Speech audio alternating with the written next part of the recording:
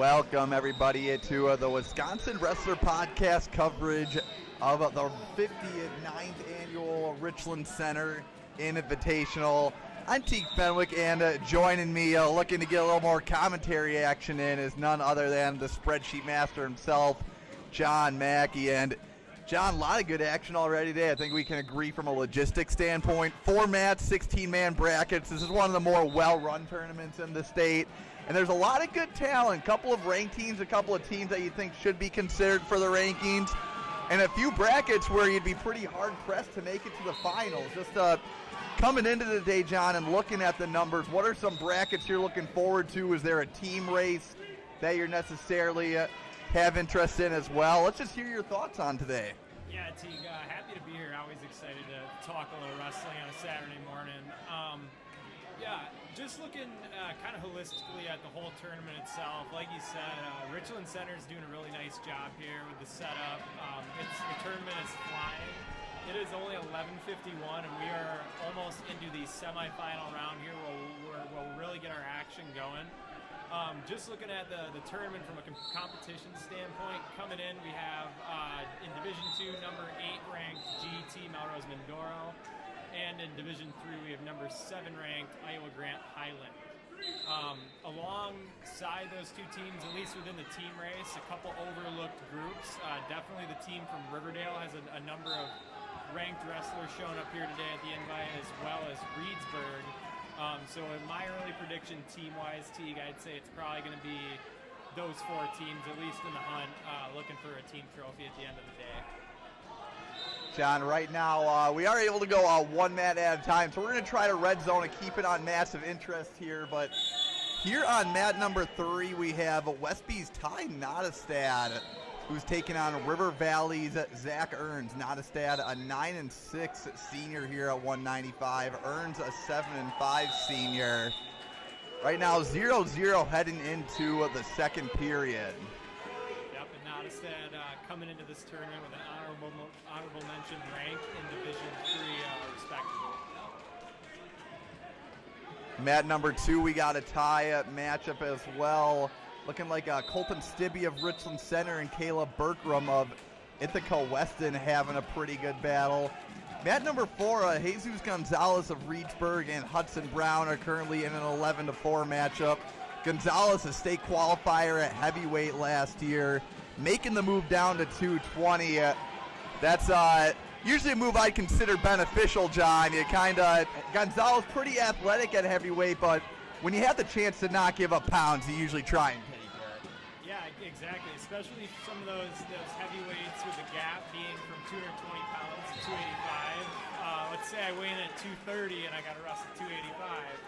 I might have guys that are 50, 55 pounds bigger than me, so I definitely think for the longer, lankier Gonzalez from Reedsburg, it'll be beneficial seeing him down at 220 this year.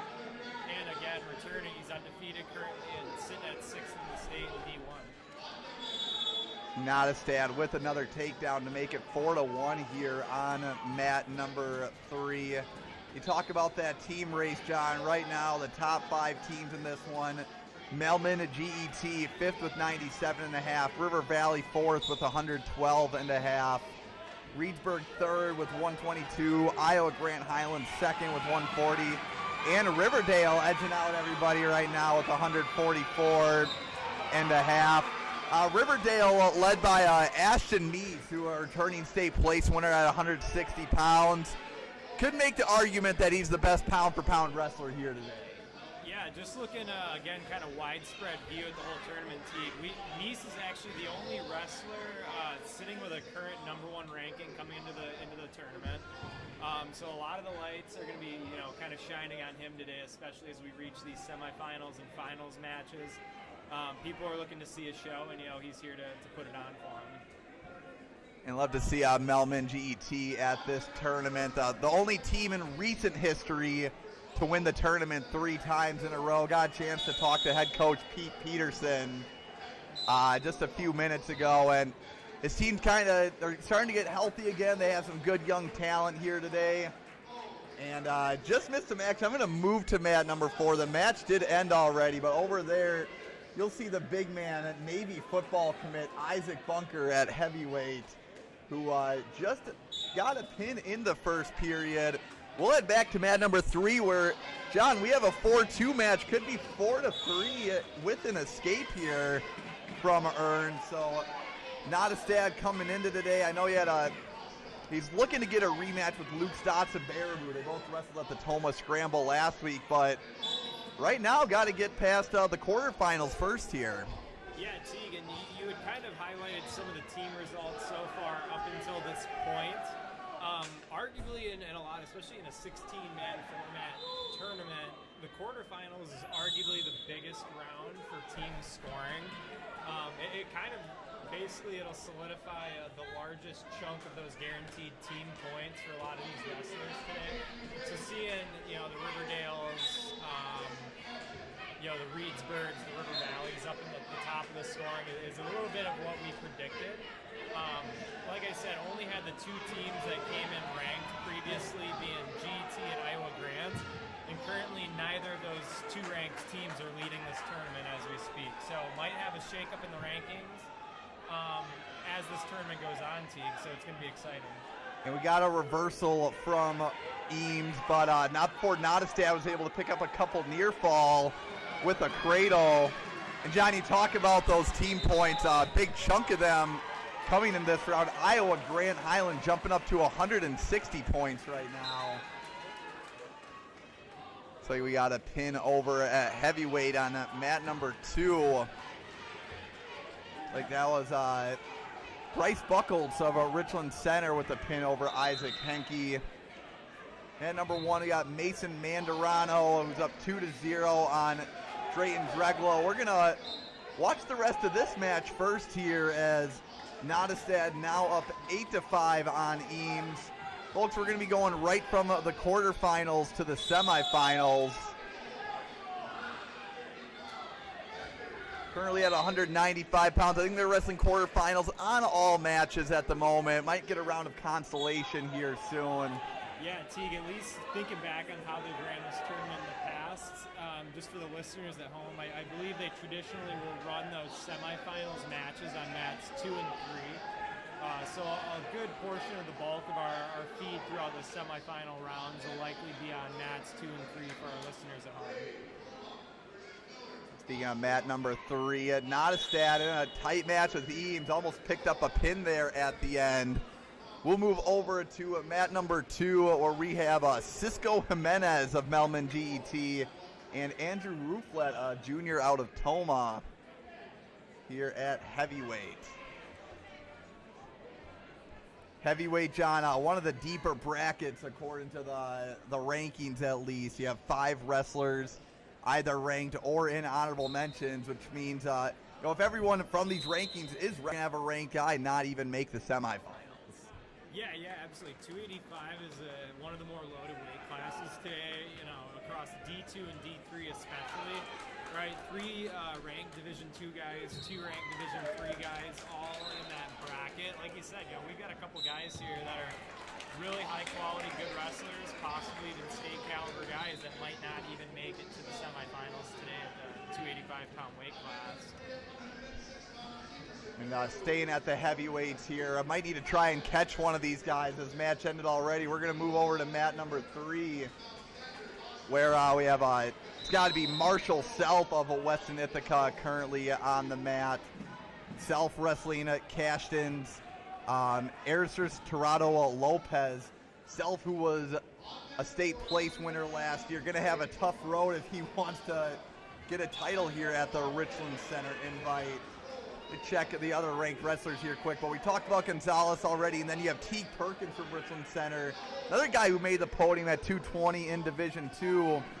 Right now, according to the Wisconsin Grapplers rankings, Gonzalez ranked 6th in Division 1, Perkins ranked 4th in D2, Self 3rd in Division 3. So a lot of good battles today as Self just picked up some more near fall to go up 5-0 in the early goings of this match. Yeah, Teague, just a slew of just really high quality big men here today at the Richland Center Invite. The 220 and 285-pound brackets, they're going to be exciting. So especially when we hit those finals, for those that are here in the building and those watching at home, stick around till 285. Some of the best matches of the day might come near the end. And not something you see often here on mat number 3, but the big man, or we're seeing it more often now, Self through in the legs and then transitioning over to the cradle as he's looking to end this one early. I know we got to look at the rankings. I want to check out that bracket here, see what, when you have 3 really good guys in a bracket, someone gets the theoretically easier route, John. So we'll see what the semifinal match will be like at 220 pounds. Yeah, someone's got to run into a buzzsaw at some point, T. Not everyone can have the quick route due to seating, so we're going to have a good matchup here in the semis soon. And it looks like Teague Perkins of Richland Center got the lucky 1 seed today. So we'll see Gonzalez and Self wrestling. Yeah, and talk about a fireworks semifinal match, T. Gonzalez going into that semi will be 14-0, and Marshall Self will be 13-0. Right, not a single loss between the two guys. 27 total matches so far this year amongst the two, going into that semifinal. So going to be electric for sure.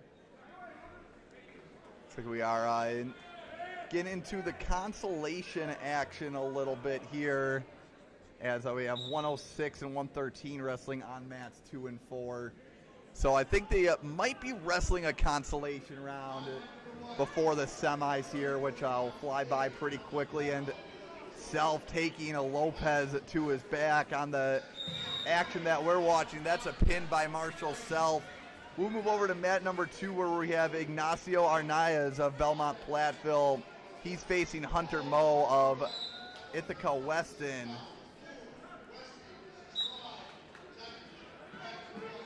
And yeah, Teague, I would imagine these consolation rounds, this round will go by fairly quickly, just kind of glancing at some of the brackets, a handful of buys throughout the middle and lightweights. Definitely going to speed up some of these weight classes. You know, this round will arguably be the fastest of the day next to those opening round matches. New match on mat number 3 as well. So we got Desmond Severson of Baraboo and Kylie Klum of Westby. But we'll keep the action here on mat number 2. Arnaiz up 2-0 on Hunter Moe as we start the second period. Looks like they're going to start neutral here. So someone either not feeling confident about getting out on bottom, or maybe feeling overconfident about how the other person is on top, as Moe gets a quick takedown to make it 2-2. Arnaiz almost got a reversal there. Moe was able to bail out. It'll be a 3-2 now in favor of Arnaiz. Arnaiz in on another shot. Nice double leg. Just needs to climb up now. And that's 2. Moe's going to want to bail up here, or bail out. Surprise. There we go. There's the near fall swipe. So Arnaiz now up 5-2. Make it 7-2 after the swipes. They'll reset out of bounds. Moe with a good takedown to start the period. But Arnaiz with an escape, a takedown, and 2 quick near fall points. Kind of changed the dynamic of this match yet again.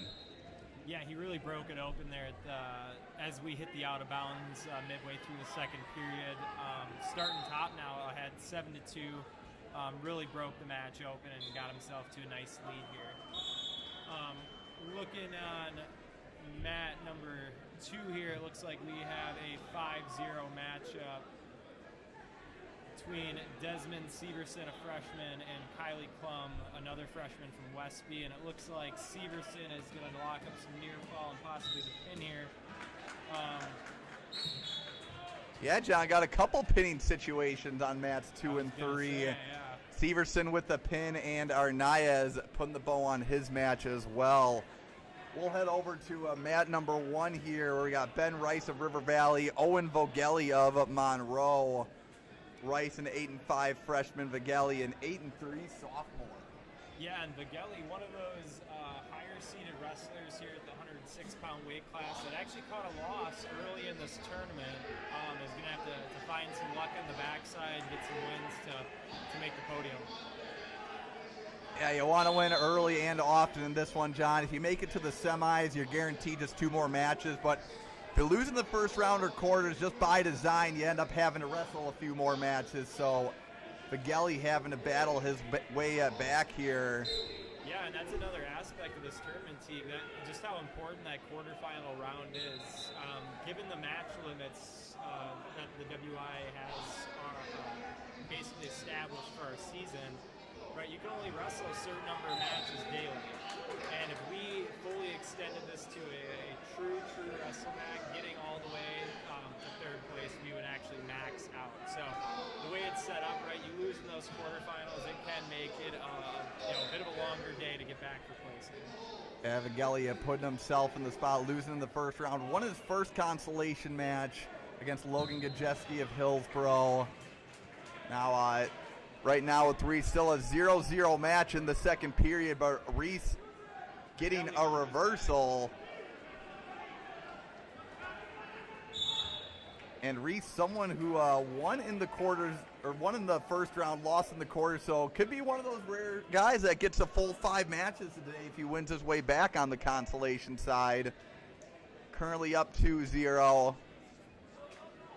About midway through that match, 55 seconds left.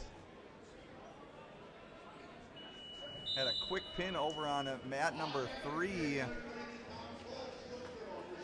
It's like Colton Koss of Melman at GET.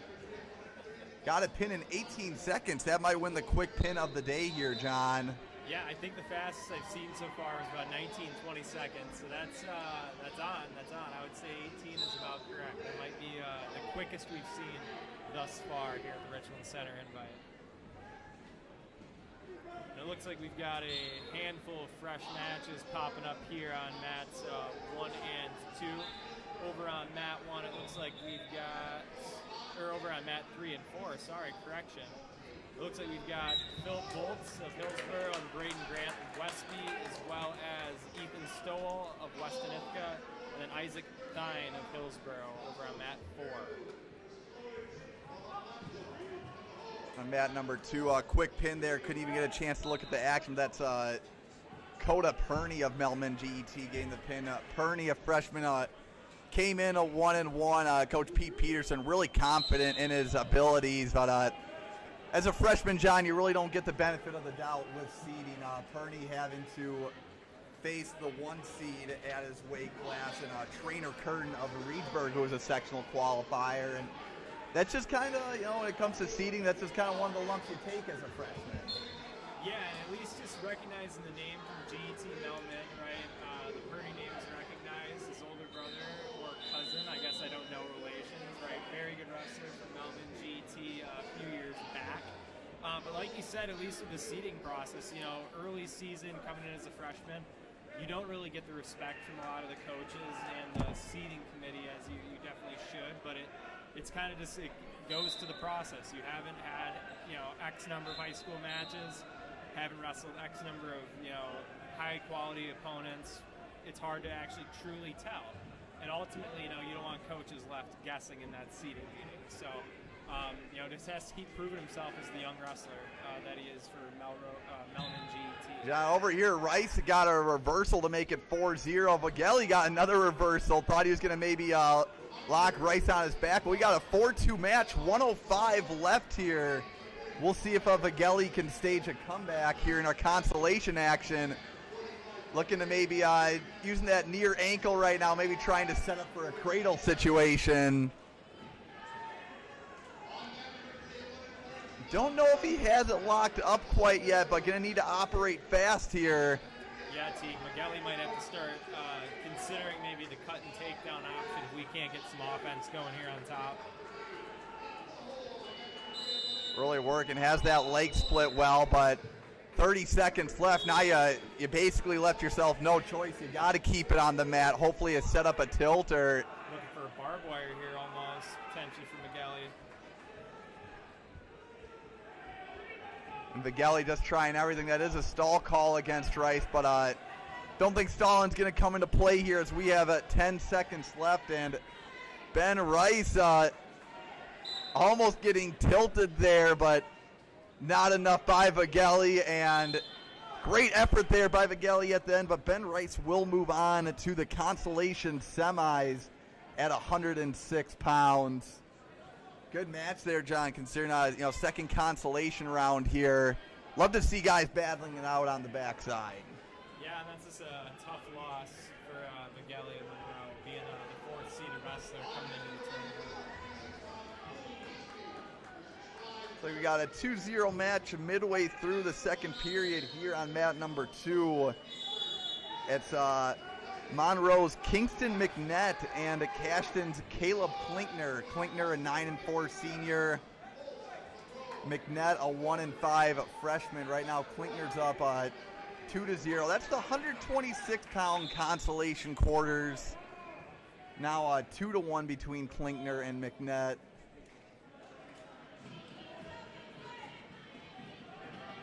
Monroe, I think one of the longtime attendees of the Richland Center Invite.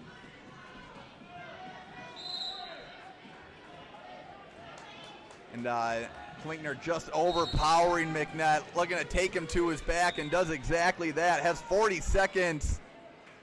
Good job by McNett, able to fight his arm through. Secures 3 near fall, looks like, as he recovers back to the top position.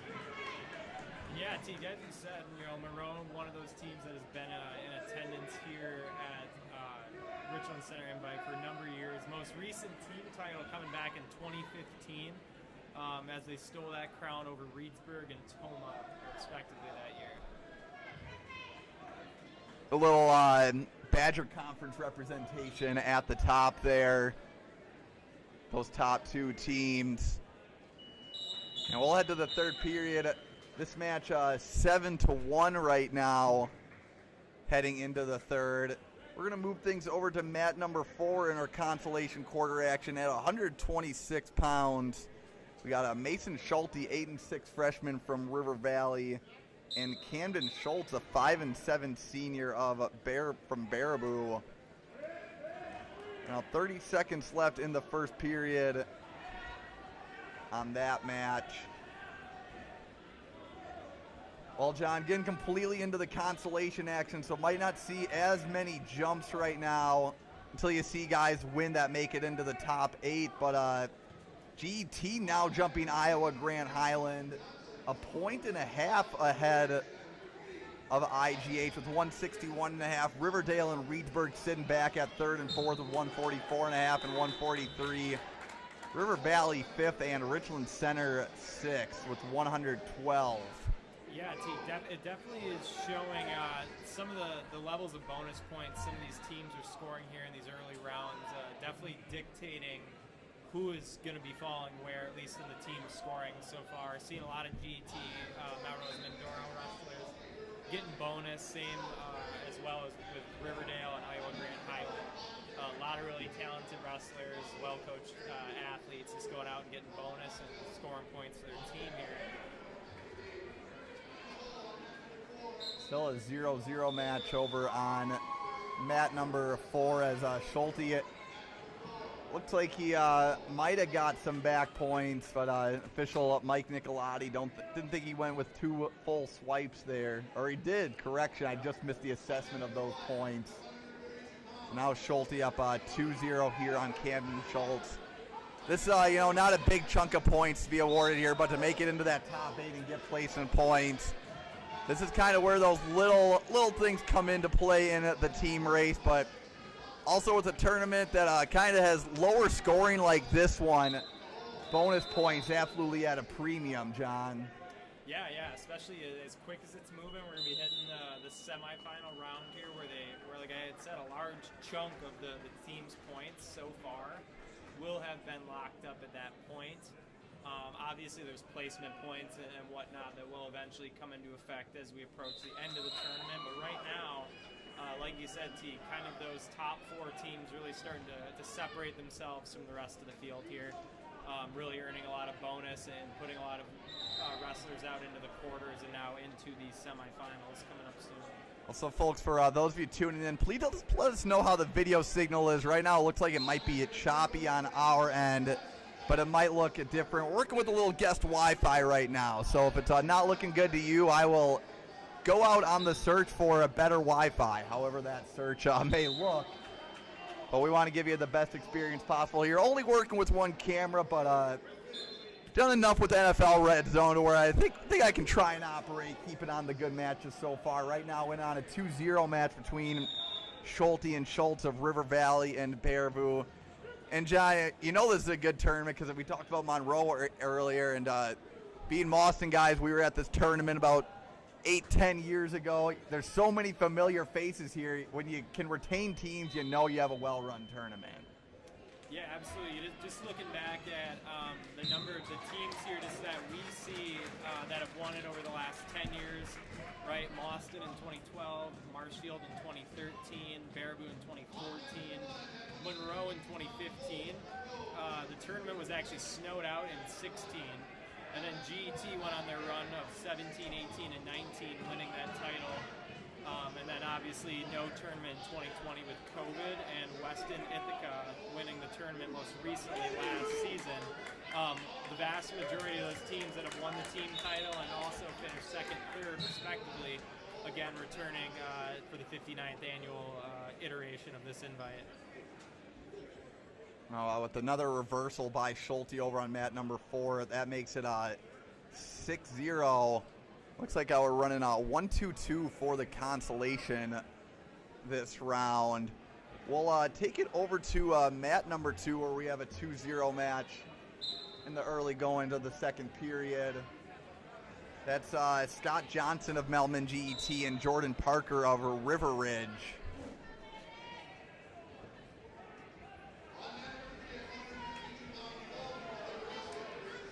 Right now, Johnson up 2-0, gets a quick reversal to make it 4-0. The 1:35 left in the second period, now looking to work a barbed wire. Or maybe a cross-face cradle, gonna stay aggressive with it, but good stand-up by Parker. Parker, a 3-4 senior, looking to keep himself going in today's tournament. We're essentially, John, we're in the blood round right now for the Richland Center Invite. Yeah, it's kind of do or don't at this point in the tournament. You're either going to win and help your team score some more points, or your day could be ending at over the span of 6 minutes. So arguably one of the bigger rounds for a lot of these top teams and a lot of these individual wrestlers looking to earn some recognition today. Parker getting a little eager on a shot there, as he might have just got a little out of position. Johnson gets a takedown to make it 6-1. Match ending over on mat number 4 that we looked at for a little bit. Mason Schulte of River Valley will end up winning 6-1 there. And now Johnson on mat number 2 picking up a pin, which 2 extra bonus points. Pretty big for the Titans, as they are at the top of this team race right now. 165.5 to 160. Riverdale and Reedsburg, another 2 teams to keep track of. We'll take you over to a fresh mat here on mat number 3 between Nolan Waldner of Ithaca Weston and Devlin Kruger of River Valley. Waldner, who got the early takedown and is up 2-0. Part of an Ithaca Weston crew where they very tough at the upper weights last year. I think Waldner getting valuable experience with solid teammates. Hoping to translate that into this year, but don't see this often in week 3, John, but 13 matches in already on the year. Yeah, it's early on, especially, we're only in week 5 of the season. I think just, according to WI rules and policy, I don't think you can compete for the first 7-8 days or whatever it is. So technically the first week is kind of just practice and, whatever else you can get in there. So really at this point in time, we've only had about 3, maybe 4 weeks worth of actual true quality wrestling, only a handful of tournaments, lots of duels and quads occurring across the state. But yeah, in terms of the accumulation of matches, we've got guys coming here with 13 to 16, 17 matches on the year. Oh, had a good cement mixer attempt there on mat number 3. Waldner looking to turn some defense into offense, but good follow through by good follow through by Waldner, keeping his hips low. Those River Valley Ithaca Weston singlets looking a little similar with the black and the stripes on the back. So now 4-0 for Waldner. Kruger with the quick escape will cut the lead to 4-1.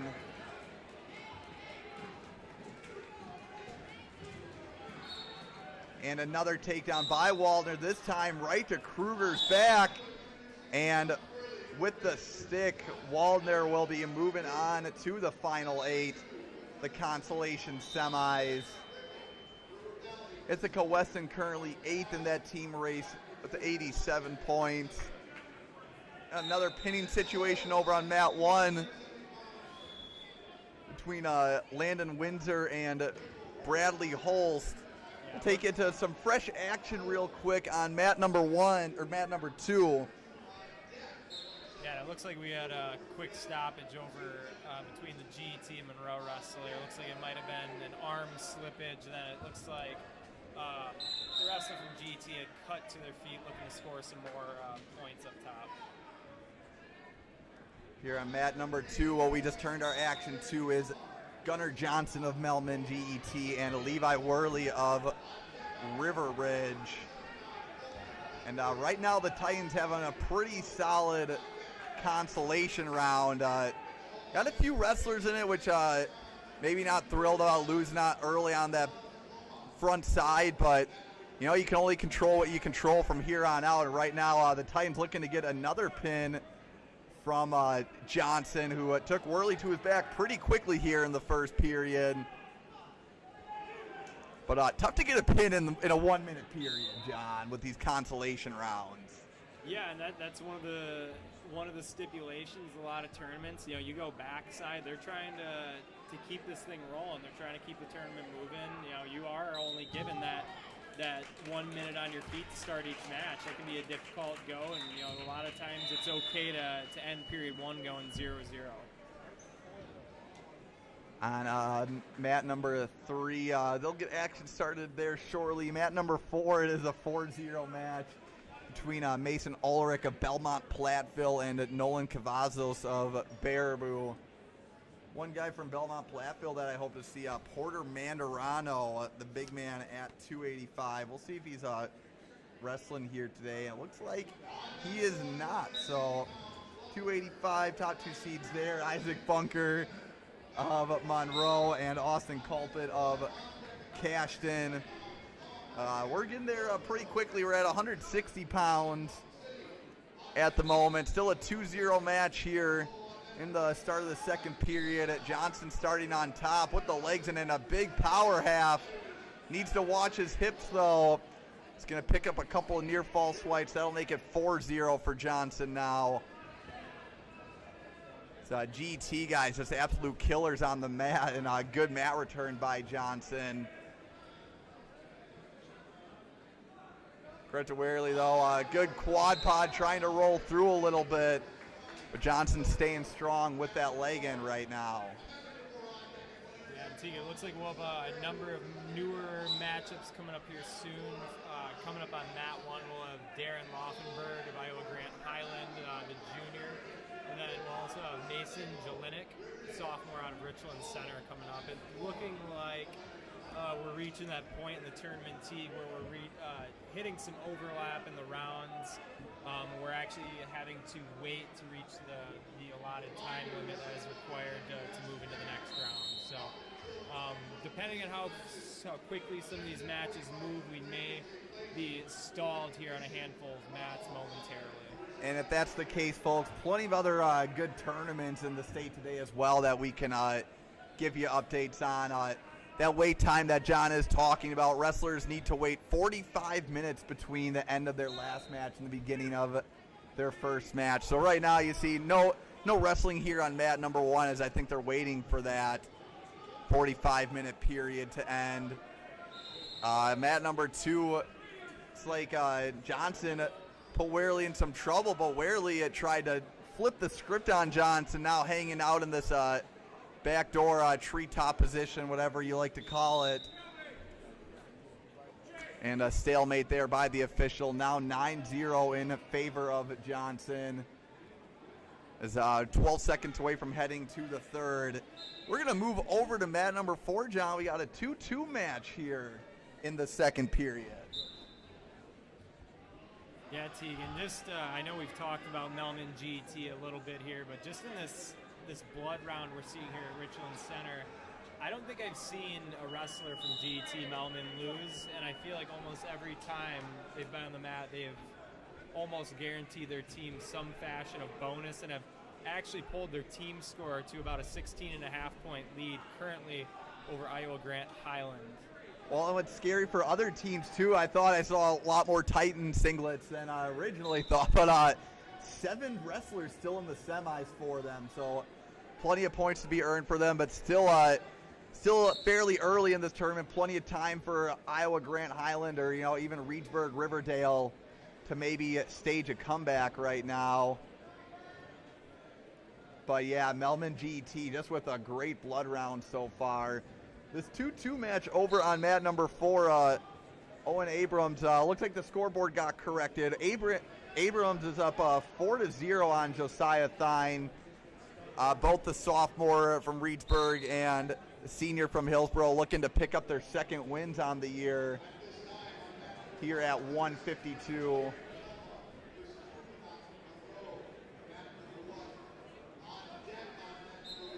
So 2 mats currently going at the moment.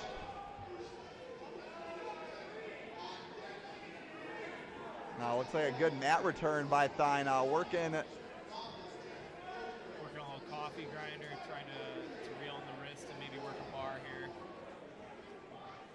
Good defense by Abrams for a second, but this looks like a strength battle right now here, John, as Abrams able to break free from that armbar, which not a position you want to hang out in for a long time. Just gets it kind of wears on you to defend it. But right now, Thine, who's down 4-0, looking to make up his points on top. Get a little switch attempt by Abrams. And usually ill-advised when you have that arm trap, but able to commit to it just one step too quick for Thine. And loss of control will be awarded, so Abrams will head into the third with a 5-0 lead. And I didn't know if Thine still had an elbow or something. Sometimes in those situations you'll see the loss control not awarded, so something the official must have saw that we did not see. Yeah, I know. At least like traditionally looking back in the rule book, at least what they, based on the the National Federal Association, what they classify as the true loss of control in that front head situation. Oh wow, and Thine has Abrams on his back, was down 5-0, and with the throw gets a pin 18 seconds into the third. Hey, that's why you wrestle the whole match, John, and big win there by Thine as he will move on to the consolation semis. Yeah, Teague, that would have been a long fight for Abrams. Even though winning the match at that point, a minute 42 to fight off your back, and then to continue fighting for the remainder of the period is no small task. All right, so we are waiting for action here on match number 2 and 4. I think we might have our next match starting on 2. We'll see. I think number 1 might be going as well. I'd say this is a pretty solid match here for Iowa Grant Highland to potentially start making a points comeback, as they have Darren Laufenberg on the mat. He'll be taking on Mason Jelinek of Richland Center.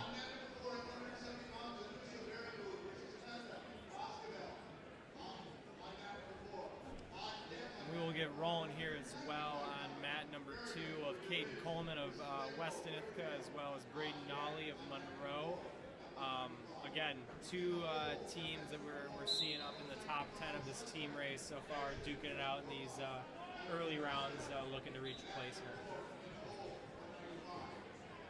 Looks like we see a nice double attempt from Coleman, and it looks like it might be no control gained yet, according to the official Lynn Eisense on mat number 2. A lot of fireworks there to start the action on mat number 2 as Laufenberg in on a quick, looked like an ankle pick or a low single there on mat 1. Now just raising the leg, and he'll get an early takedown. Laufenberg, a constant starter for an Iowa Grant Highland team that, a lot of other years would have won a regional and maybe team sectional title, but just happened to fall in the same regional as Fenimore last year, John. Yeah, and I think that's something that's always talked about year after year too, is just kind of the alignment of some of these sectionals and regionals and who falls where and what teams are paired with who. Just thinking back on history, Teague, it's like that Division II Northeastern sectional. It's got Luxembourg and Two Rivers and O'Connell Falls and a lot of those really high-profile programs that have to duke it out to even get down to the state meet. And Laufenberg thought he was going to maybe close it out with the cradle there, but still gets near fall. He'll be up 7-1 going into the second. John, we saw a lot of action on mat number 2, and then it looks like it ended pretty quickly as well. Saw a shot to a throw attempt over there, and then we were over on mat number 1. Just looking at the final result of that, looks like that is not the name of the people who were on that map, but we'll figure out a result on mat number 2. Laufenberg, though, going to work here on mat number 1. John, I think with the new Division I format and Division II and III super regional format, you see some of those problems alleviated where you have the super regionals, little bigger regionals, top 2 teams make it now. And I think not only benefits the teams where you have top 2 teams making it, but also individuals who may have finished third in tough D2 or 3 regionals now get a chance to potentially move on as a top 4 competitor. Yeah, Teague, as someone who has experienced the pain of running into 2 buzzsaws in a Division II regional, I get it. It is a nice adjustment for some of these really high quality guys that, you know, dependent upon the alignment and who fits where, you know, we've got a lot of really tough wrestlers falling into some of those regionals in the past where, you know, a lot of good guys might not have gotten out, whereas, you know, the super regional will be really conducive for getting a lot of the best quality guys down to the state meet. Looks like Laufenberg ending the action with a pin over on mat number 1. We'll head over to mat number 2. Looks like Cole Bringer of Richland Center is up 4-0 on Tyler Brewer of River Ridge at the start of the second period. And just a little points update as we are kind of getting over the hump here midway through our consolation round. GET is still leading with 183.5 points over Iowa Grant Highland, who is 164, followed by Reedsburg with 147, and Riverdale trailing right behind them with 144.5 points. You know, top 4 teams all within 40 points of one another. Ranger with an escape takedown, and now looking to secure a pin. We'll see if Brewer can slip his arm through. And that's be a lot of work in 125 as Breininger does pick up the pin there in front of his home crowd here in the Richland Center Fieldhouse. I gotta say, Richland Center, one of my favorite venues just to go to watch any athletic event, John. Yeah, especially with us both being from the area, Teague, this is a venue that we are both well accustomed at being. Seen volleyball, basketball, played some football here. Don't want to talk about the football as much. And wrestling, just with the field house that they have, can accommodate a lot. Usually they got a pretty good crowd to come with it. Mother Nature not so friendly with the road today, but just took our time a little bit and we made it down. Yeah, especially with these snowstorms in the last couple of days, making the travel down from Eau Claire down to Richland Center was not as pleasant as we had hoped, but we all made it here, folks. And what can we say? The Richland Center Invite is so far putting on a great show for us fans and us commentators, respectively. On mat number 1, Ethan Gehring, 6'8" senior from Toma. He's up 2-0 on Joe Rufinacht of Monroe.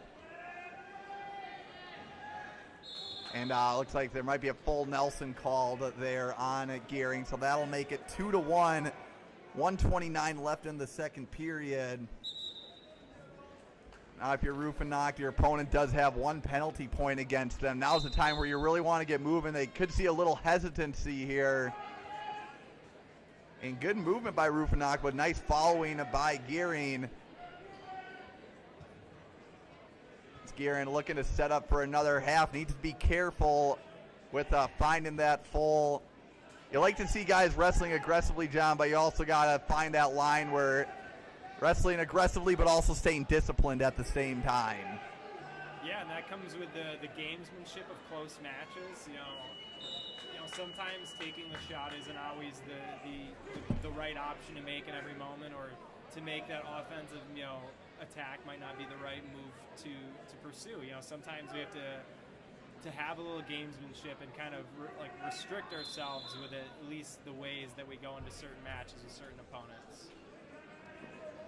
So we got a reset here, 42 seconds left in the second. Gearing trying to keep that arm. Good quad pod to a knee slide by Rufinock, and even better mat return by Gearing. Now has a deep half and gonna try to lift that opposite knee, just showing off the strength right now. Maybe looking to go ball and chain here in the top position. Hopefully look to collect a little near fall. Just about 10 seconds to go in the period. Again, just back with the gamesmanship, Teague. Scoring at the end of the period, one of the most important things we can do in a lot of these higher profile matches. Trying to find that cradle, but just little tough there, as didn't have that other elbow on the bottom of the knee. It looks like we'll start the third period. Ethan Gearing up 2-1 on Joe Rufinock. Gearing will start down, so we'll see how long Rufinock opts to ride here, and looking to go to his feet right away. Gearing now up 3-1. Yeah, Teague, and on that too, we actually have a decently contentious matchup here between Blake Brickle of River Valley, the freshman, and then Gavin Hinderman, the sophomore from Iowa Grant Highland. Two teams, as we've mentioned, that have been in the top portion of the scoring so far today. And again, these points matter in these blood round matchups.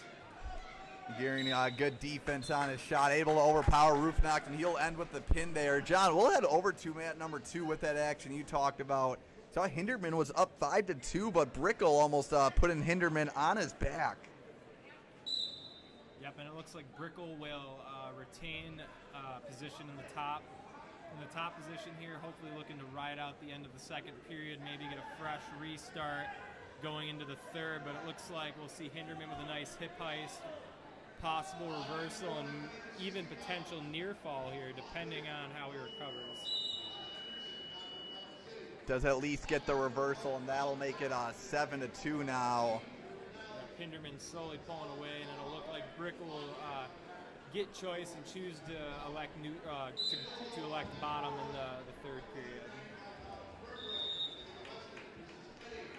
New match on mat number 1. We'll turn the action over there if it stays close, but you have Irvin Novacek from Hillsborough and Abraham Henderson of Cochrane Fountain City just starting there. And wow, Brickle was down 7-2 as Hinderman on his back. Can he complete the pin here? 7-4 now, so at the very least, John, going to be tied up. And Hinderman able to fight off his back. We're going to have a tie matchup here, though. Oh, and Hinderman with the reversal to go up again, 9-7 here with a minute 13 left in the third period. Brickle making things interesting here as 105 left here in the blood round. Winner clinches a spot in the top 8. Loser is done for the day. It looks like the sophomore from Cochrane Fountain City picks up the pin over on mat number 1, Abraham Henderson over Irvin Novacek of Hillsborough. Officially locking his place in that top 8 finish here at the Richland Center. And Hinderman with a little bit of a scare, but now asserting his authority with a barbed wire on top. Gonna pick up some near fall and might end the match a little early here. So going from being in danger to now putting Brickle in some danger. I think the second he felt some movement from Brickle, just wanted to bail out, get back on top of those hips. Didn't need to do anything too risky here. Yeah, especially being up just 5 here with about 10 left. If you're Hinderman, you're just looking to ride. You're just looking to kind of wrap this match up and move on to the next round. Might go suck back here, maybe get some additional near fall to end the period. But it looks like Hinderman will walk away with this one with a 12-7 decision and will lock his place up in that top 8 finish. John, I think we are waiting here for action to start on mat number 1. I think might be starting on all the mats. If you want to keep an eye out for me real quick on the mats, I'll just run folks here through some of our semifinal matches that we'll have coming up here. We have Ethan Haiti of Richland Center at 106. He's going to be taking on Noah Henderson of Cochran Fountain City.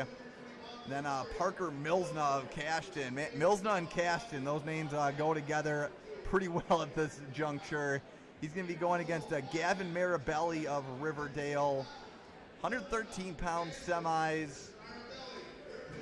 It's going to be Trainer Curtin of Reedsburg versus Tyler Maxwell of River Valley, Jaden Geyer of Westby, and Garrett Minder of Monroe. And then at 120, before we get back to the action on the mat here, we got Brody Meese of Riverdale and Lucas Christensen of Iowa Grant Highland. And the top of the bracket. Bottom of the bracket, Cade Parrish of Reedsburg and Jay Stetzer of GET. A lot of good young talent here, John, looking to prove themselves in these lower weights. We'll talk more semi-action here in just a little bit, but back to the action on the mats. We're starting to get towards the big guys here at 220 pounds on mat number 2. So we have a Hudson Brown of Iowa Grant Highland, Caden Courier of Riverdale, Brown, an 8-5 senior, with the quick takedown to go up 2-0 right now. Yeah, Tegan, both these guys, wrestlers with decent records, about 8-5 and 7-4. So they both are, on the winning end, above 500 and meeting here in the blood round. So kind of showing some of the quality of that 220-pound weight class in those quarterfinals matchups. Yeah, just the depth of this weight class is crazy. It's in terms of top-end talent and depth, 220 could take the cake as the toughest bracket here today. We're heading into the second period here on mat number 2. Brown currently up 2-0 on Courier, and he'll start down. We'll see if Courier can go to work on top, try and even things out here. Almost looks like a cheap tilt attempt there on mat number 2.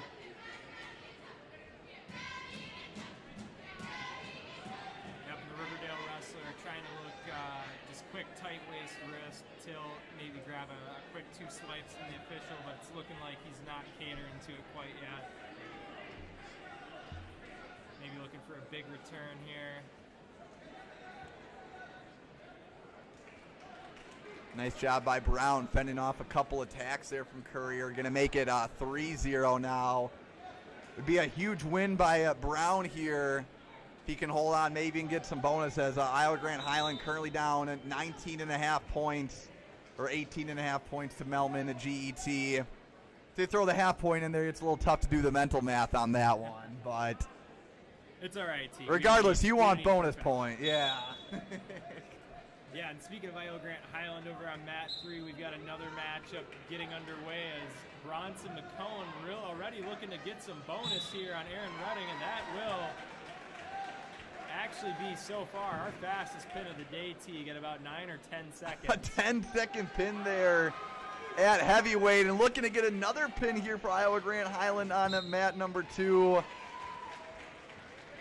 They're the ones hard charging with the points now, so you saw a lot of momentum with Melman at GET early on. Now Iowa Grant Highland with a couple of quick pins. And Teague, just looking too, I believe that might have been Iowa Grant Highland's backup at 285 out there that actually secured that pin on mat number 3. I know they typically have Hudson Brown starting, and he's ranked right now at number 8 at the state at 285 pounds for Iowa Grant. Yeah, Brown, who moving down to 220, got the pin there, so I think it worked out better for their lineup. Gotta like that depth there, John. Iowa Grand and Highland, both teams with pretty good football programs, so it seems like they're not lacking in the big man department. No, definitely able to make some shifts at that 220 and 285 pound weights with decently, relatively athletic, small heavyweights. All right, over on mat number 3, we got Owen Callahan of River Ridge and Bryce Biermeyer of Ithaca Western. We also have another River Ridge wrestler over on mat number 4. We have Drayton Deglow of Riverdale against Jaden Barragan of River Ridge. Looking like Deglow securing the pinfall there in the end of the first period with about 39 seconds in. A lot of bonus so far, Teague, as we kind of come to the conclusion of this consolation round. As we look forward to these next rounds of matchups for the semis and the placement matches, again, like I had mentioned previously in the stream, we will be really focusing heavily on mats 2 and 3 for a lot of those semifinal matches for you watching at home.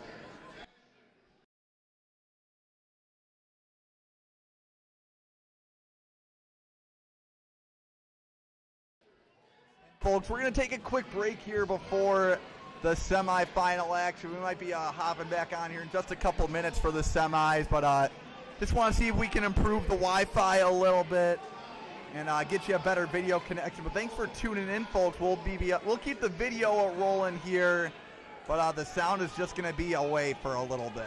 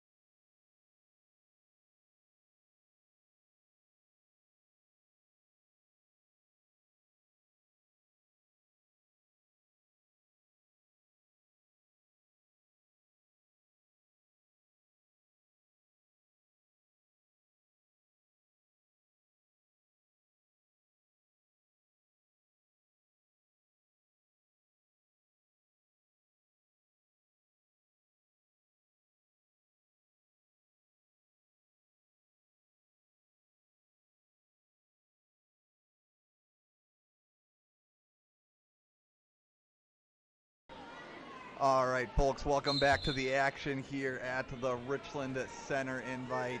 I'm Teague Fenwick at bringing you the action, and here on mat number 1, we got our semifinal action starting. That's Noah Henderson of Cochrane Fountain City, the freshman, looking to get a pin on undefeated sophomore Ethan Haiti at the edge of the mat. Henderson currently up 4-0, going to be 7-0 after this near fall is assessed. Might not even get to that point, though, as Henderson has Haiti in a pretty compromised spot. Haiti ranked number 6 in Division II. Henderson not ranked, but that could change. Looks like Lynn Eisensee stopping the match there.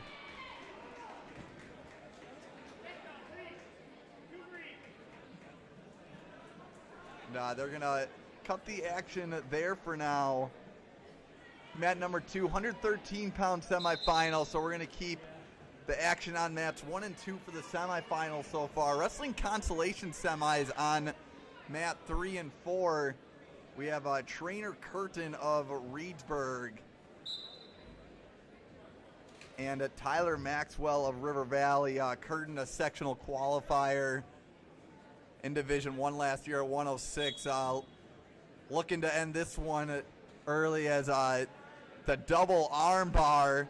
That's a tough grip there, but Maxwell able to fight through. And Curtin switching over to a little half. Just needs to look like you get that wrist posted out. Maxwell fighting tough right now. And I thought they were maybe going to assess near fall as Curtin did change his grips up.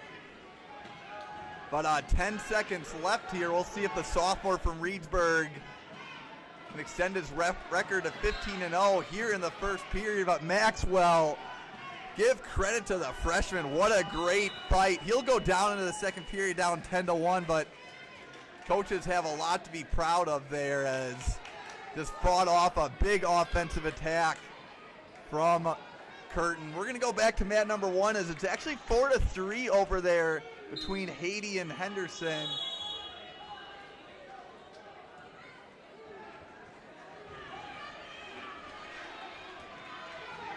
And it looks like we were getting some near fall swipes. Henderson, who was riding tough on the legs, is going to be up 8-3, and now there's going to be a reversal. It's going to be 6-5, and Haiti gets a reversal, has a cradle locked in. He'll pick up near fall too. The Richland Center crowd in the corner going absolutely crazy, and a pinfall by Ethan Haiti at the end of the second period to advance to the semis. Good battle between the sophomore and the freshman there. Noah Henderson looking to get the upset rankings-wise. But Haiti just a good battle, was on his back a couple of times. Henderson was wrestling tough on top, but the undefeated sophomore will head into later today with a chance to win a final in front of his home crowd, who, as you can tell by the sound, just absolutely passionate.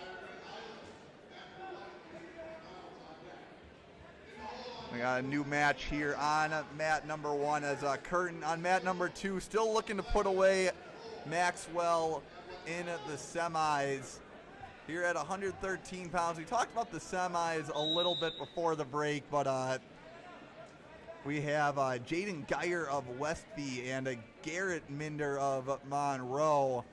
Geyer, a sophomore for the Norsemen, currently honorable mention in Division III. On paper, Curtin, who's ranked first in Division I, maybe viewed as the guy to beat today, so these two had to battle each other out in the semis for a chance to face who we're thinking is going to be Curtin, who's currently up 16-3 heading into the third. Good little offensive attack there by Geyer to start out. Team race heading into this semifinal round. Iowa Grant Highland came hard charging back at the end of that consolation round. They're down 5 to Melman GET. They have 178 points. Melman with 183.5. Riverdale not too far behind with 160.5. Reedsburg at fourth with 147. Then a good pack. You got River Valley and Richland Center at fifth and sixth with 120.5 and 116 respectively. Now, Geyer looking to get behind Minder right now. Minder holding on to the elbow, but good movement by Geyer in that front head position. He's looking to lock up a cradle now. Well, he'll still get the takedown, so Jaden Geyer up 2-0 on Garrett Minder of Monroe. Now with the good crossface, trying to either set up a barbed wire or get that cradle. Gonna try and force the barbed wire right now. But with Minder's hips up, you want to start looking for the cradle in that situation. You got plenty of good options to work with, and good stand up there by Minder. Just had that pressure off his hips for a little too long, was able to feel that.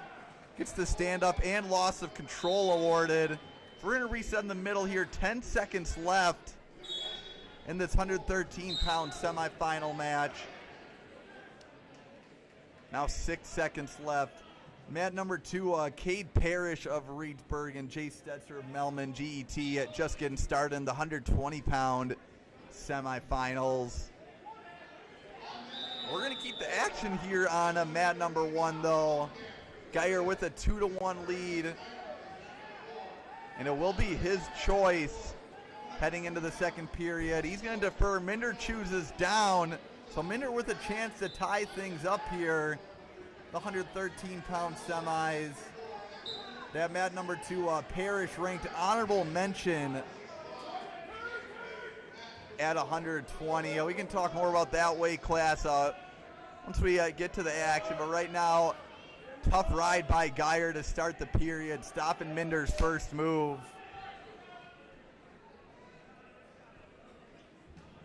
And John, we got different Wi-Fi. Don't know if it's great, but we're here. We got a loyal 3 viewers on right now checking out the action. That's what I like to see. Yeah, I know, especially with this being, a little smaller of a tournament. We're just glad for all the viewers that we have. We'll take it. Also, somewhat of a newer operation, going with our own streaming setup as well. So I think I'm going to bring my own hotspot next time. Might be the move there. But John, you missed a lot of good action at 106 pounds. Haiti got a real big pin against Henderson. Battle between a couple of underclassmen from Richland Center and CSC. Rich, you probably could hear the Richland Center crowd go crazy when that happened. Yeah, I was actually just in the bathroom, Teague. I was wondering what all the noise was about. On mat number 1 now, up to 113-pound semis. Geyer with a tough ride. Been on Minder for a minute now. Still up 2-1. You think for Minder, who starts the period down, is down 2-1. That's prime opportunity to time things up. But talking to Jens Lons, John, at team sectionals last year, he said it's a whole new game of wrestling where you can't just assume that bottom guy's going to score so easily. Yeah, and I mean, that's ultimately like a lot of the philosophy of most teams, be good enough on bottom to the point where you are not going to get turned and not give up, some of those bonus points, the backs, possibly even pinfalls, right? Being good there is essential, but especially once you get against some of these high caliber offensive wrestlers on top, it doesn't pay to just be good enough on bottom. So we got 8 seconds left now in this period. We'll figure out the Zoom game here. But we're going to head to the third period. We'll keep the action on this mat. 0-0 over on mat number 2 as well between Stetzer and Parrish. Yeah, and just for clarification reasons, I don't know if you did this while I was away, Teague, but it does appear that they are wrestling, at least presently, those semifinal matches on mats 1 and 2 currently. Yeah, for folks who are keeping track at home, if you want to check out the dashboard while we do this stream as well, stay updated on the other action. Like I said, we just got the one camera. We're going to work with one mat at a time here. Doesn't really zoom out that far. Yeah, Tegan, it's looking like on mat 2 in the 120-pound semifinal. We've got a really good matchup here with Cade Parrish, the honorable mention wrestler from Reedsburg. And then again, one of these tough Melrose Mindoro GT wrestlers some near fall, and we've got no swipes. That'll end period 2 as we will go 0-0 into the third between the Reedsburg wrestler and the freshman from Melrose GT. Yeah, Melman with 6 semifinalists in this round. Iowa Grand Highland, who's right behind them. 7, I believe they both have 7 semifinalists, so a big round here. Melman picking up some points on the consolation side. Like, just keep the momentum on the backside from previously. John, right now we got a 5-1 match. Looks like Geyer opened things up a little bit. I think he might have secured a reversal. Or I think he got let up, then got a takedown. Now 5-1. He brought up that match on mat number 2. I'm going to move the action over there as GT and Reedsburg in their own respective team race battles right now. Reedsburg looking to catch up to Riverdale. They're only 2 points behind them. Yeah, and it looks like right now, like you said, Teague, a lot of good matchups happening here in our semifinal mats. Still a 0-0 matchup between Parrish and Stetzer of GT, Melrose Mindoro. And just looking right now, too, it looks like the wrestler from Reedsburg, Parrish, did elect to go bottom to start this third. It looks like Stetzer has so far been able to ride on top for a good 35 seconds to start the period. 120 left here in the third. Knotted up 0-0. This 120-pound semis. You know, you had a 1-point match for a while on mat number 1. Knotted up here. No score yet on mat number 2. Right now, the mat action looking to be all the difference right now. John, there's some folks that argue that the semis might be more exciting than the finals at times. Yeah, especially in some of these weight classes where we've got, 3, possibly 4 wrestlers all in a good position to potentially win it. It just makes the quality of wrestling in those rounds just that much more plentiful. And switch attempt there. No lost control whatsoever here on mat 2, actually. About 41 seconds to go. We'll have Parrish again going to start on bottom. And that would have been easy there for Parrish just to kind of let his arm slip out there defending that switch. Yep, and for reference, too, that is Parrish's second caution off the whistle, and a third caution violation on him would result in a 1-point additive to set Stetzer's score here in this really contentious matchup. You know, John, you get 3 of them, so might as well work with them a little bit, but once you get to that third one, no point in anticipating the whistle anymore. I always actually reference you talking about how you try and get 1 caution every time. Yeah, I mean, it's just good practice being ready to jump the whistle. As we just kind of direct our attention back to mat 2, official Lynn Eisenstein is actually, he has called 2 stalling calls on both wrestlers right now as we have Stetzer. Needs to climb up here. He needs to work up. And we have a 0-0 match going overtime in the semifinals here on mat number 2. John thought we may have seen a locked hands call in the final second of that one, but that's if you're an official, that's a call that you don't want to make. And now we had a sudden victory and a quick shot by Stetzer, and Parrish just on an easy defense gets around, gets the takedown 8 seconds in. And John, such a low-scoring match, and you see it end on a shot like that. Surprised we didn't see more of a setup there by Stetzer. Yeah, only 8 seconds into the period, and that pays too. We've got to be able to game plan some of those really contentious moments, especially when it's 0-0 going overtime. Making sure that we're taking the appropriate attacks to stay safe in our own right is highly important. Right now on mat number 1, we got Brody Meats of Riverdale, a 12-1 freshman so far this year, taking on Lucas Christensen of Iowa Grant Highland. Meats right now up 2-0. Have to assume he's of some relation, John, to Ashton Meats at 160. Yeah, and Brody coming in, the freshman, currently ranked 5th in Division III right now, sitting at 12-1 record so far this season. Kind of as we had previewed early on, Riverdale with a lot of these younger, really high-quality wrestlers coming into the program here. Really looking to help make some fireworks for this team as we work throughout this season. Always that team when my co-host and I, Steve Lurk, when we make our preseason predictions, we always at least talk about them because the team where they're always just 2 or 3 pieces away from putting together a team sectional contender. We might see a spladle here on Matt Tuteek from the wrestler from Toma. We'll see what happens out of the scramble here. That's Landon Bloom of Toma who is looking to secure that. Got 126 pounds starting now. Mat number 2 of Bloom currently down 4-2 to Iowa Grant Highlands' Hunter Stevens. Just a quick point update for those at home. Still about a 20-point gap here between our number 1 and number 2 teams. We've got GET Melrose Mindoro just approaching 200 points, sitting at 199.5, and then Iowa Grant Highland trailing with 178 points. Meets with a tough ride right now over on mat number 1. A lot of good top wrestling on the mat here over on mat 1. Kind of the game changer right now for a couple of these wrestlers. 4-2, got an armbar over on mat number 2. They're going to head into the second period. It's going to be a 4-2 for Stevens over Bloom. We're going to catch a little bit of that action here.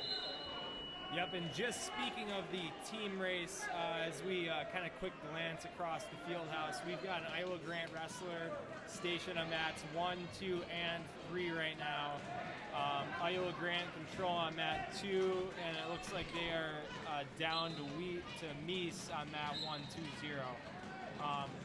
Again, another massive round for a lot of these top teams, really looking to score bonus and make up a lot of points to really catch up in this team race. Wow, good snap down action by Hunter Stevens on mat number 2, just staying on the attack and getting the takedown right to Bloom's back.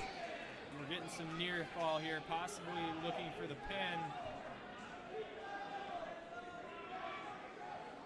And just a great sequence to start the second period there by Stevens. I don't think Bloom even know what really hit him for a second. And Hunter Stevens with a pin to advance to the finals at 126. A big win on the championship side. Big points for the Iowa Grant team for sure, team. Now this hoping his teammate can pull it out over on mat number 1. We'll move over to mat number 1 here. Meese still holding on to a 2-0 lead over Christensen. Christensen currently riding.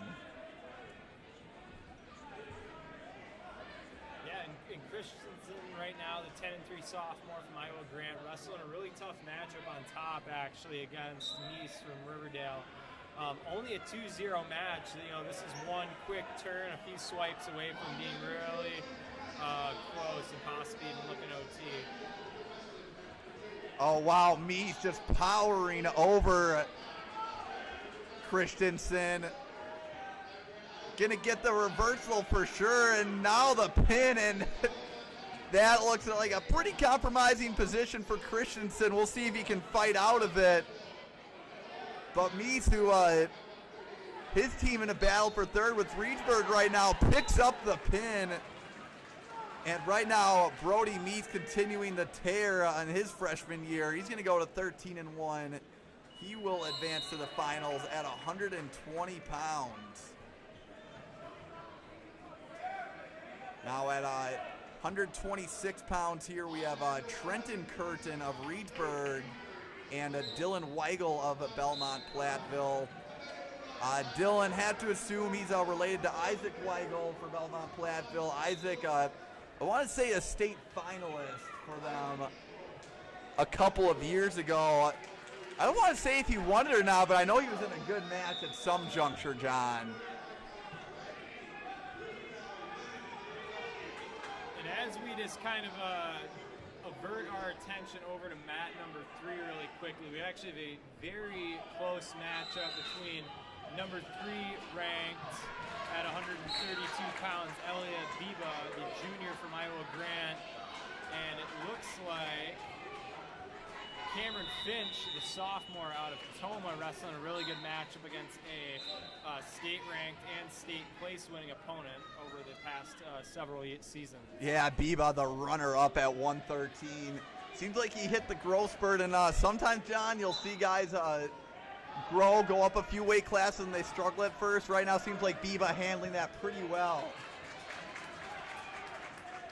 It looks like this match will likely be decided here on mat 3 with a contest on the feet. Whoever can get on the attack and possibly take that lead and go up 2-1, or in Biva's case, go up 3-0 to really help solidify their stance in this match with about 45 seconds remaining.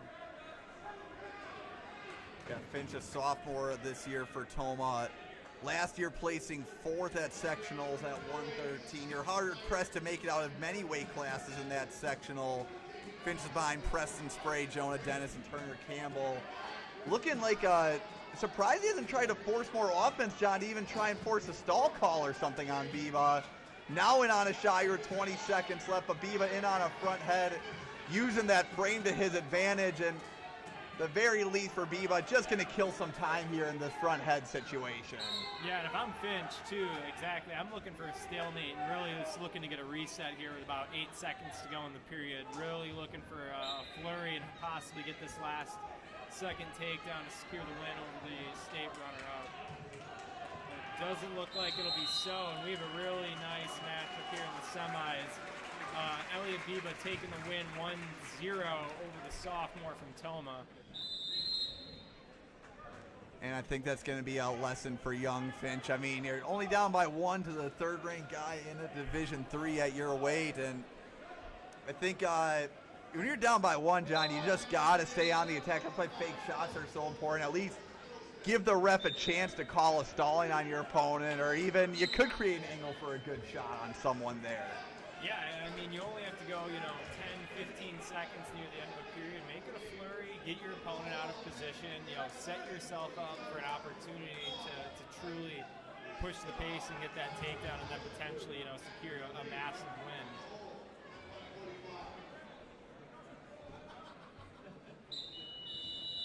All right, here on mat number 1. Also, I just realized we can zoom out to 2 mats, so maybe we'll try that if we got any semis taking place on multiple mats. So, good learning experience for us today. Right now, looks like a family affair for Reedsburg. That's Trenton Curtin for the Beavers. He's up 2-1 on Weigel. And there's another Reedsburg Beaver, Brogan Middlestead, the senior over on mat number 3 in the Consolation semis, currently working for a takedown over Phil Bolt of Hillsborough. The seniors currently sitting at 3-3, looking like we have a legal maneuver. It looks like 1 point for the Reedsburg senior. Weigel working a front head right now, trying to get around. Unable to, though. It'll remain 2-2 over on mat 1. Yeah, Middlestead right now in that Consolation side. Reedsburg picking things up. A lot of hammers at their lower weights, currently up on Riverdale. Well, and now, John, Reedsburg looking to maybe catch up to Iowa Grant Highland here in 2nd place. Yeah, it's been exciting watching this team battle, especially Iowa Grant Highland over those last few weight classes. Was sitting at about a 20-point deficit. They were actually able to close that gap to about a 9.5-point deficit just over, the first 3-4 weight classes of this semifinal and Consi semifinal round here. Wow, Weigel with a good takedown to go up 4-2. Weigel, who has a freshman ranked 8th in Division II at 126. Just a good battle against the senior here. Now running a arm and looks like a half too, so staying aggressive. Weigel really looking to force the affair here at the end of the second, possibly look to secure some back points. But it is not looking like it'll be the case as we roll into the 3rd period. It's looking like we will have the Reedsburg wrestler Curtin getting the choice, and he will elect to go bottom. Really looking to get that quick 1 point, and ultimately looking to make this a match on the feet with the freshman from Belmont Platteville. And Curtin, even though not ranked right now, definitely no slouch himself, John. Lost in the first round of sectionals last year to Waunakee's Jaden Fry by 1 point. And when you see a senior versus a freshman, yet not often will you see the freshman kind of outwork or maybe break the upperclassmen. It seems like Weigel has been doing that the last minute so far. Still a lot of time left for Curtin to operate, but gonna need to find a way to get out from bottom, which right now is a lot easier said than done. Yeah, and that's always one of the more enjoyable parts of watching this time of the season, especially a lot of these freshman wrestlers, getting to see, really what they're made of, some of the big upsets, watching freshmen go and knock off some quality seniors and juniors in some of these early season tournaments. As we especially hit the Christmas tournament time with the Bayou State and Oshkosh on the water just over the horizon. Weigel still riding tough, up 4-2. 1 minute left in that match over there. Looks like we got a semi starting on mat 2. So we'll see if I can get the action on both mats here. John, you want to give us the lay of the land here, tail of the tape here on mat 2? Yeah, so coming up here on mat 2, as we've just started about 30 minutes in, we have Wyatt Knockreiner of River Valley, the 7-2 sophomore, and Caden Lindner here from Iowa Grand Highland. Lindner picking up the early takedown in this going and really just looking to utilize that long frame and work for possibly a cradle or even a barbed wire here. John, over on mat number 4, the Hornets sneaking in some semis on mats 3 and 4 for us as well. Noah Radke's up 4-3 on Riverdale's Sean Duffy. Yeah, and at 132 pounds, Teague, Radke, currently honorable mention in the state, the sophomore, wrestling a really close going with Sean Duffy, the 12-1 junior, who's actually coming in unranked right now with only 1 loss.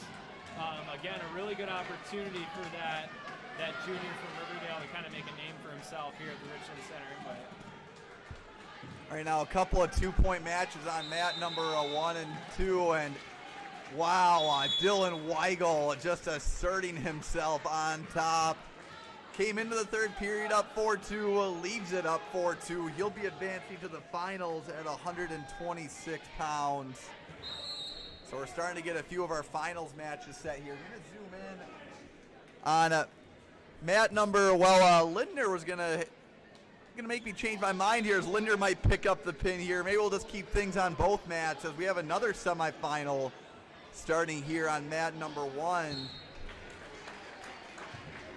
And Lindner does pick up the pin for Iowa Grand Highland. That puts them 9.5 points behind Melman GET.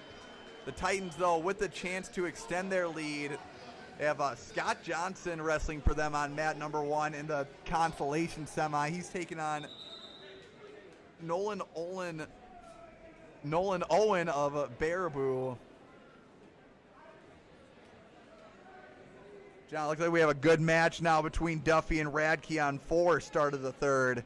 Yeah, and it's looking like Radke will elect to go bottom here to start the third period.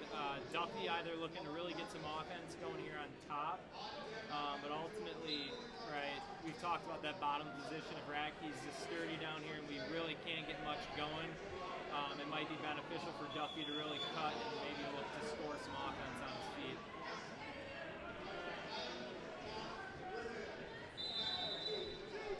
Yeah, Duffy often take the riding route so far, 30 seconds in. You got to wonder, how much time do you leave yourself to potentially get 2 takedowns? I always think a minute's usually the time where you have to make that choice, or even earlier. Now, Duffy doing a good ride on top, but you don't get points just for good riding, so. Yeah, Tegan, honestly, and arguably an area, across, the high school associations that a lot of coaches have preached that they'd maybe like seeing is maybe the addition of that riding time point at the high school level. One of the more debated topics amongst rule changes across our country. Now, Duffy opting to take things to his feet right around that 1 minute mark as he's down up 4-7. And Radke, the one going in on the shot here. Going to try to put Duffy in some danger, maybe hook the leg. Nonetheless, if you're Radke, you're in a pretty solid spot right now, up 3 and in deep on a shot. You love to see that, John. Some guys might go passive in that situation, but Radke looking to extend his lead with that leg hooked, unless we get some scrambling magic from Duffy here. Then we're going to see Radke go up 5 and does exactly that. 25 seconds left in the third. Noah Radke, 8-1 sophomore for River Valley, looking to seal his ticket to the finals.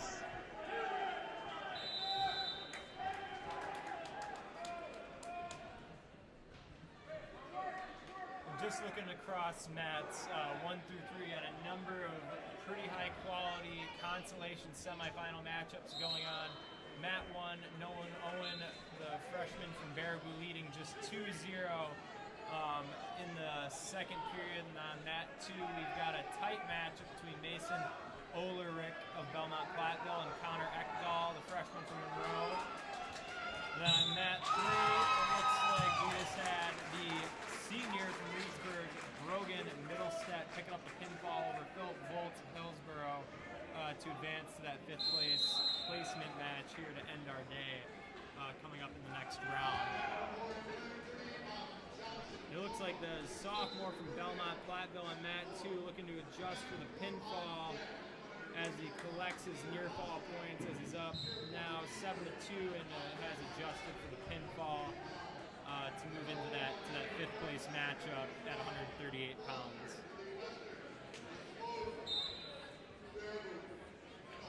John, we just saw Noah Radke pick up that semifinal win on Mat number 4. Looking to join him is Landon Radke. I want to assume is his brother. Radke will be taking on Bennett here on Mat number 1. That's Ashton Bennett.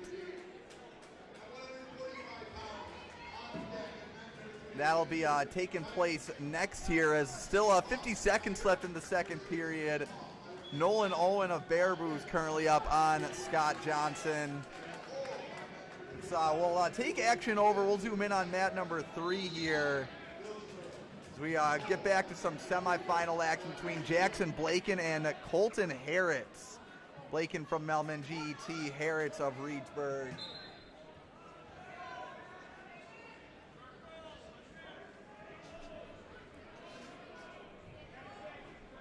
Blaken currently ranked 8th in Division II. Holding on to the 4-2 lead right now. Make that 6-2 midway through this match. And I think Blaken looking to build some much needed momentum for the Titans after Iowa Grant has come storming back, now only down 5.5 points. It looks like Blaken will actually give up that reversal here and is only leading 6-4 with about 40 to go here in the first. Nice return from the wrestler Harris out of Reedsburg. And I'm almost looking for the turn there as we go out of bounds. And we will reset with about 30 seconds to go here in the first period as there are fireworks at 138 pounds. Yeah, John, minute and a half in, 10 total points scored. You got 4 viewers on now, which perfect timing because we got a high-scoring match alert right now. I think we got another loss of control. That'll make it 7-4 for Blaken.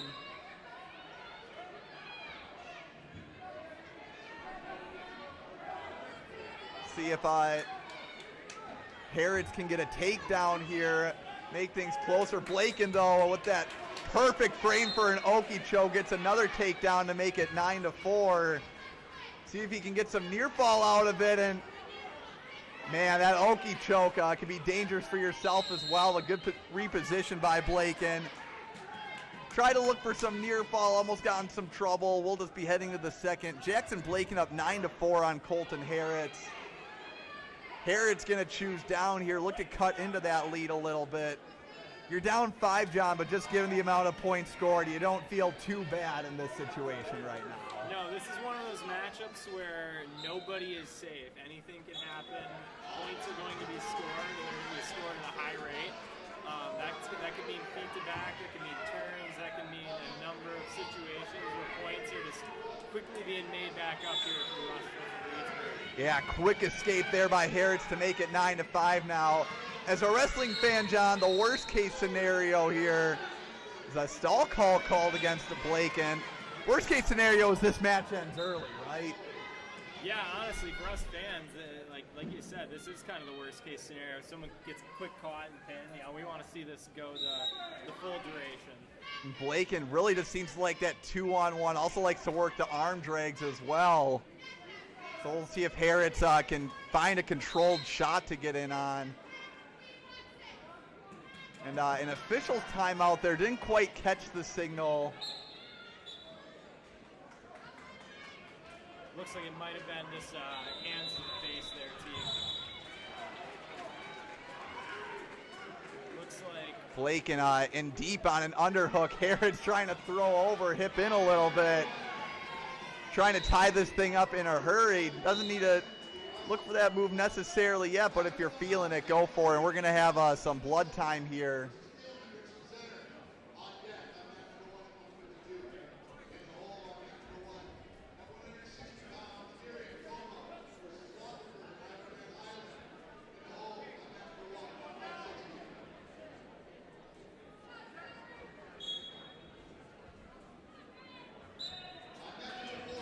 Looking on mat 1, we have another semifinal matchup joining us here. We have Landon Radke, the senior, 12-2 from River Valley, taking on Ashton Bennett, the freshman at 7-6 from Weston Ithaca. Radke currently sitting right now at 5th in the rankings in Division II. A handful of honorable mention wrestlers also in this weight class today. But right now it's looking like Radke is the strong standout to win this weight class as we work through this semifinal round here at 145 pounds. And just a quick update for those that have been paying attention to our 138-pound semi over on mat number 3, right? Jackson Blake and the junior from Melrose Mindoro GT in on a kind of like an outside single to a body lock. Possibly could see a big move here, Teague. It's looking like we're going to have no points as we move out of bounds, getting the reset with about 38 seconds left here in the second period. That's a semi-action on 2 mats. As wow, Radke, like you said, John, looking to close things early there on mat 1. Blaken almost getting overpowered there by Harrods. Ooh. But now in on a shot himself. Harrods looks like he has a cradle locked up, but can he keep himself in good position? And he's going to get the takedown. Blaken can't hold on to the leg, and no near fall. As maybe the official saying he didn't have the control long enough. I think the Reedsburg coach is not too thrilled about that one. Still, though, Blaken chipping his way back into this after being down 9-7. Yeah, and Teague, if we're just talking strict exposure, the Harrods, the junior from Reedsburg, he definitely had what I thought might have been a 2-count exposure there, which definitely would have tied up this matchup going into the third. Looking like he'll have to work a little bit extra hard here in the third period to make up those 2 points that we did not totally secure as we ended the second. And it's looking like Jackson Blaken has tried to lock up a cradle of his own and actually was able to secure the reversal and some near fall points to really go up 13-7, quite blow open this matchup here at 138 pounds in our semifinal. Just looking on mat 2, we actually have another one of our semifinal matchups stepping up to the plate. We'll have number 1 ranked Ashton Meese, the 13-0 senior out of Riverdale, taking it on Trey Schulte of River Valley, the 10-4 senior. Yeah, and John, I want to move to one of these other semi-mats here, but 14-7, 133 left. Anything can happen. Got to keep the action here on at mat 3. Don't worry, folks. We'll get plenty of Ashton Meese as basically just a takedown clinic from him today. Saw a great little cutback attempt to, or not cutback, it was a successful attempt, I'll say, to a pin. We got some blood time here on mat number 3 we're going to keep the action on there for now. Maybe we can zoom out for mats 2 and 3.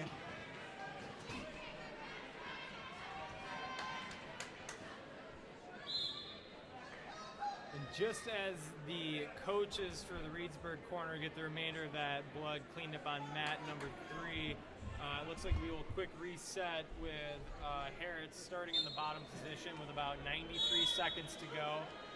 Like Teague had mentioned, this match has been completely blown open. It is 7-14 with Blaken currently leading this matchup, but as we've seen so far, there's definitely not a moment where we can take a breath in this match. Anything can happen. Points are being scored at a high rate as Harrods is really looking to throw here on the edge. If you're Harrods, you don't want to step over there, and Blaken just bumping his hips a little bit. He'll get the he'll get the points. No near fall though. Makes it 18-8, so a little more manageable of a lead. Kind of an ill-advised shot by Blaken to get into that situation, but if you're Harrods, you don't want to step over that hip unless you know you can get your leg in on the other side. And I'll say this, Teague, for Harrods, only sitting at 8-5 for his record, he's taken on, a very tough opponent here in Jackson Blaken, currently ranked 8th in the state in Division II, and really he's pushing him to the test here across these 6 minutes.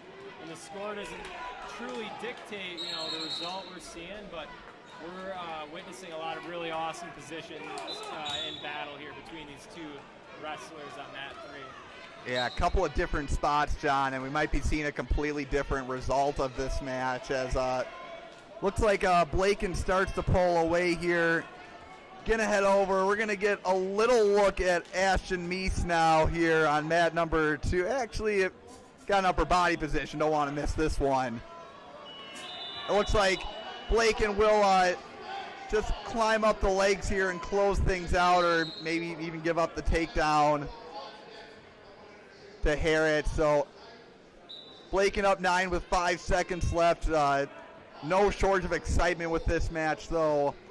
Now I'll get a little look at the Ashton Meese show before the finals. Meese up 8-3 on Trey Schulte of River Valley right now. Last year, Meese at state placing 3rd in a loaded 160-pound bracket in Division III. Finishing only, John, behind a couple familiar names in Cole Marco and Cash Stewart. Yeah, arguably one of the better finals that we got to witness last season in the Division III weight classes.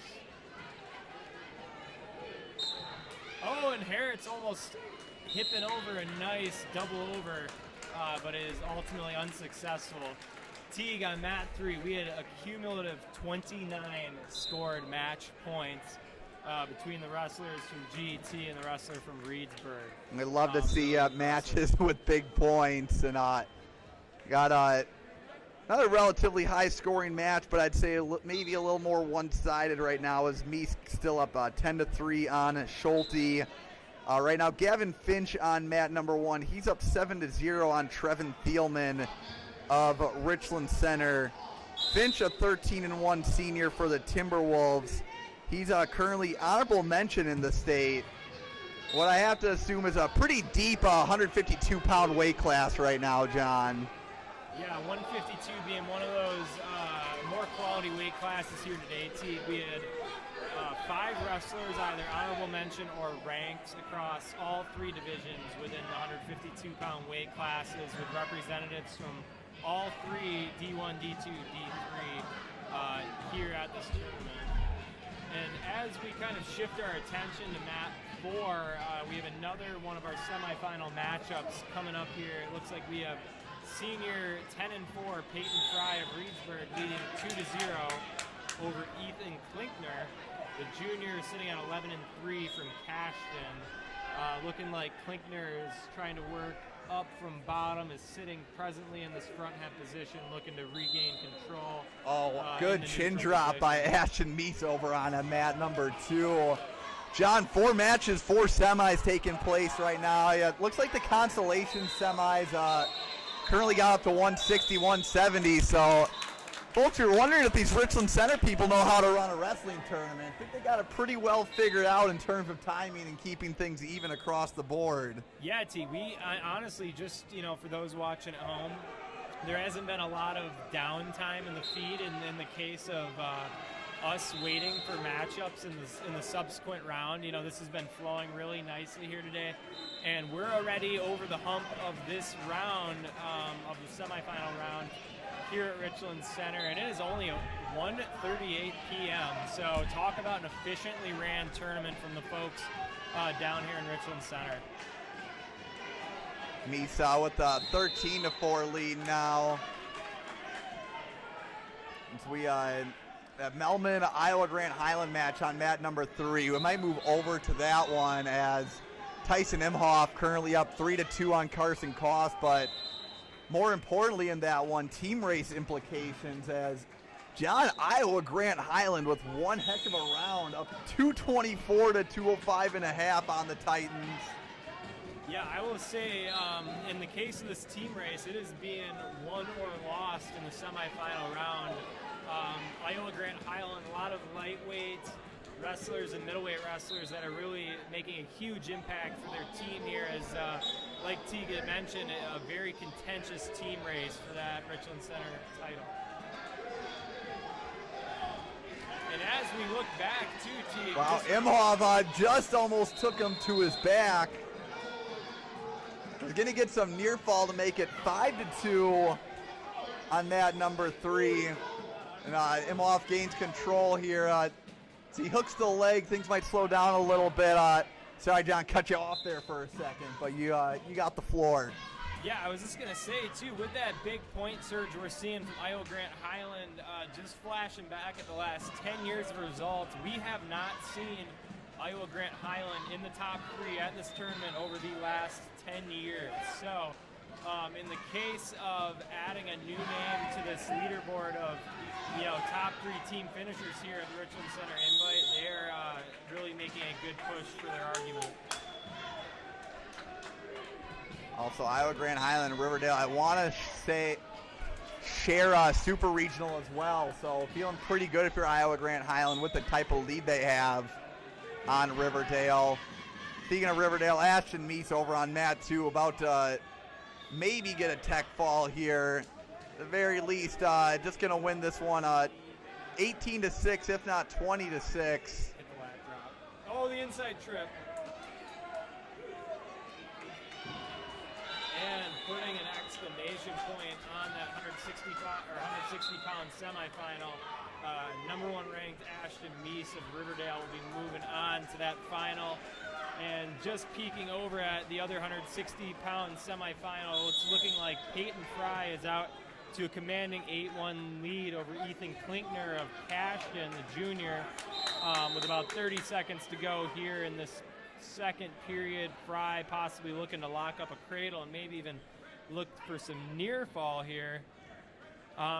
Teague, I'll definitely say this 160-pound matchup for the final or the potential final should be pretty electric if we do see Fry continue at the pace he is at and ultimately win this semifinal here at 160 pounds. Yeah, Fry looking like he's having a good day. Seems like he's in a points battle with Meese right now.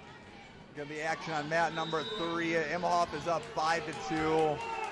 And John, I don't know if they were around while you were wrestling, but in the past 7 years, I can count a lot of Fries that have wrestled for Reedsburg.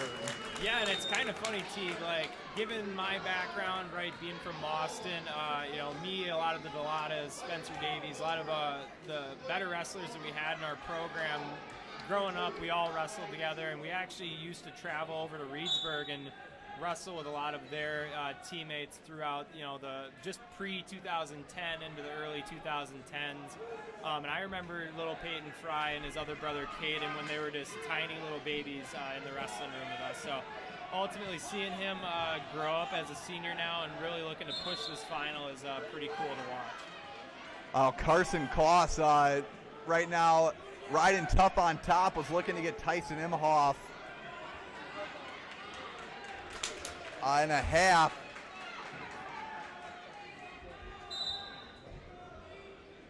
And just a quick update for the folks at home, at least really paying close attention to this team battle. We had a quick update, and it looks like Gail Ettrick, Trempolo, Melrose Mindoro has made a quick surge back to counteract this really strong push from the Iowa Grant Highland crew. Really only a 7.5-point matchup difference here between the number 1 and number 2 teams leading the tournament thus far. Imhoff is looking to get some momentum back here. He has a cradle in on Koth, got a reversal, and with the pin, gonna push IGH's lead even further. So huge win there by Imhoff. Looked like Koss was gonna get him in some trouble here. That's a big win. Koss, a pretty solid wrestler in his own right, getting beat by the sophomore out of Iowa, Grant Highland. And Teague, too, I'm just noticing this, kind of a little fun fact for those watching at home. Currently, our team standings are Iowa Grant Highland, Gill, Ettrick, Trempolo, Melrose Mindoro in second, and then Riverdale in third. Other than GT Melrose Mindoro's titles in 17, 18, and 19, the other 2 teams have not finished in the top 3 at all over the last 10 years at this invite. Wow, we had a quick head throw attempt over on mat number 4. But I think tech fall was already called in that situation. So Ethan Klinkner maybe trying to catch referee Lynn Eisensee sleeping. But Eisensee sniffing it out pretty quickly. Peyton Fry will win 17-2. We get to see a battle, John, like you said, of a couple of high-scoring fellas there at 160 in the finals between Fry and S. Yeah, and arguably for Fry, one of the better early season matchups he'll face this far, getting an opportunity to go and compete against the number 1 ranked wrestler in the Division III. Fry being in Division I, the school that Reedsburg is in. So really great opportunity for the senior to make a big move and wrestle some high-level competition. Mat number 2 now, we got Colin O'Neill of Cashton. He's a 12-2 senior, got an early takedown on Riley Wannick, the 12-1 junior from Riverdale. Wannick, another legacy name for Riverdale. Again, older relative, never know brother or cousin, but Trevor, a pretty good wrestler in his own right.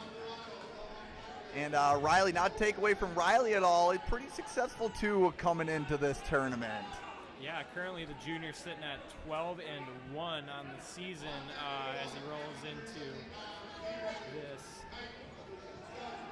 semifinal matchup. Currently sitting down 2-1. Ranked 4th coming into today.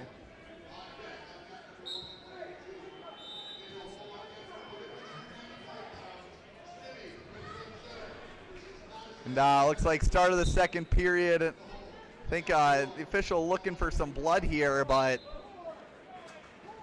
maybe just having a conversation with O'Neill as well.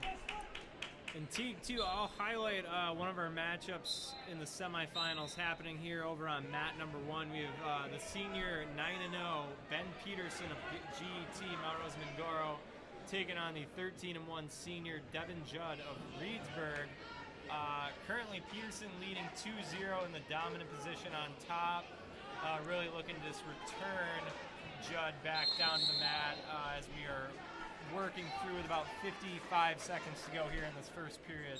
And that'd be a huge win for Peterson over there. Obviously a lot of match left. Judd, who also very good running back too, but I believe ranked coming into today. John, this 170 bracket turning out to be very deep here as Peterson right now up 2-0. Wannick and O'Neill tied 2-2. Wannick qualified for state at 145. O'Neill qualified at 152. And I have Peterson, who has a senior, son of head coach Pete Peterson. Guy looking to have his breakout year this year. Riding tough with that cross body on Judd, but Judd's standing up, looking to get away. We'll keep the action on mat number 2, or I'll try to get a 2-mat screen here.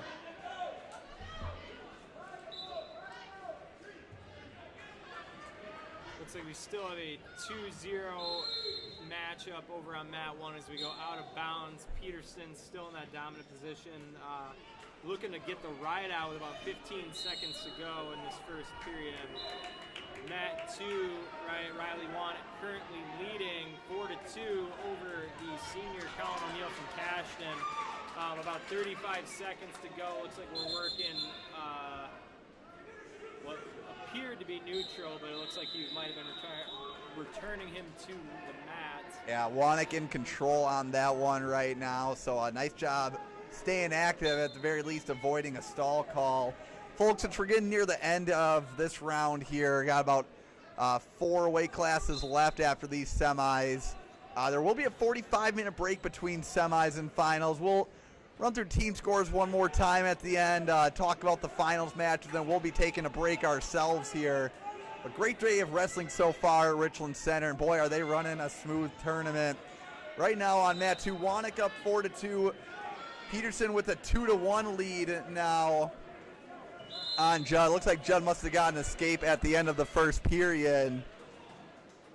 I believe, I think Peterson elected to go down to start the second. Judd really working a nice ride here so far. 40 seconds to go, or 40 seconds into the second period. You couldn't see it clearly from this angle on the camera, but Judd with a wicked crossface. And good switch, though, by Peterson at the edge of the mat. At least want to get one here, but Peterson looking to just end the match in general. Has Judd on his back, and that's on mat 2 or 3. I think we see a pin there. As, you know, if you're going by the letter of the law, good call by official Mike Nicolotti, as Judd's legs were on the gym floor, but his back was also a little flat, too, in that situation. Yeah, just looking at where they were on the mat, Teague, it looked like Peterson actually had both knees still within the cylinder, maintaining actual position to score back points out of bounds, but Judd being the longer frame, just dangling out onto the basketball court. We didn't miss that one on the camera, but Peterson nonetheless with a 6-1 lead. We're going to zoom back in on mat number 2 for a second here as Peterson opened things up on mat 1. As Wannick up 4-2, 105 left in the third, and Wannick currently on a top right now.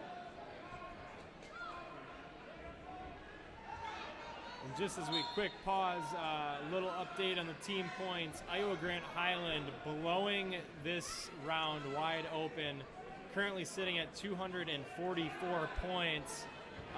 Presently, that is a 28-point lead over GET Melrose Mindoro, sitting at 216 points, as we are about 5 to 6 weight classes to go here in this semifinal round. And it's 4-3 now. Looks like O'Neill got an escape, but Wannick hanging out from a front head. Did have that arm across O'Neill's body too, so I think that's a good reset in benefit of O'Neill. 170-pound semis on both matches. A lot of good action.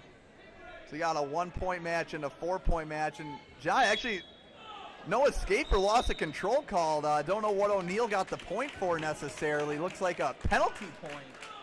I think it might have been a slippage of the arm at one point, Teague. So I think he might have actually, or a possible locked hands call throughout this match where he would have retained that additional point.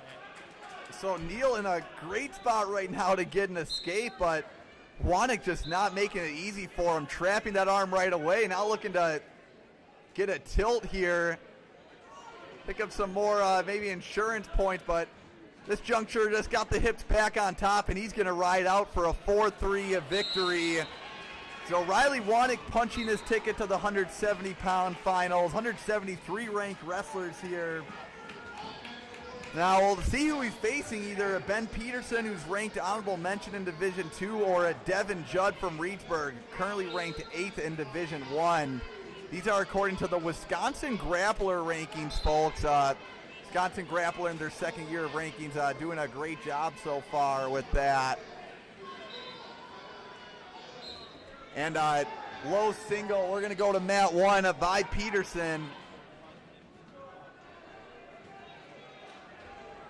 It's looking like Peterson's trying to go back door here and possibly slip the ankles and maybe secure that takedown. looking like official Mike Nicolati will call the stalemate and reset us at neutral with about 26 seconds to go here in this third match. Judd has to be looking to go big, just struggling to protect those ankles off the line.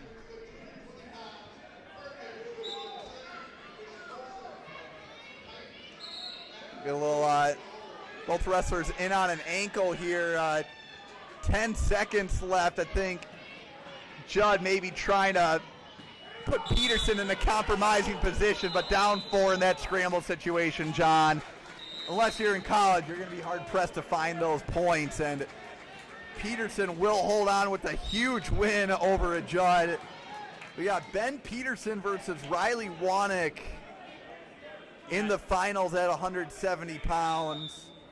And Peterson really showing that he is much better than the honorable mention ranking currently, according to what we have.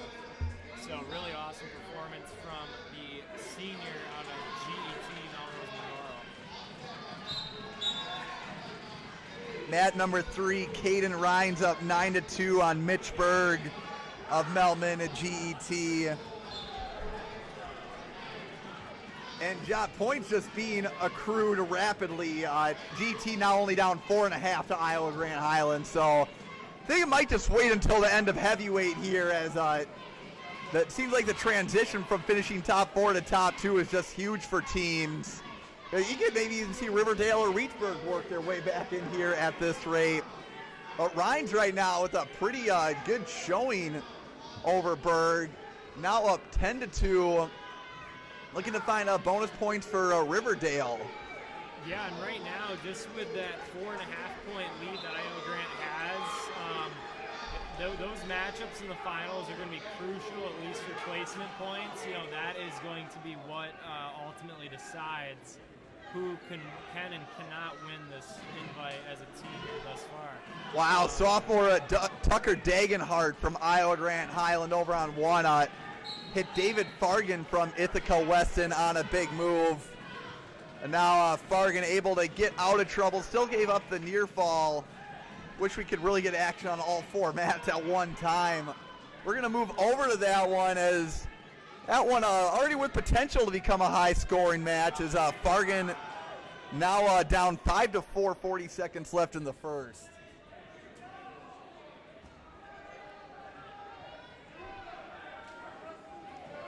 John Fargan, one of those guys, wrestling 182 right now, 10-2 on the year as a senior. Reason he probably wasn't in the starting lineup last year, Ithaca Weston just absolutely stacked at the upper weights, as Fargan trying to hold on and not give up a reversal. Tucker Dagenhart just needs to peek his head out here, and he'll get the reversal, maybe some near fall as well. So that's going to make it 9-4, as we get an emphatic hit from the towel boy to end the period in that one. Yeah, and it's looking like Caden Rhines over on mat 3 has absolutely blew this match open against Mitch Berg, the junior out of GT Melrose Mindoro. Currently leading 15-2 with about a minute 45 to go at the start of this third period. We might be looking at tech fall territory for us here over on mat number 3, Teague. Wow, someone else on their back now on mat number 1. That's Fargan, who has Dagenhart in trouble. Just powering over on the half. And Dagenhart looking to flip the script, now putting Fargan on his back. Fargan rolling Dagenhart onto his back for a second. If you're the official, where do you even begin with the scoring? Looks like the final, now that thing has slowed down for a second here at least. It's now 11-9 in favor of Dagenhart on mat number 1. Just an absolute scoring frenzy here in the 182-pound semifinals. Fargan has a cradle locked up now, looking to retake the lead. And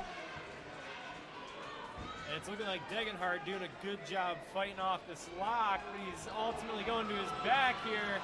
Thought he could roll through for a second, and in trouble. And wow, John, 20 points scored there. Oh, and Dagenhart didn't complete that roll through. You basically put yourself in position to get stacked. but no shortage of excitement at the 182-pound semifinal match. You know, I was talking about Fargan and why as a senior he's 10-2, why he may not have found a lot of mat time. I mean, Ithaca Weston last year, you know, they have Marshall Stealth, who they still have this year, Caleb Marchwick, who was at heavyweight at 82 and 95. They were just stacked at the upper weights. I think they had 4 podium winners at all those weights combined. And Fargan now just kind of showing when you have good teammates, it doesn't matter how many, it's what you make with them. And Fargan now in the finals here at the Richland Center Invite. I was going to say, Fargan went from riding the bench to making the finals of a pretty tough early season tournament. As we kind of shift our attention over to mat number 1, it's looking like we've got Colton Stibbe of Richland Center, the 9-2 senior, taking on Ty Nottestad, the senior from Westby at 11-6. It's looking like Stibbe currently is leading and in the top position 2-0 over Nottestad. I know, Teague, you had mentioned that Stotts of Baraboo and Nottestad of Westby met over the last few weeks over the Thomas Scramble and wrestled a great showing. Nottestad looking to possibly get a rematch here today with Stotts of Baraboo, but looking like he's going to have to go through Stibbe first in the semifinal round. Speaking of his opponent, Stotts, who we talk about the hypothetical there, would love to see it, but right now Stotts right now up 2-0 on Mason Mandarano over on mat 4. Stotts did get a pin in a minute over Nottestad, but judging by the action we've seen in these upper weights so far, John, a lot of things can change here, you know, from week to week or match to match at these upper weights. You just got so many good athletes, and any big move can change the dynamic of any match. So Nottestad and Stibbe already 2-2, 1 minute in to their match. Nottestad gonna ride here after what we're assuming is a reversal. Nice job by Stibbe, able to get his hips away. Gonna make it 3-2 now. Nottestad's got to be looking to possibly get a takedown here to end the first period and hopefully take the lead. Mat 2, our semifinals, still, currently sitting at 2-0. Teague Perkins, the junior out of Richland Center, just getting on the takedown and actually looking to go Navy ride and possibly catch some back points here. Electing to go towards the head, and it's keeping the knees within the cylinder for the near fall. Can he adjust for the pin? And it's looking like we will go out of bounds as Perkins, the junior from Richland Center, collects the near fall point, and will resume position on top of the 5-0 lead. Yeah, Perkins, who last year finished second to Braden Lockington of Melman GET, looking to get a little justice against the Titans this year. And Perkins ended up finishing 4th in 220 pounds last year. So I think now just kind of on a tear now at this moment, John, and keeping it going at the moment, up 5-0 on mat number 2. Got a 3-2 match now on mat number 1 as Nottestad looking like he's in a little trouble. Richland Center fans got to be feeling pretty good. Don't know if Stibbe picked up any near fall here, but they're still in a neutral situation and a stalemate call there. 1:37 left in the second. Yeah, Teague, one of those positions too, just comparing college and high school rules, right? That neutral danger rule that is in effect for those college wrestlers, right? Being in the neutral position, exposure of the back, then ensues that count from the official 1 through 5. Once the official hits the 5 count, it is officially a takedown, and then near fall points can then be awarded. So, and again, one of those contentious rules that a lot of high school coaches have looked at potentially adopting over the previous season. Oh, wow. A tough position for Nottestad as Stibbe just stacked him with the double arm bar over on mat 1. Over on mat 4, John, we did get a result. Stotts with the pin in 120, so we get a Thomas Scramble rematch in the 195-pound finals. Yeah, Teague, and just talking about Teague Perkins here, coming up here on mat one of the more high-profile matchups that we are seeing so far this afternoon in the semifinals, coming up at 220 pounds. We will have number 6th ranked Jesus Gonzalez taking on number 3 ranked Marshall Self of Weston Ithaca. This match will be fireworks over here on mat one, Teague, for sure. Between the 2 ranked wrestlers just looking to make the finals here at Richland Center. Gonzalez, just a great athlete for the Beavers, both on the mat and the football field. Taking on Marshall Self, who, as we brought up, part of that murderer's row for Ithaca Weston last year. You had Self, heavyweight Caleb Marchwick, Jed Scallon at 95, Jacob Manning at 82. Talk about a state-level practice every day. Just a single. Gonzalez basically just grabbing Self's leg. Gets a quick takedown to make it 2-0. Basically just reaching, John, using his frame to his advantage there.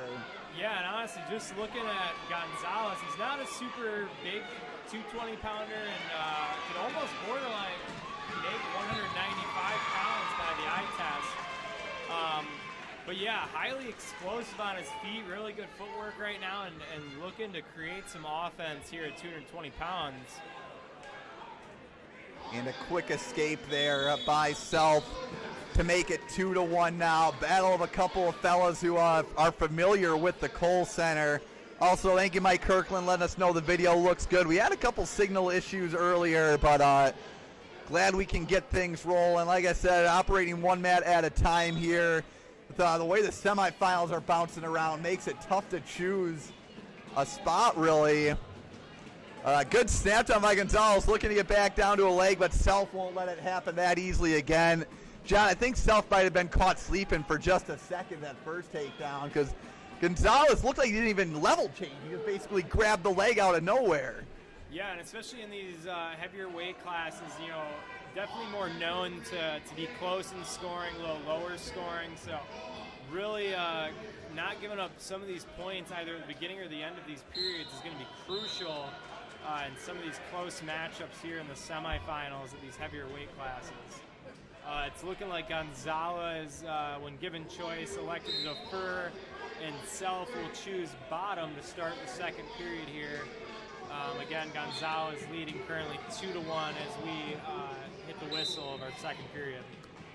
Folks, once again, I'm Teague Fenwick of the Wisconsin Wrestler Podcast. Got a new commentary partner today, and John Mackey. John joined me for the Husky Invite last week, and we've added him to the announcer rotation. Me, him, and Steve. Just you know, that's kind of the nice thing. We got some good depth. Steve was announcer with the voice of BP last. Wow, what a shot by.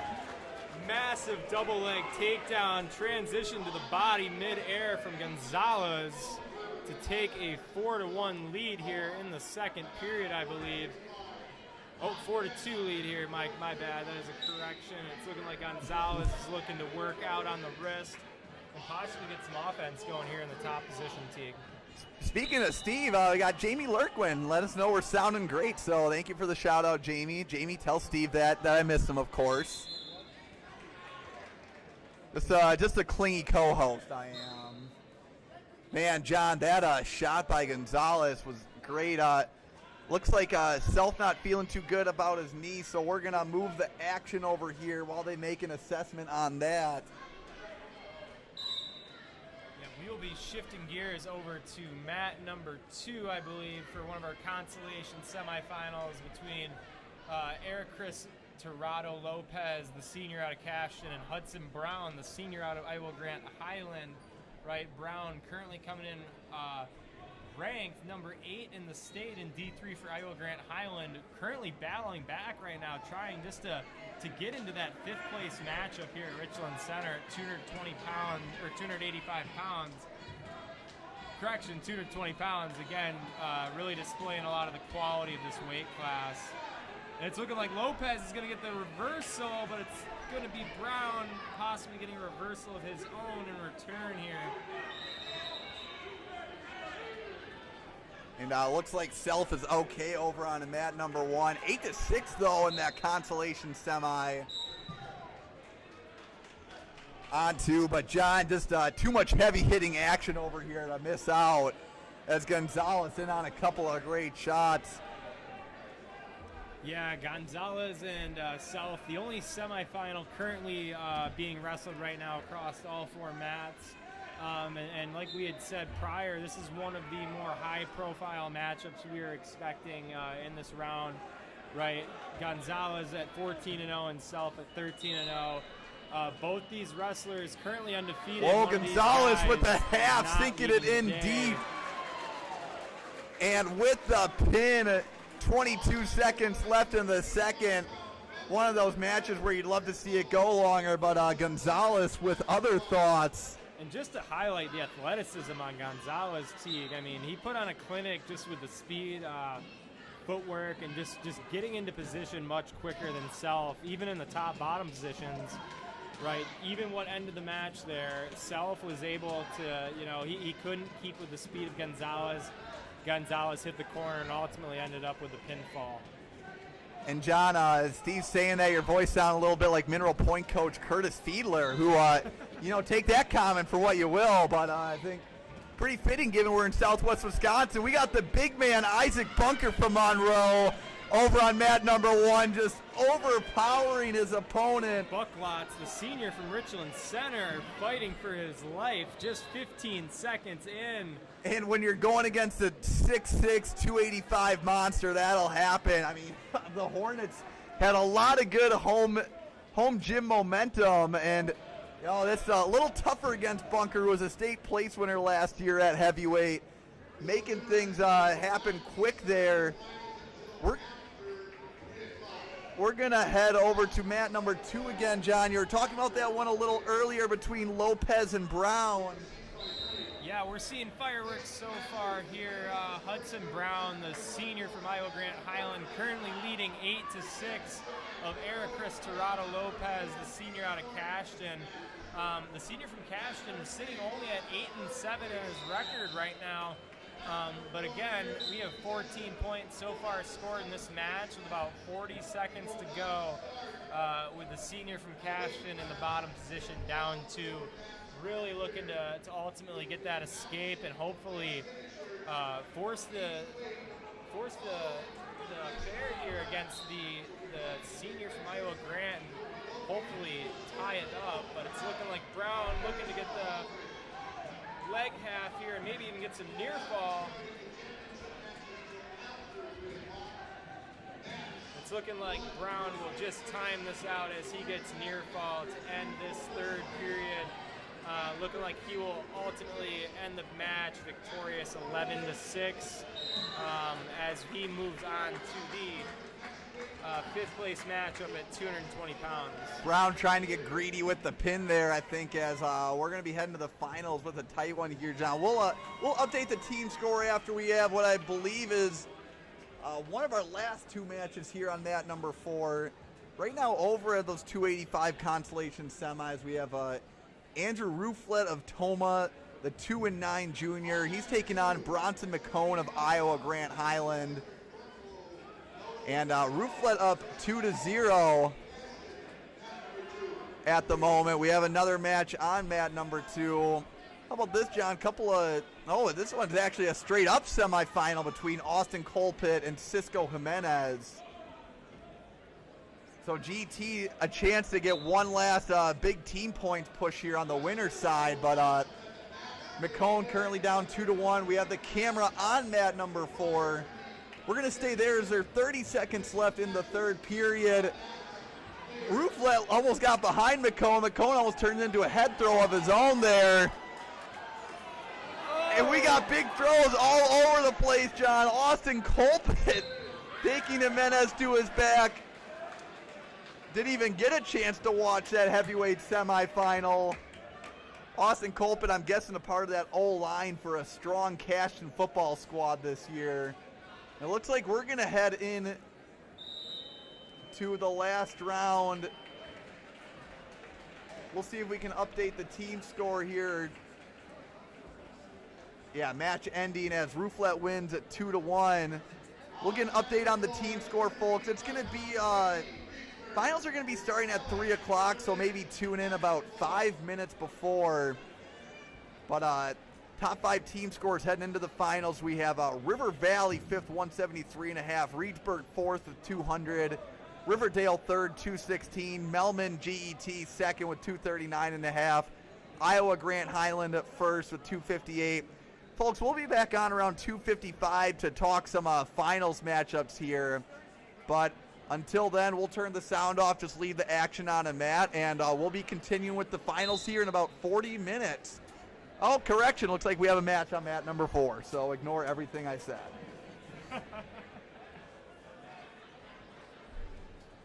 John, you want to give us the rundown there of that match on mat number 4? Yeah, so looking on mat 4, we will have the senior out of Reedsburg, Isaac Henke, currently sitting at 3-8 on his record, taking on Owen Callahan, the 5-3 junior from River Ridge.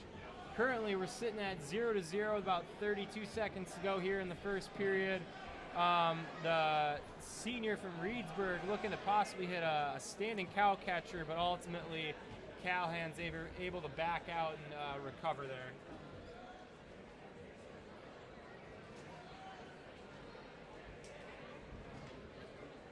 Yeah, John, a lot of fireworks to end out the session here as these two are the last match of a really exciting semifinals round.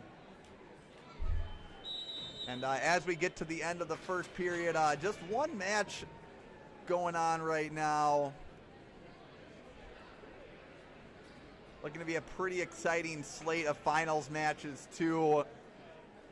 A lot of highly ranked battles. We're going to head to the second period of this match, though, in the meantime. Currently 0-0 between the River Ridge and the Reedsburg heavyweights.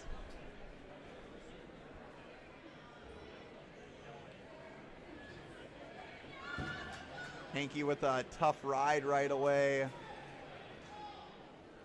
Looking like Callahan's trying to back in that quad pod, but Henke able to break him flat and start to work out to the left side on that left side half. Looking like Callahan's reaching back, and Henke is possibly taking to his back for some gear fall. And I don't know if Callahan can slip the arm through there. That's going to be a long minute and 20 seconds for the heavyweight. Able to fight back onto his stomach, though. Gotta love the fight from a Callahan. Regardless, Henke's going to pick up a couple more points from that top position and make it 3-0. Picking up the first points in the match as we're midway through here on mat number 4. Consolation semi-action. Reedsburg and Riverdale in a battle for third. Reedsburg 16 behind Riverdale. So this would be a big match for them.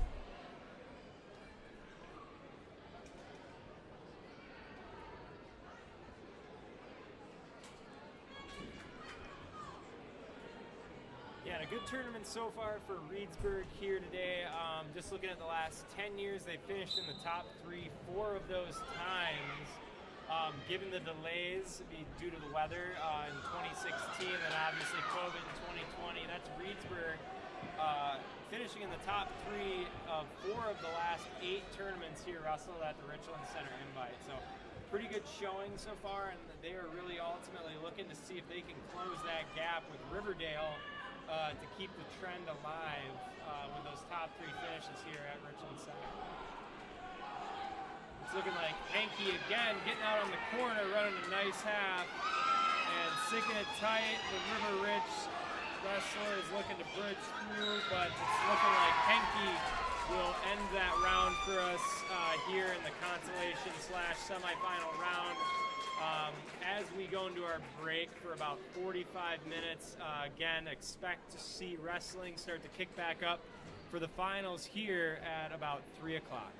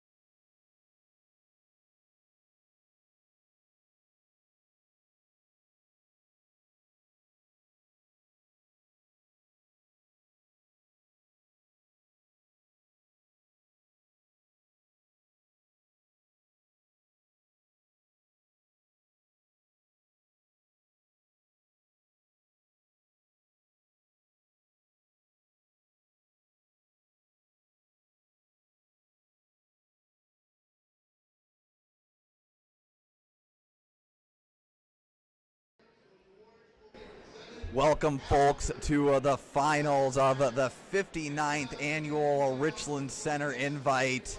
Coming to you, bringing a live streaming action today on the Wisconsin Wrestler Podcast YouTube page. I am Teague Fenwick, and joining me is John Mackey, who's taking Steve's spot today. John, our spreadsheet expert from Eau Claire North last week, making the trip down with me. And John, it's been a great day of wrestling so far. You look at top 5 team scores. Iowa Grand Highland and Melman GET are still pretty close in that race in the top 2. There's going to be a good battle for third between Riverdale and Reedsburg, and River Valley's sitting at a strong 5th place spot right now. But John, take us through the finals here, because based on what we've seen and what you see in the rankings, I think we're in for a treat here with the finals session. Yeah, Teague, excited to be down here at the Richland Center Invite, jumping back in for the finals round here, starting on mat 2 at 106 pounds. Just a quick run through of some of the individuals we'll see competing here on mat 2, right? At 106 pounds in our final, 12-0 sophomore Ethan Haiti from Richland Center taking on Gavin Marabelli, the sophomore who is 16-1 out of Riverdale. That'll be our 106-pound matchup. Both wrestlers ranked 6th, respectively, in each of their respective divisions. Moving on to 113 pounds, the matchup following the 106 final here, we will end up seeing Geyer from what would be, I'll have to click on it here actually. Geyer's a Westby, he's a Norseman. Yeah, thanks, Teague. We'll have Geyer from Westby, and we'll have Trainer Curtin, the 15-0 sophomore out of Reedsburg, taking on the mat at 113 pounds in the final. Curtin currently sitting at 10th in Division I for Reedsburg, and Geyer, the honorable mention wrestler out of Westby. Following our 113-pound matchup, we will have the 120-pound final over on mat 2 as well, where we'll see Brody Neese, the freshman, sitting at 13-1, take on Cade Parrish of Reedsburg, the 12-3 sophomore. And John, even just those first matches are pretty solid. Here we go with the finals action starting at 106. Like you said, battle between a couple of 6th-ranked wrestlers, Ethan Haiti and Gavin Marabelli of Riverdale. Haiti, who's in on the shot, wearing a black and orange singlet for the Hornets. Marabelli has that white, those clean Riverdale final singlets that you usually see them repping. Been a good day for the Hornets so far, John. I know they're not in that top 5 team race per se, but between the efforts of Haiti and others, they're sitting at 6th place right now. Yeah, just with their numbers and some of the high-quality guys they have in their roster, they've actually been able to kind of creep up in that standings. I remember back in the quarterfinals, like they were in like 9th, 10th place. Wow, Haiti poking his head out there. And we still don't have a takedown here yet, Teague. No possession. Yeah, just a quick move by Marabelli to grab that leg. Now, Marabelli looking to, if he can just pull on that leg and try and suck that knee in a little bit. And we have a cradle locked up by Haiti. That is an official 2 from our official right now. Looking to adjust as Haiti, and he will adjust and possibly go hip to hip and look to sit this back for some near fall. And he does. We got the 1 swipe, no official count confirmed. We also have a penalty point for Haiti here, taking the 3-0 lead. It looks like there is a headgear pull for the Riverdale wrestler. And Ethan Haiti with that cradle attempt, just looking to pin his way through the tournament today. No shortage of exciting matches, though. Him and Noah Henderson of CFC in a good match. But, man, talk about showing out in front of your home crowd, John. As Haiti looking to work a coffee grinder with 11 seconds left here. I don't usually see it in a finals match with that headgear, but that point could come through big. But, if we saw a little hip action there from Marabelli, could have seen a reversal attempt, and surprised there wasn't near fall swipes there, John. That was, Haiti being in the controlling position has the exposure. no swipes, seconds on his back. So Haiti might have been shorted just a little bit there at the end of the first, but it's looking like he'll go bottom to start the second, leading 3-0 as we move here midway through this 106-pound final. It's looking like Haiti's going to go Peterson roll, possibly looking to get some back points. Catching a hard crossface from the Riverdale wrestler as he fights off his back here. Haiti's looking like he'll go back door and probably just recover and get his near fall points. Yeah, just staying aggressive, looking for that snowplow cradle right now. And Haiti just must be used to performing great in his home crowd. Finished second last year. I believe he came in as the 3 seed. Haiti, nice job just driving now on Marabelli. With the 5-0 lead, 1:10 left in the second period. We'll see if Marabelli maybe looks for a little tactical movement, John, to get a reset in the middle. Yeah, right now, Teague, with about 1:05 to go here in the second, Marabelli's only got about 3 minutes of match time to work to close this deficit and ultimately try to win the match. You know, Marabelli, like his first objective right now should be just to get to his feet, get a fresh restart, and get on the attack on offense, and hopefully close this period within 2. Yeah, and plenty of time for him to operate. We saw him get close to a takedown in the first period, but it seems like since that first takedown, Haiti's just been in absolute control. Yeah, Haiti definitely showing some prowess in the top position right now, going and working a real tight waist bar, it looks like. And Marabelli just fighting to hang on bottom right now, getting dinged for his first stalling warning with about 30 seconds to go here in the second. Oh, that's a wicked armbar by Haiti. Cannot feel good for Marabelli. Haiti's looking to even trace the circle around the head and really just get him over the top.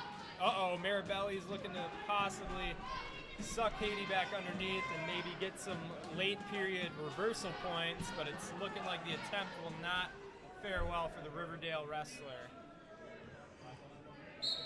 Oh, John, actually looking at this this Haiti-Marabelli match, a rematch of last year's semifinals, where Haiti won in injury time 4:15, and Marabelli tried a little headhunting at the end of the period there. We got 5-0 right now in this 106-pound finals. Looking at each wrestler's path to the finals coming into this, Haiti started off his day with a bye and then with a pin in 112 in the quarterfinals. Had a great match in the semis, like I brought up with Noah Henderson in the semifinals. Ended up getting a pin in 354, even though he was down midway through the second period. Then you look at Marabelli as the 2 seed. Had a pin against Desmond Severson. I think that was the first match that we saw, actually, John. I think I faintly remember that. Then he beat Parker Milsna of Cashton with a pin in 1 minute and 1 second. So a couple of guys who have had fairly quick days so far. Yeah, but it looks like that will officially cut the blood time here on mat number 2 in a 106-pound final. Just looking at body language right now, Teague, Haiti is definitely presenting that he is ready to toe the line for this third period and continue to score points here. But we're seeing a strong surge right off the bat from Marabelli to start this period. Knowing he's in a deficit, he's got to get on the attack and really look to score some big points, and just continuing to keep pushing Haiti to the edge here and hopefully burn him out with 2 minutes to go in this final. Yeah, you got enough time where you can start with 1 takedown, but you got to operate fast here. Oh, a little neck wrench attempt by Marabelli. Haiti just going right to his base, but not enough torque by Marabelli. We got 1:25 left now. The clock at the moment is not Gavin Marabelli's friend. The stomper from Riverdale, a little more headhunting on the edge of the mat. And no takedown even called yet. And right now, too, Teague, I would say this. Marabelli being in the position he's in, he has to make some decisions here. We have to either get a takedown quick and cut, or we need to start thinking about feet to back.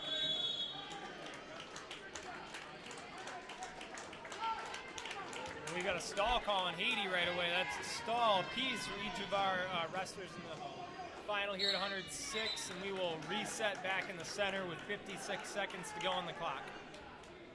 And if you're Haiti, you cannot rest yet. You're one move away from, having things tied up again, or even as we almost saw at the edge of the mat there, John, a potential pinfall. Yeah, for Haiti, he just needs to game manage for 40 more seconds, and he will ideally be able to take his 106-pound title here in front of the home crowd. It's looking like Marabelli maybe looking a snowplow cradle here on the edge, claiming the 2 takedown right off the bat. It looks like we've got more blood time here on mat number 2. But with blood time, John, down 3, you're going to start on top. What's your move here? Right now, well, I guess taking a peek back at our dashboard and seeing how much time we've got left on the clock, because we've got blood time showing on our end. We've only got about 30 seconds to go here in this 106-pound final, right? Just thinking about what Marabelli needs to do to strategize and game plan here, especially starting in the top position. You think if he goes cut right away, he's down 4 immediately off the bat the moment he gets on his feet. So right off that, just that principle, Marabelli would need to cut and go feet to back, or really ultimately look for a turn here, kind of his only remaining options. And a quick switch attempt by Haiti. Got to watch out for a chin drop there. Haiti just getting in on a leg. Marabelli trying to flip Haiti over, and a reversal called. So Haiti's going to get a reversal and some near fall. And watch for the pinfall. Thank God. No. It should be an illegal headlock there. So Marabelli with a little desperation attempt. Oh, it looks like he did have an arm in there. So nonetheless, that reversal with near fall by Haiti seals it. And the sophomore from Richland Center, his record's been in danger a couple of times today, but looks like barring some insanity with 2 seconds left, John. It should be his title to lose. The Haiti Marabelli series will go 2-0 in favor of Ethan Haiti. Also, we just saw Ethan's sister, Emma, is in the finals over at the Badger State Girls Invite in Madison. Yeah, T, we just took a peek at that, so a pretty special day for the Haiti family. Ideally looking to get a couple of titles out of the family members here, in 2 different locations across the state. 2 really exciting events happening, at the same exact time. And Haiti will lock that one up. That's 1 of 2 for the Haiti family so far in finals today. And great job by Ethan Haiti. The Richland Center crowd feeling pretty proud. Their sophomore made to the finals last year. This year able to seal the deal. Congratulations to Ethan Haiti on his Richland Center Invite title. Moving on to 113. Looks like they're waiting to start. For every match at the weight to finish. We just happen to be on the mat that finished. 113 pounds, Trainer Curtin of Reedsburg and Jaden Geyer of Westby. Curtin last year, sectional place winner at 106 pounds in Division I. Geyer, a 12-5 sophomore coming into today. Last year, looks like he was a sectional qualifier. So a couple of guys with a good postseason experience under their very young careers, as I said, both sophomores. John, did their postseason success last year lead us on the rankings in the early part of the season? Yeah, just looking at what some of these guys at 113 pounds were able to do, just based on the end of last season and throughout this off season, we are currently seeing Trainer Curtin, the sophomore from Reedsburg, coming in at number 10, ranked in the Division I poll. And then in D3, Geyer, he's currently honorable mention at this moment. So kind of both right on that cusp of being ranked / honorable mention. And like Teague said, both young wrestlers here. Some postseason experience, but both really looking to ultimately take a step. A great blast double, just sucking in the legs of Geyer there. And looks like he's going to get 2 and maybe more. Keeping that shoulder pressure on the chest of Geyer. Curtin wearing the navy blue with like a white outline singlet. Geyer with the black singlet. the stripes on the side. It looks like Geyer's trying to get a quick reset here. Yup, and he will. That'll make it a 2-1 match, about 50 seconds to go. Couple nice shots by Curtin to start off the match. Getting in on another one with the high C, switching off to a double. See if he can step up and drive. Geyer trying to pancake his head across. And right to Geyer's back. Another takedown for Trainer Curtin. Now looks almost has a half stuck in there, John. So 4-1 right now for Curtin. Right now it's kind of looking like a strength advantage for the sophomore out of Reedsburg. Yeah, and I will say this too, just looking at the amount of attacks we're seeing right now, we haven't seen the sophomore Geyer out of Westby take a shot yet this match. Curtin's been in on the legs every opportunity he's had in the neutral position thus far, and capitalized on both of those attempts. So right now, going out of bounds, looking to reset here, end of the first period. Right, well, if Curtin leading 4-1, and it's looking like Geyer will get the choice.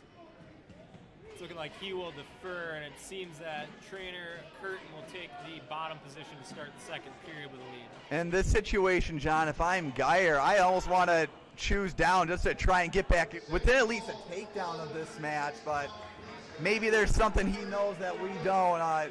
It's funny, we talk about a couple of high place winners last year in the 106 finals, 106 last year, and Geyer placed 5th, so we have 4 of the top 5 finishers at 106 here in the finals of the first 2 weight classes this year. Curtin, good stand-up attempt, but nice mat return by Geyer, looking to dig for some risk. Curtin right back up to his feet, though. Geyer's going to need to drop to a leg or something here soon. Will opt to let Curtin go, and now Curtin up 5-1 as he looks to win his second Richland Center Invite title. And again, Geyer still not in the attack, facing a shot from Trainer Curtin here, and again, Curtin capitalizing on his 3rd shot attempt, 3 for 3 thus far, and looking to run a bar arm with a hook, and he might work for the pinfall.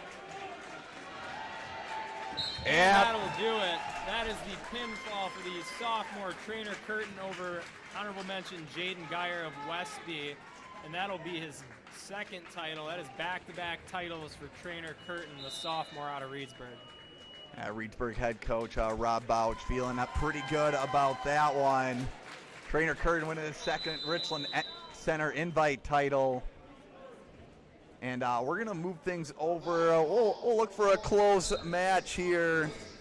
Looks like we'll go to mat number 3. It's a 7-1, but we still got some wrestling action as Garrett Minder of Monroe currently up on Tyler Maxwell from River Valley. Over on mat number 1, Coda Perney of Melman GET currently up 6-0 on Austin Gray. Perney with a win would help get GET closer to Iowa Grand Highland. They're currently down by 15.5 points. Tough riding right now, it's looking, by Maxwell as they'll reset in the middle. Just a couple of results from 106 pounds, John. Looks like the 3rd place match, Henderson, who lost that tough semis, did end up winning his 3rd place match over Milsna. Little cost, Colton Cost from Melman at GET beat Rice from River Valley in the 5th place match, and then Severson of Baraboo got the win over Amize of Belmont Platteville at 106. So folks, right now we're watching the 3rd place match at 113 pounds between Garrett Minder and Tyler Maxwell. 54 seconds left. Minder looking to put an end to things early. That'd make it a 3 for 3 on pins here.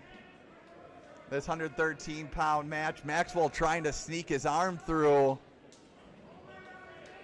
And Minder just really looking to squeeze. Get that chest-to-chest pressure. Still can, I don't know, maybe that's just my opinion here, John, but I always like to sneak that other arm out and post the other wrist out with that left arm in this situation. Yeah, I mean, and especially when you're fighting an opponent who's fighting for their life off their back, you gotta limit the opportunities that they have to fight. Whether it's taking away a post, right? If they're bridging hard, taking that away, right? Just limiting their options for getting out of the situation they're in is ultimately what separates the difference between guys who can get a lot of pins and the guys who can just turn people. Ultimately being able to put those matches away is what we want. So the wrestler from Monroe putting on a nice showing here with a 12-1 win in the third place matchup at 113 pounds. Perney held on for the victory over on mat number 1. John, this is a finals match I am very excited for here on mat number 2. You have Brody Meese, the freshman out of Riverdale, 13-1 coming into today, taking on Cade Parrish, the 12-3 sophomore from Reedsburg. And then Parrish, honorable mention in D1, Meese, number 5 as a freshman right now for the Chieftains. We've seen both their final singlets already, so I don't need to go through the pain of trying to describe those for the folks. But a good battle, just some young talent here at 120 pounds.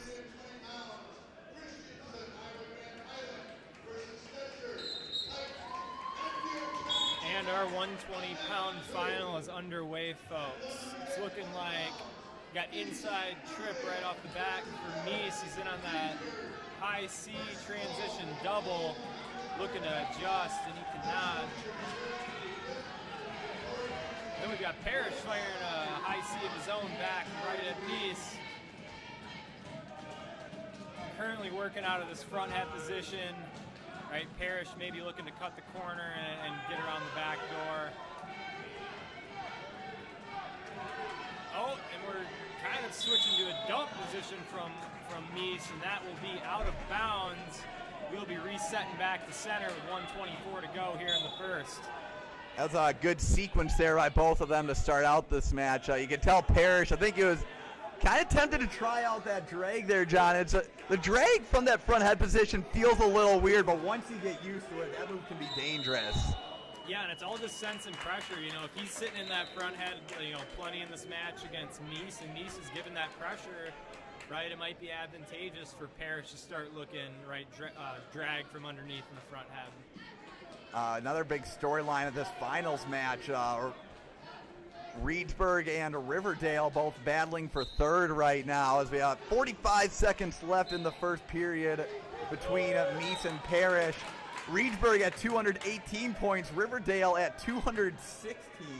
Yeah, and Teague, this 120-pound bracket for placement, really contentious matches in general. Over in the third place match.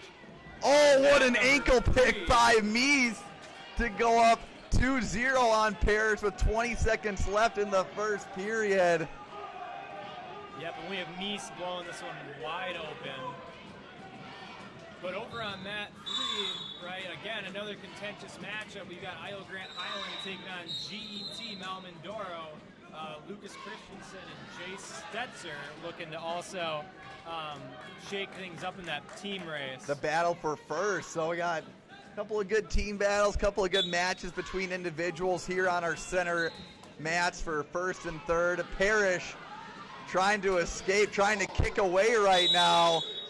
And a stall call against me. So if you're Parrish, that's a good consolation in that situation. And these matches that you assume might be close, a stall call in your back pocket is always nice to have.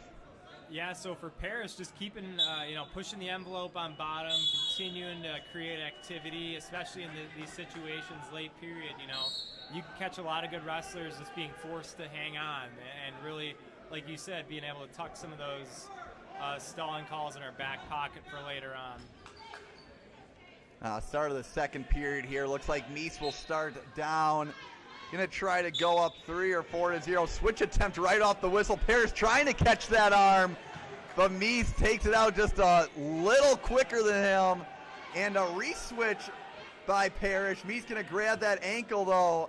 We'll see who wins this battle, or if at best for Parrish, if he can maybe force a stalemate here, slow down the action. 20 seconds into the second period, Meese trying to extend his lead. Parrish just looking to hold on at this moment and hope for a stalemate. It looks like Mies is... And Parrish got what he wanted. Matter of playing the backpack game, just hang on, and if you're lucky, maybe get the hips through and get some backs. But ultimately, that's a good scenario there, and it's looking like Mies again looking to go for that switch right off the back. More successful in this attempt to take the lead 4-0 here in the second. Now this is Parrish's second appearance in the finals here at the Richland Center Invite. Made it to the finals last year before losing to Brock Hoskins of Westby, and Parrish now looking to at least get one. That'll make it 4-1 now. Good movement there by the sophomore out of Reedsburg. Good. Got a nice shot attempt from Parrish here, in on that outside shot to the right side, looking to go high trip and maybe transition cradle. And he ultimately doesn't get it, Teague. And while we're on that same note, it's something we tell a lot of our wrestlers up in Eau Claire, right? If you get on the leg, stay on the leg. Do not go to the body. More often than not, you're going to lose your attack. And again... Oh, wow. Mies just using his power there. Looked like almost like a trip job, but he just kind of shucked him off. And yeah, it almost looked like a failed inside trip attempt, transition double, and almost... It looks like they did call the score on the edge. So that'll be a 6-1 lead now for Mies with about 13 to go here in the second period. In full control here as we end the second and we move into the third. Again, Parrish really looking to need to score some big-time points in the last 2 minutes of this bout. Right now, currently a 2-0 match still over on mat number 2 between Iowa Grand Highland and Melman at GET.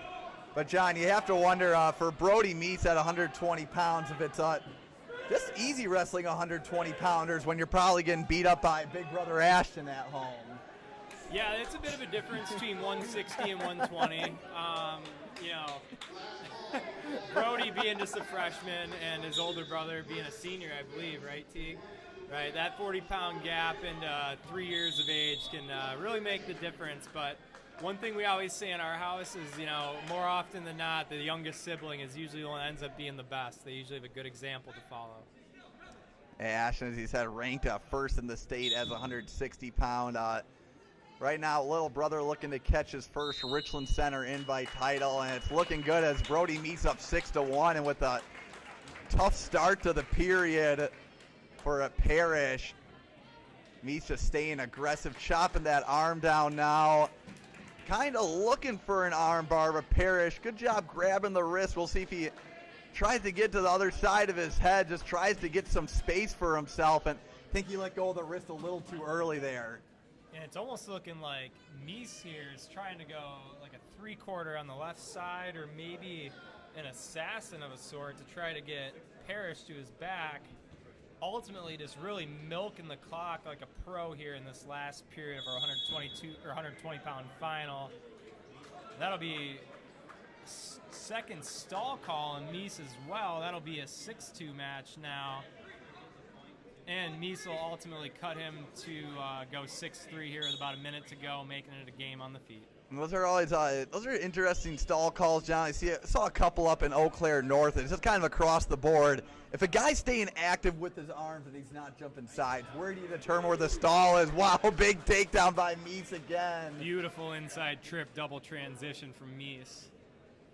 And I'm sorry, Teague, I was entranced with the inside trip. What was your question? No, I'm glad someone got to see it out of us too.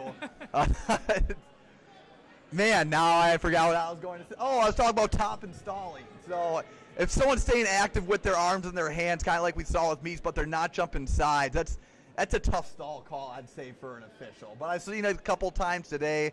Saw it out at Eau Claire last week, and it's one of those. Where do you like draw the line with that? Yeah, there's a lot of it's kind of a gray area, I would say, and ultimately, obviously, with neutral, identifying that stalling is a little bit easier, obviously, with forward and backward motion.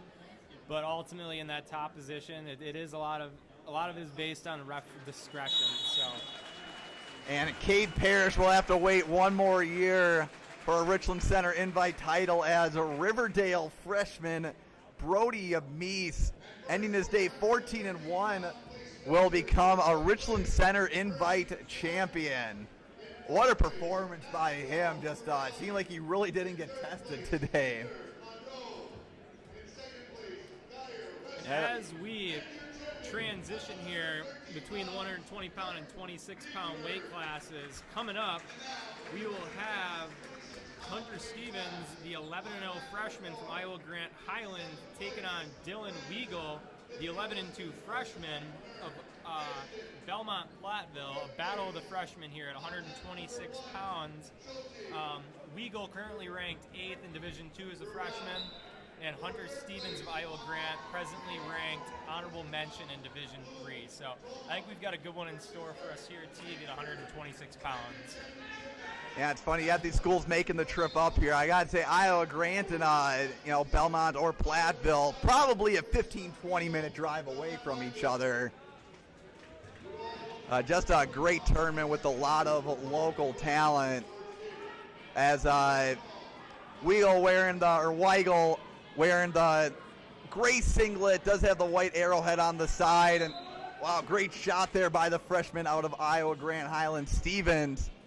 Not enough room to operate. Looks like there's a stall call against Weigel, but Stevens wearing those IGH Finals singlets, mostly white with the red lining on it. We reset in the middle. 120 left here in our 126-pound finals. Weigel so far, neither opponent, other than that low ankle attack from Stevens, we haven't really seen any attacks yet from Weigel here in this final. Mainly some defense and a lot of playing the edge thus far. And it's looking like Stevens is in on a nice outside shot, but we will be out of bounds and reset to center here. About 52 seconds to go in the first. Yeah, no points yet, but plenty of action here in the first minute 15. This 126-pound finals match.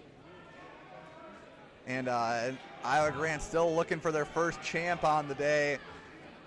A little slide-by attempt there by Weigel, but no movement at all by Stevens on it.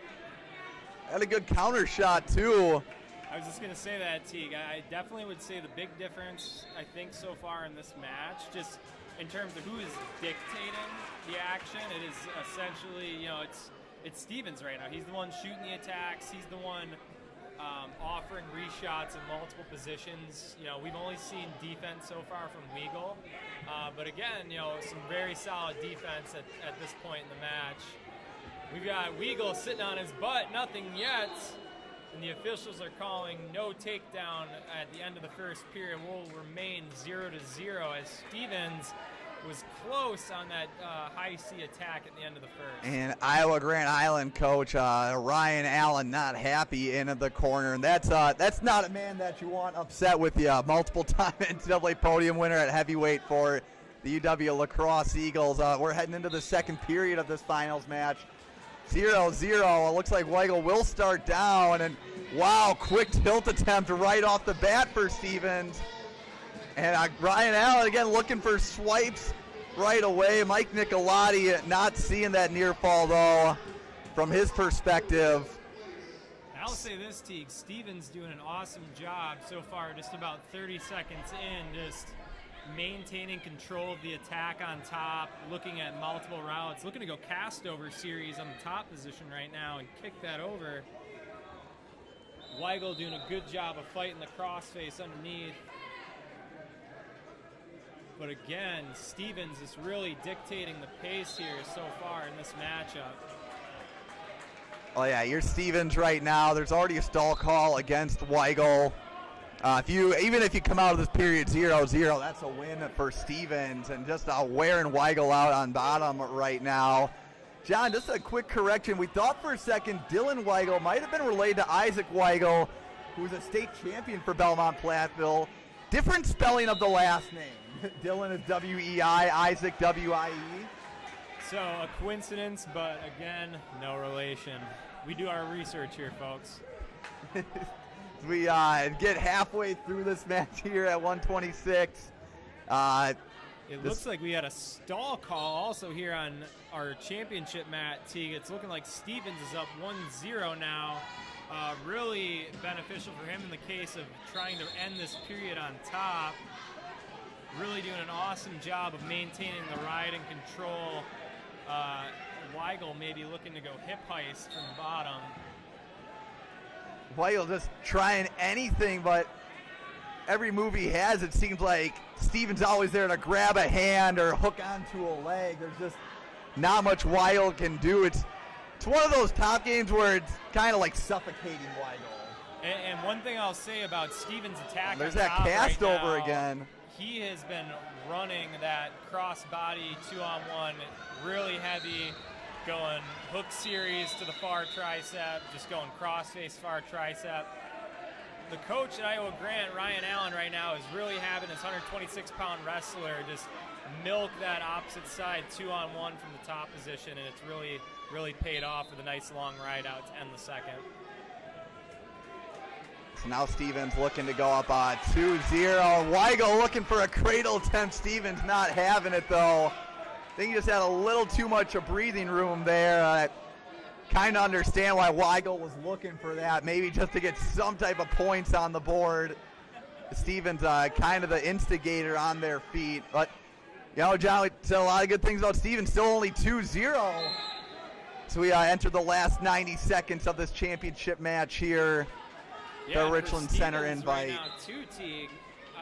Technically the lower of the ranked wrestlers here on the mat, really showing a dominating performance of the pace he set from the get-go against Weigel. Still leading 2-0 with about 1:15 to go here. Again, another shot fired off from Stevens and almost finishes on the edge.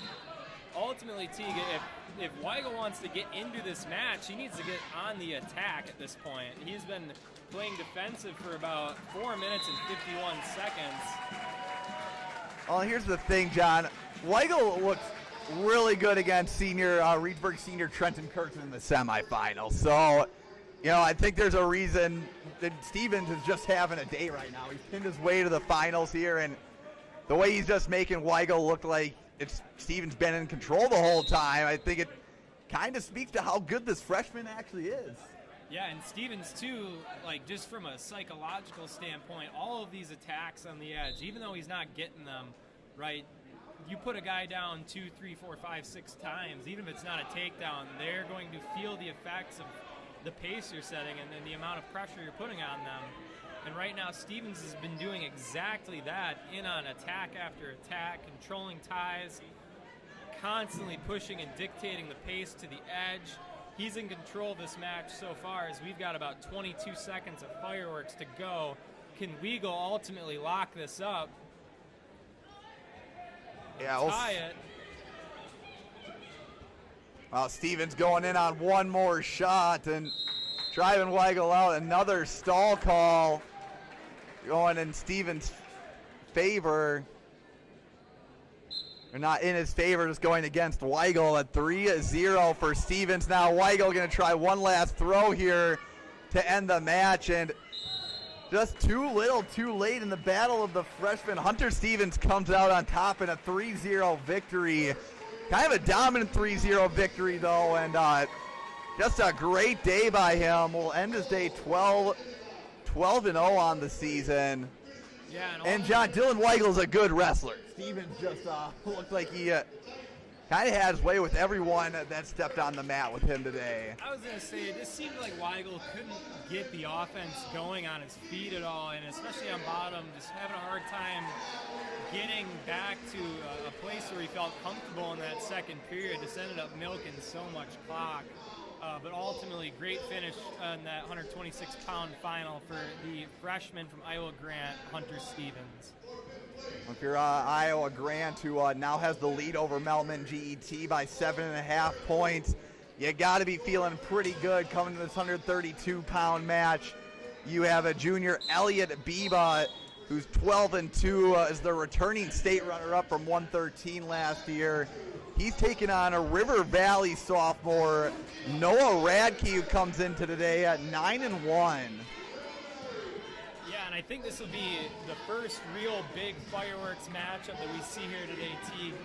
Biba being the high caliber wrestler that he is, moving up a number of weight classes, as you said. And then we've got Radke here, also just, one loss on the year sophomore, rushing back to center, looking like he's ready to take on the defending state runner-up from Iowa Grant Highland.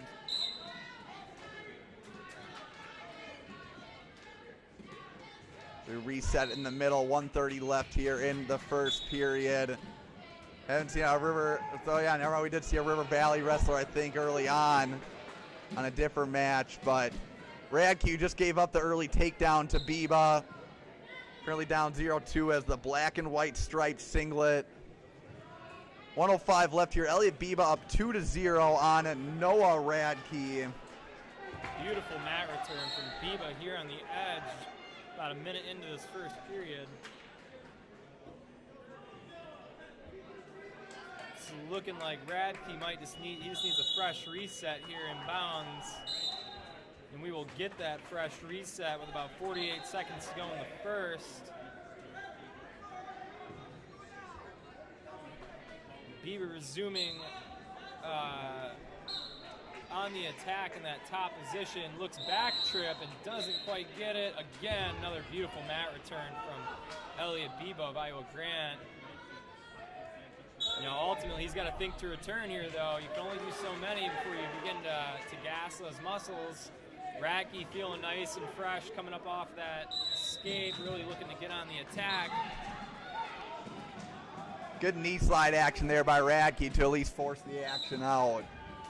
Yeah, and Radke thus far, just a minute in, is looking like he wants to push the pace and wrestle a good close match against Elliot Biba here. Score is only about 2-1 at this point as we bring our first period to a close. I think we're really waiting just to see who's going to blow this one wide open, Teague, at this point. Both guys maintaining a really nice high pace. Really only successful attack from Biba at the beginning of that first period. Yeah, Biba, who had battled his way through to get here, had to beat Toma sophomore Cameron Finch. Ended up being a 1-0 match, kind of one of our upset alert matches in the semis. Radke, who with the major over Philip Bowles in the quarters and then a decision over Sean Duffy of Riverdale in the semis. That was his path to get here. That just speaks to a bracket with a lot of good depth, as Finch and Duffy currently battling for third over on mat number 3. But Finch is up 5-0. Pretty commanding lead thus far in the second period with about 30 to go. Now Elliot Biba's up 3-1 over here on mat 2.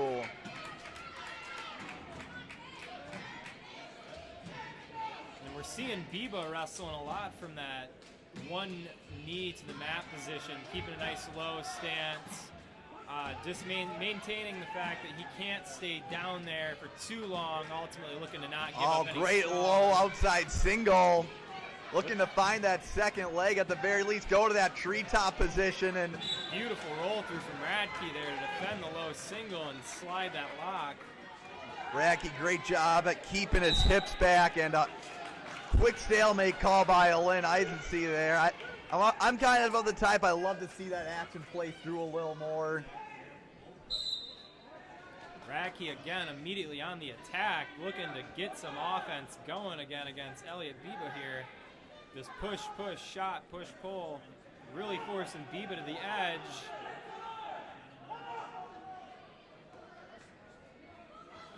And Biba needs to be careful about some of these reverse steps. We do not want to see an early stalling call here in the second period in this highly contentious 132-pound final. It's like we'll reset in the middle. Biba doing a really good job. There's a drill that Holland coach Jason Luloff would do called post-hand work hand, where you stay posted on the shoulder with one hand and be really active with your other one. And seems like Biba, if he's doing that drill, he's doing it to a T in this match right now. And there it is, a stall warning, John, just like you brought up. And now Radke right after that in on a shot, looking to add insult to injury. Does he have the time to climb up, trying to get a trip? And good work by Biba to scramble his way to the end of the period, heading it to the third up 3-1. Radke's going to start down here. Oh, we know Radke can get in on a shot.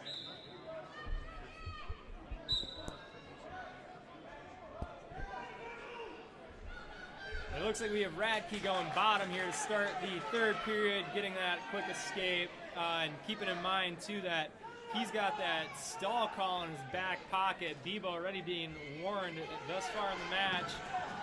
Great attack from Biba, though, just really deflecting a lot of the activity that Radke threw at him. That's a great treetop position by Biba. Radke just trying to sit there, hopefully not give up the two. Biba, if he can just step those hips over, can extend his lead to 5-2 and just needs to get those legs back, and there it is. Now up 3 points. Does have a leg Turkin as well. Radke really going to need to operate fast now. And this match is still not over yet, too. Radke's one quick escape away from... Oh, and we have some near fall swipes for the Iowa Grant wrestler. Lynn Eisensee holding two presently at this moment. Biba maybe looking to adjust for that third near fall point. But what I was going to say, Teague, if Radke could have gotten that escape here, this is still a one-attack match. But Biba really blowing the score wide open with about 40 seconds to go, taking that 5-point lead. Yeah, that'll be stalling from Biba as he has the forceful push out. Radke still in the bottom position.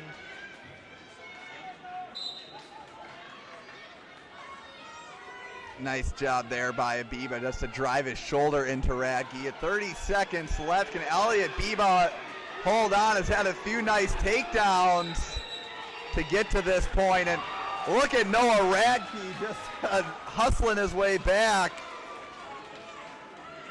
Yeah, and Radke, again, right, he can force the affair here. Biba being warned twice already for stalling, needs the quick escape, really force the affair and get on the attack, get on it. Oh, I don't think Radke understands the situation quite in this moment. He can force this affair and even tie it with a couple good motions. Ultimately, that will do it for the wrestler from Iowa Grant Highland, Elliot Biba, coming away with the 7-4 victory here in the 132-pound final. Yeah, Biba, nice job just getting a few takedowns early on to kind of build a good lead. And I'll give a couple stall calls at the end there, but when you build a lead like that, John, sometimes you're kind of afforded that benefit. And got to respect the hustle by Radke, but Elliot Biba continues a great year so far. I mean, you talk about a returning state runner-up, John. Biba, who, a little bit of a growth spurt, is 13-2 now, but already has 2 losses on the year. I just think that's a coach in Ryan Allen who likes to push his program and challenge his kids throughout the year. And wow, speaking of Iowa Grant Highland, 3rd finalists in a row. As we get to 138, this is going to be senior Caden Lindner. Again, Iowa Grant Highland Melman GET match as Jackson Blaken will be representing the Titans. Melman GET doing great in the team race. First finalist for the Titans today, as they'll be wearing the mostly gray singlets with the, I mean, you can't see it from this camera vantage, but they have the Titan on the front of their singlet. You see enough Iowa Grant Highland singlets to know who we'll be talking about with Lindner. Lindner, a senior, 11-3 on the year. Blaken, 8-2 at junior. Lindner did place top 3 at sectionals last year. Blaken in the postseason last year did qualify for state at 100. Found himself a win, but just tough to find the podium there at Division II, 126 pounds in that bracket last year. Just a quick look at these two. Iowa Grant Highland, after winning the last 2 title matches, up 17.5 points. So Jackson Blaken is the 1 seed looking to turn the tides. One thing I would say too here, Teague, just looking at both these guys in our 138-pound final, definitely a difference in body types and shape here, right? We've got Blaken, the shorter, stockier wrestler, in the gray for GT Melrose Mindoro, and then obviously Lindner in the white, real long, lanky frame. We saw that great cradle attack in his semifinals match. I'm guessing we're going to be seeing a lot of similar attacks from the senior from Iowa Grant here in this 138-pound final. At 30 seconds in right now, Lindner trying to maybe work a 2-on-1 situation there for just a second. Just goes right into it, isn't hiding his intentions at all. And great job dropping levels to that outside single. See if he can use that now. Nice job by Blaken at keeping that leg from getting too high, and we'll reset in the middle. John, how about that group of three between Lindner, Stevens, and Biba, 126 through 138? That's a great practice room environment. Yeah, I mean, ultimately, that's what helps get a team to really just self-improve and continue to grow. Just having, guys in the lineup back to back to back that they can practice with one another and use each other every single day. It's not like the best guys in the room here are 106 and 285 pounds. Right, these are guys that's grouped closely in the lineup. A lot of really good partners in that Iowa Grant room. Oh, look at that low single, just diving for it. And Lindner will get the takedown out of it. Beautiful low single and chase attack there from Lindner, getting the 2-0 lead early on here with about 28 seconds to go in the first period. Going cross-body chop, maybe looking to turn that into a little 2-on-1 or 1-on-1 underneath to the cross side. Maybe going claw ride here as well. Really just looking to ideally wrap up this period with no loose points for the Titan wrestler. All right, 10 seconds left here in the first. Can Jackson Blaken find a way to score at the end of the period here? Like John said, saw pretty good success with that spiral ride. Great mat return by Lindner, as it looks like we will head to the second period with Caden Lindner up 2-0 on it. Jackson Blaken. IGH looking to extend their team point lead. Blaken looking to help pull his team closer to this Richland Center Invite team title.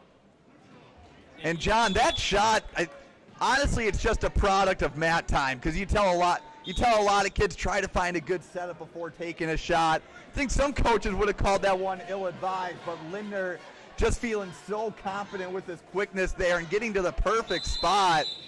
And I was just, you said it perfectly there, Teague. Like, it at least just in my experience, developing in the sport. Some might say there might be a right or a wrong time there, but I think it has to do more with the level of confidence. You put a fresh wrestler who's only done it a year or two on a mat, they're going to be less confident to shoot. It's the nature of the beast. For Lindner here for Iowa Grant, nice and experienced. Oh, beautiful what a throw by headlock. Lindner. And Blaken trying to roll through. Lindner might close this one out early. 1:20 left on the clock, and there is the fall. Beautiful baseball headlock thrown all the way from the home plate. And Iowa Grant wraps up 3 straight wins in a row with the beautiful headlock for the senior Lindner from Iowa Grant. What about the roll the Panthers are on right now? I believe it's the Panthers. I know one of the two's yeah, there it is. There's the Panther on the back. I mean, but going back to business, 3 titles in a row here, John, from 126 to 138. I mean, Murderers Row. You want to say all but locking up the title, but we'll take a quick look here. If you want to move the camera over to one of these matches that's close, I'll give a quick rundown. As IGH now up 25 points here in the finals. Still with Jackson Boozy at 152 to wrestle. And the other 6 wrestlers after Jackson at 152, all still in their placement matches. So 1 finalist, 6 kids still left to wrestle for Iowa Grant Highland. For GET, Ben Peterson can still get a title for them at 170. And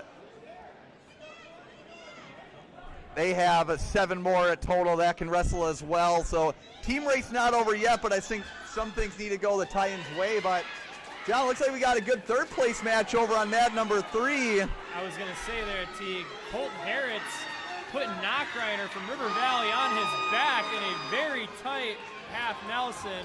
Down 3-0. Bonus in the placement match.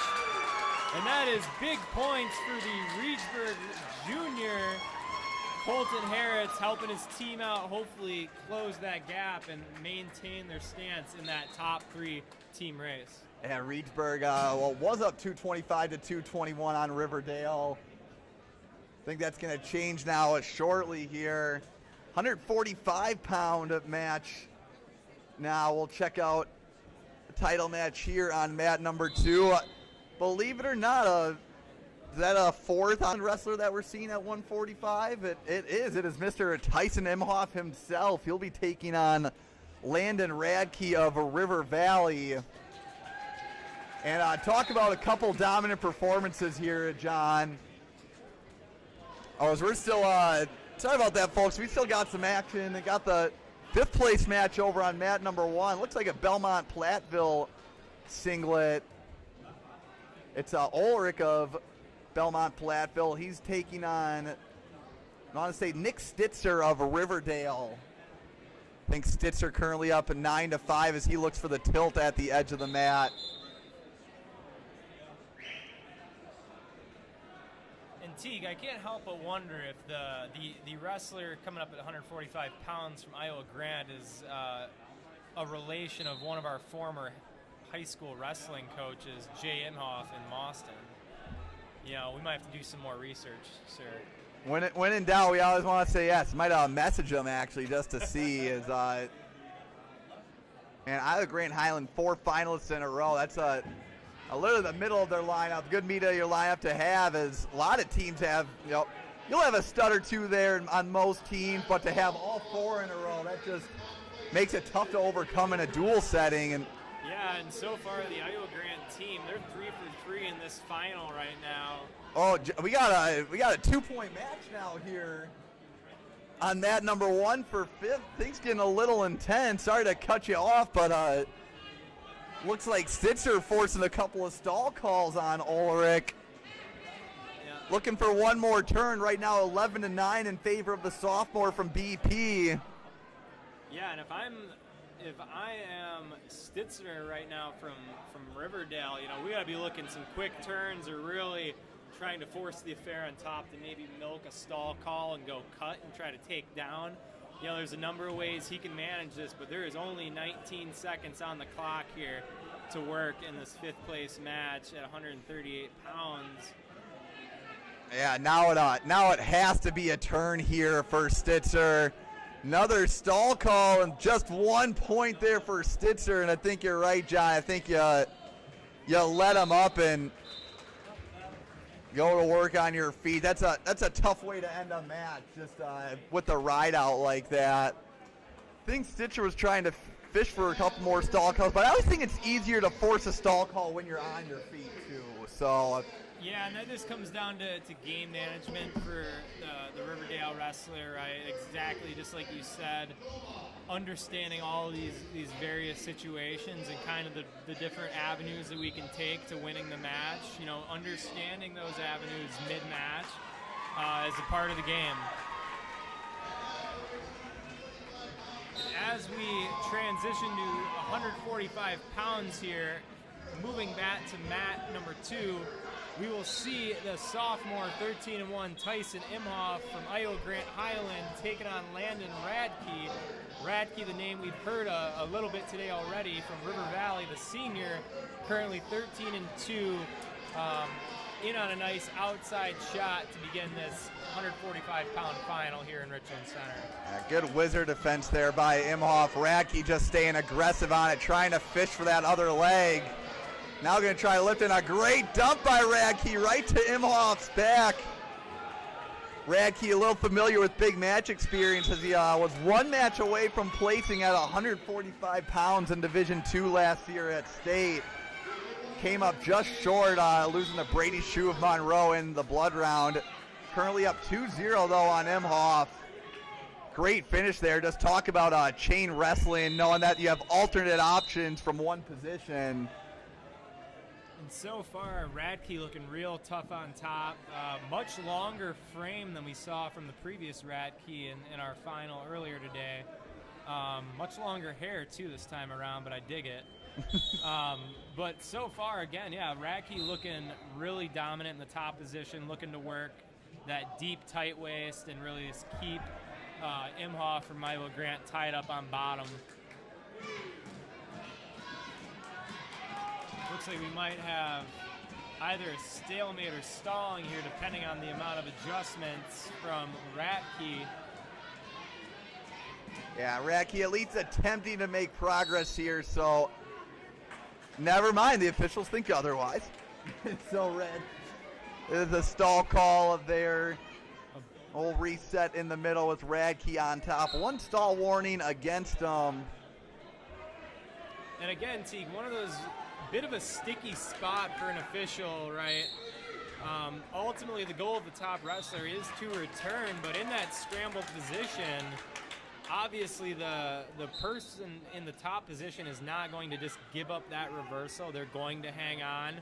So being Radke, you're left with a couple options. Hang on and give up stalling or give up the reversal early on in a match. Well, and essentially you're just looking, as long as you're looking to improve position in general, there shouldn't be a stall call there. And, that could be tough for Radke. Maybe the River Valley coach will have some questions after that. Radke looking to win his second Richland Center Invite title in a row, as he won it last year at 145. And it looks like Radke will elect to choose the bottom position to start the second here, Teague. And we are seeing Imhoff using that long frame, diving right in on the cradle as Radke goes inside stand-up. It's looking like Imhoff is struggling a little bit to get to the corner and get the turn, but it's looking like he might adjust, and it just slips. Again, looking to go cradle again, possibly. Maybe throw in some boots and go cast over series. We'll see what he's got in store for us here, but so far, Imhoff putting on a real clinic in the top position, showing his gamesmanship. Yeah, so far all these IGH wrestlers just seems like this is where they're excelling right now, John, and in this final section. Almost. Man, that was a situation could have worked out or been a bust for either wrestler, and kind of back to square one here. Radke can at least look to score one if he can circle away. Radke is looking to get one here.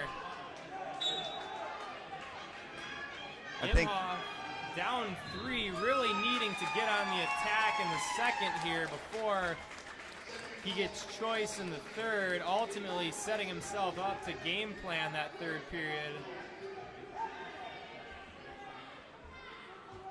We got 35 seconds left here in the second period. 145-pound Richland Center Invite Championship. Imhoff going right back to that 2-on-1. All these Panthers wrestling the same, it looks like. I think just rubbing off on each other a little bit, but Imhoff trying to narrow the lead before going into the third. It is his choice, so still, if you're thinking of it simplistically, still an escape and a takedown away from tying things. And now Radke hanging out in that 2-on-1 situation. There is a stall call against Radke as well. Reset in the middle. 5 seconds left in the third, and shot attempt by Imhoff. Will he have time to score with it?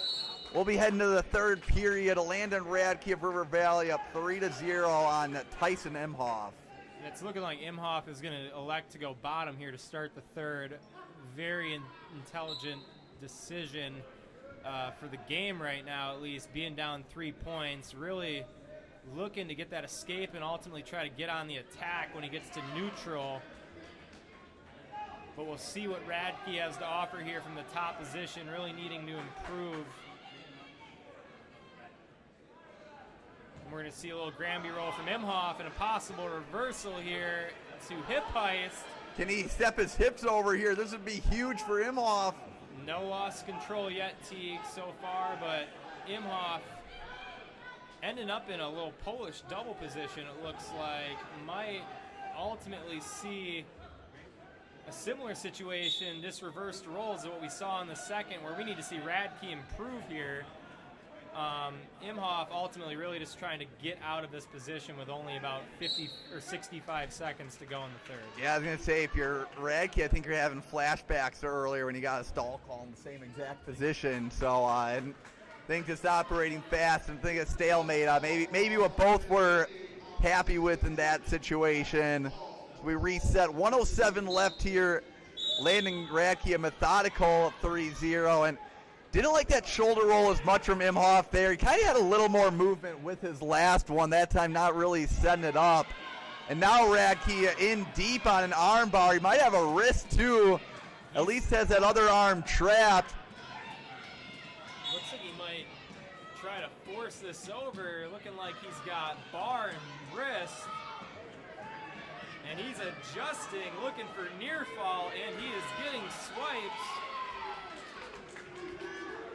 And if this stays where we're at right now, Radke might get the fall and end the streak for Iowa Grant Highlands Murders Row here in the midway point in our weight classes of the finals. Radke is slightly adjusting. Imhoff doing a very good job at staying off those shoulder blades. And Imhoff doing a real nice job just fighting off his back there, keeping team points in mind for his Iowa Grant Highland Panthers. Landon Radke opened up to a 3-0 lead in the first two periods. Just a little cherry on top with the near fall at the end. Two-time Richland Center Invite champion from River Valley is Landon Radke, and we'll be heading to our 152-pound finals. Looks like we have one more match over on mat one real quick, because we got our 145-pound fifth-place match. That's Tyler Keisemore of Belmont Platteville, who's up on Job Wader of a Boscobel. A couple of freshmen here at 145, John.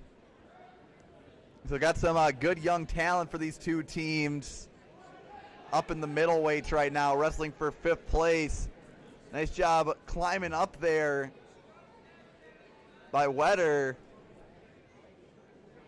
But Keisemore able to end up back on top. 13 seconds left here. Tyler Keisemore, barring a big mistake, will hold on for fifth place.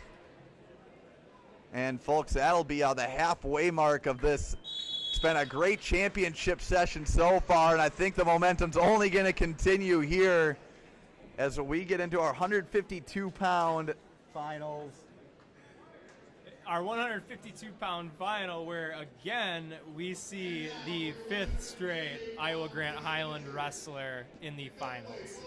Yeah, I was looking at the list and kind of overlooked 145. I knew Jackson Boozy was going to be at 152. Get this, Boozy, a 9-2 freshman at 152. He's going to be taking on Toma senior Gavin Finch, who Finch is 14-1 on the year. So a freshman versus a senior here at 152. Finch, obviously with a little more experience, was a state qualifier at 126. So I don't think 52 is going to be his final weight this year, John. But talk about a huge spurt. Maybe you want to put on a little muscle here for his last year of high school wrestling. Yeah, and I mean, this is going to be a great matchup. Obviously, Bussy here being the freshman. Going inside. Trip to Okeechobee. That should be a takedown, and there it is. Bussy getting a quick two. Finch escaping right away. But yeah, this would be a great test for Bussy here against a skilled and aged opponent in Finch. Already taking the 2-1 lead as the freshman as we're neutral. And Finch is looking to work that left side underhook as we go out of bounds.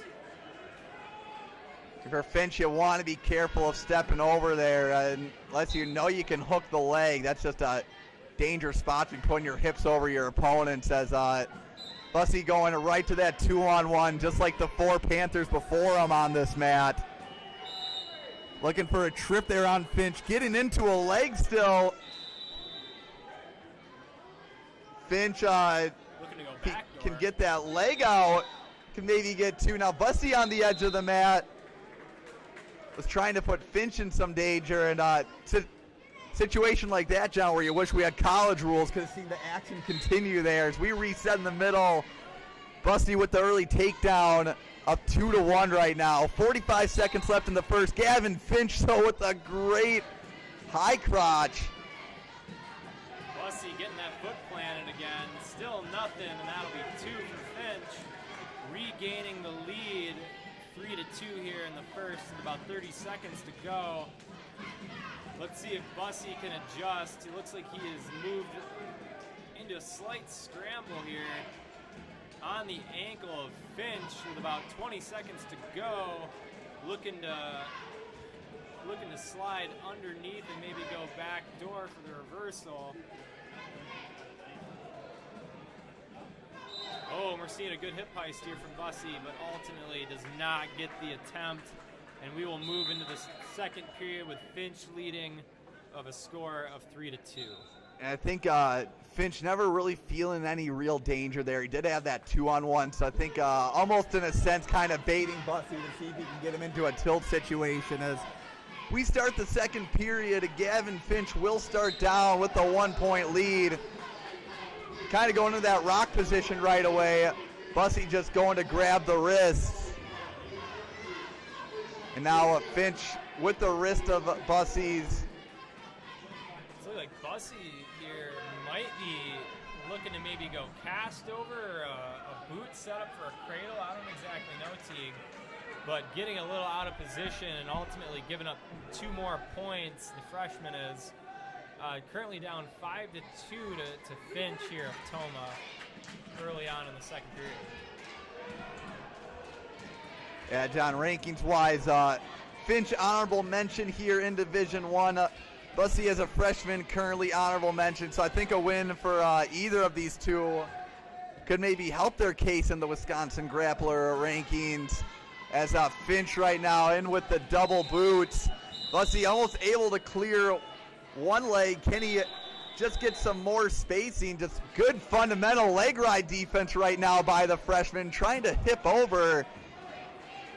Bussy using 2 hands now to get the ankle away, looking to put Finch in trouble. Still trying to hip over and nothing going. Finch doing a really nice job of maintaining just that constant pressure with the leg. You know, even as it's coming out, he's getting immediately on his own ankle. You know, playing the backpack game, just trying to stay in position and ultimately not give up any points as they work through some of these scrambles. And we're seeing Bussy maybe get in the scoring end of these scrambles. Beautiful inside hook, and he's looking for near fall against Finch, and he's getting it. Looking like our official's got 2 points locked up, and he's looking for more swipes. Will Bussy be able to go and lock one more near fall points up here with 6 seconds to go? And I don't believe he will, but that'll at least help him extend his lead now, and we'll be up 6-5 against the senior Finch of Toma. Man, what a match of momentum swings. Yeah, Bussy getting the early takedown, and then Finch going on a 5-2 run, and now the freshman with the reversals going 4 unanswered and starting down in this period. Finch did a good job on his feet, though, so I wonder how long it'll be before he opts to go to his feet down by 1 and just look to tie things up. And also, I'd be a little wary if I were Finch. He keeps wanting to go low ankle, especially in these returns, or even step boots in. Yeah, I was going to say, he's going to get dinged for stalling here awfully quick if he is looking to place some of those tactics. Timberwolf coach is telling him to go neutral, so don't be surprised to just see a light cut here. Bussy just trying to grab the leg, thinking he knew what was going to be going on too. 125 left here, 152-pound final. Teague Fenwick here with John Mack. It's been a great day at the Richland Center Invite, and Finch after the cut. Now we're going to be looking for a takedown. And how about this performance by Jackson Bussy? Iowa Grand Highland graduate a lot of good wrestlers. Finch, though, in on a double. Kind of climbing up. And Bussy, I think, really comfortable with these upper body situations. And if I'm Fincher, we need to be looking to slide that top hand down the back and ultimately go limp arm and maybe secure the 2 as we're on the edge, but we will see a stalemate. Reset in the center with 51 seconds to go here in our third period of the 152-pound final. Finch really just looking to get on the attack, to just tie it right now. But Bussey, beautiful, just grave digger, almost went inside trip to get the takedown, but doesn't quite get it. Good attack from Finch to the outside, looking to go 2-on-1. Bussey doing an awesome job maintaining pressure on the attack here too.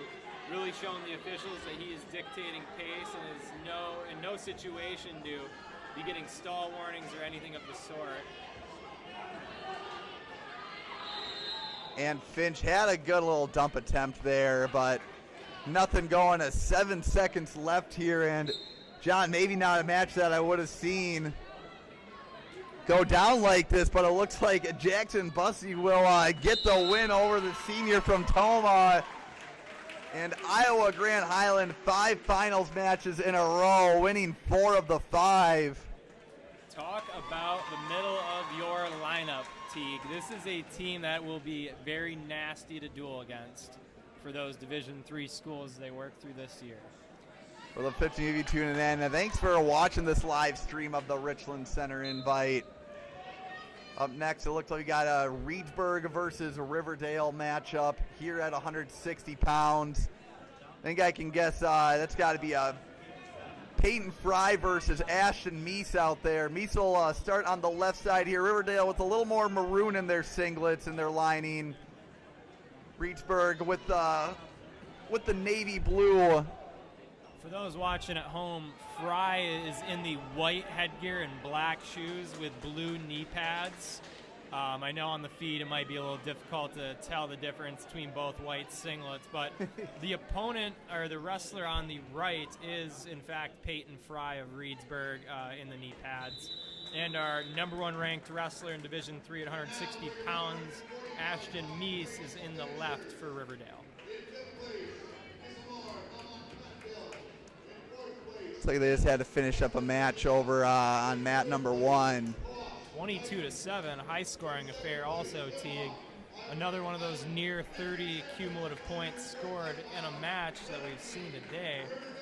Love seeing all the attacks and points scored so far.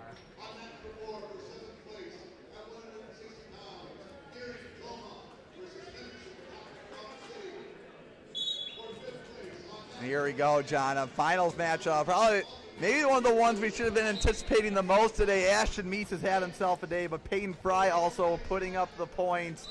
The senior from Riverdale versus the senior from Reedsburg. Both teams battling it out for third.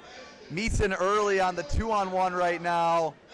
Looking to dig in the underhook at the edge of the mat. And we'll reset in the middle. 138 left here. This would be a good test for Meese as well. He's been on the takedown clinic all day today, all the way through his semifinals bout. Really just the number 1 wrestler showing how to dictate a pace.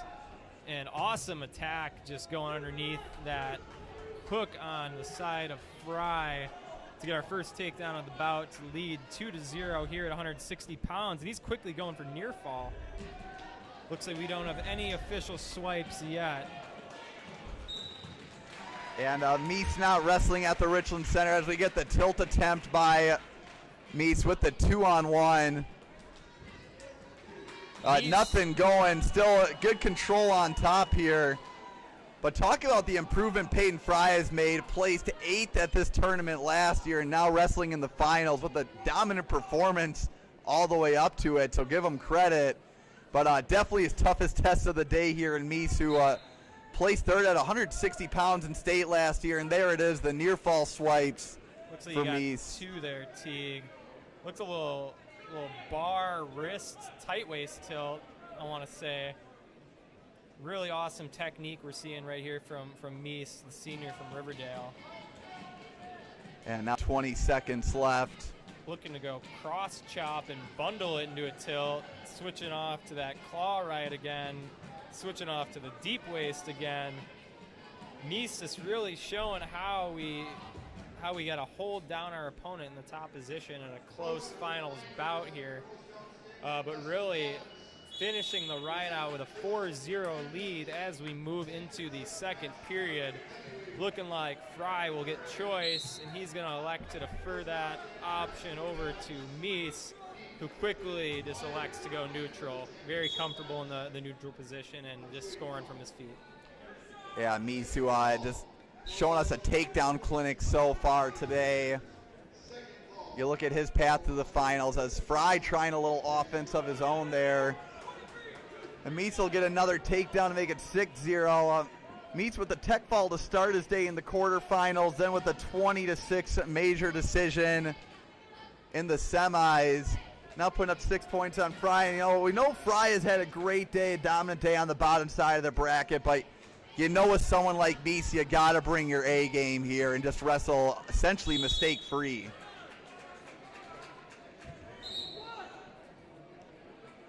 So we'll reset back to center. Fry down 6-0 midway here through the second period.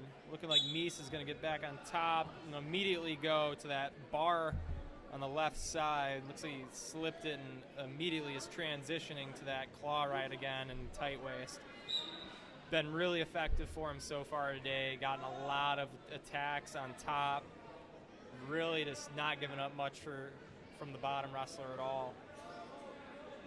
And again, just kind of getting back to what me and Teague were talking about earlier today on our stream, just the difference in being so much better on top than your opponent is on bottom can really be the difference maker in an athlete jumping levels. Mies now with a bar, 45 seconds left in the second period. Switching over, that tight waist just absolutely suffocating on Fry right now. Still trying to find more points from this top position. Like we said, Mies last year placing third at state. Fry, who looks like he didn't make it to state, but I got to feel confident just with the start he's had to his here. You never know with these D1 sectionals with only top two making it. But solid start for him right now, just facing a really tough wrestler in Mies at the moment, who back to that arm bar position that he feels oh so comfortable with. Looking like he's going to go again. Bar, wrist, deep waist tilt here. It doesn't quite look like he had enough of a bite on it to get it. And will remain on top here, 7-0 as we end the second period after a slight little flurry from Fry on bottom. Looking like it'll be Reedsburg's choice here to start the third period. And Fry is choosing top against Mies, feeling really confident in his top game. Excited to see what he has to offer against our number one ranked wrestler in Division 3. Yeah, I think it's one of those situations you had a hard time scoring on your feet. You had a hard time getting out on bottom, so might as well see if you can do something on top. But nonetheless, Mies does get the escape, and it'll go up 8-0. I was going to say, too, just from a look at just movement of Fry's stance, really, really heavy left side lead. And again, looking like Mies capitalizing on that, getting that knee pick or knee pull outside shot to Fry, and again, it's immediately on the leg.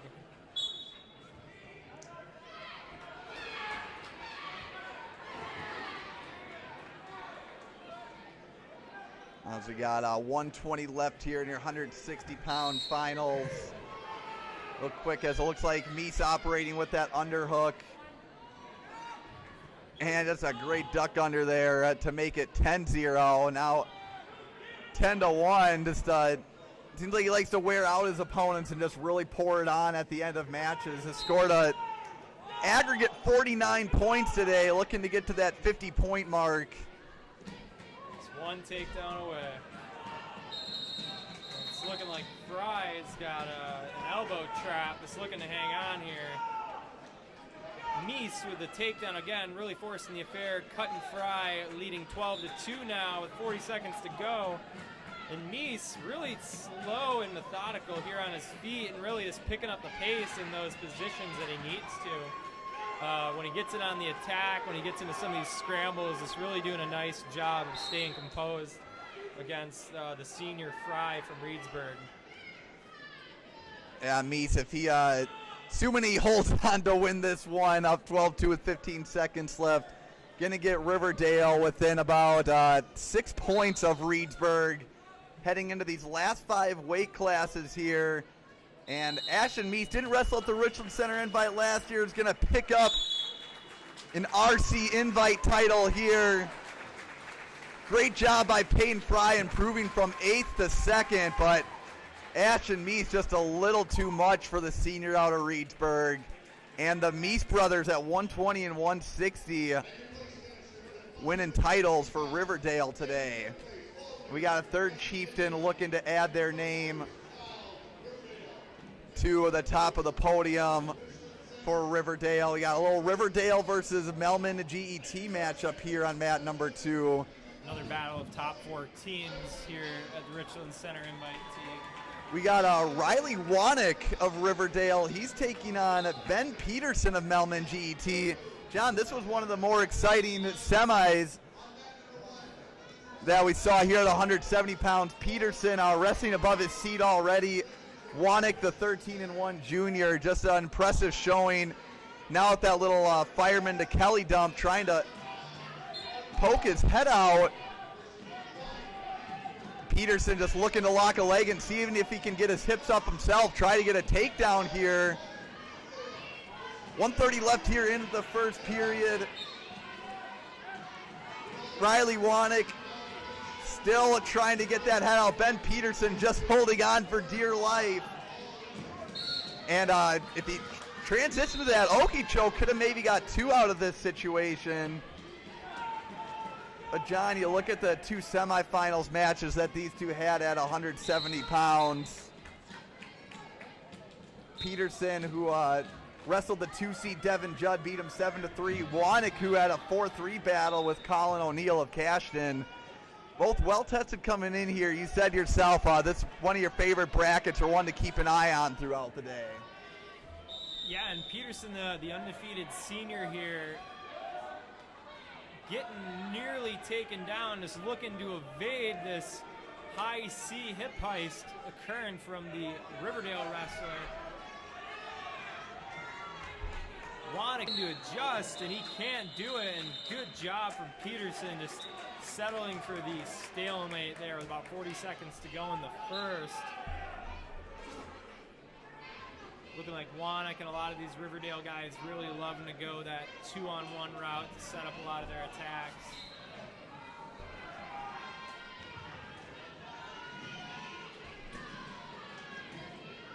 Peterson's really looking to go top hand, but awesome opposite side shot from Wanick. Looking to go Polish double and maybe get a finish here before the clock expires.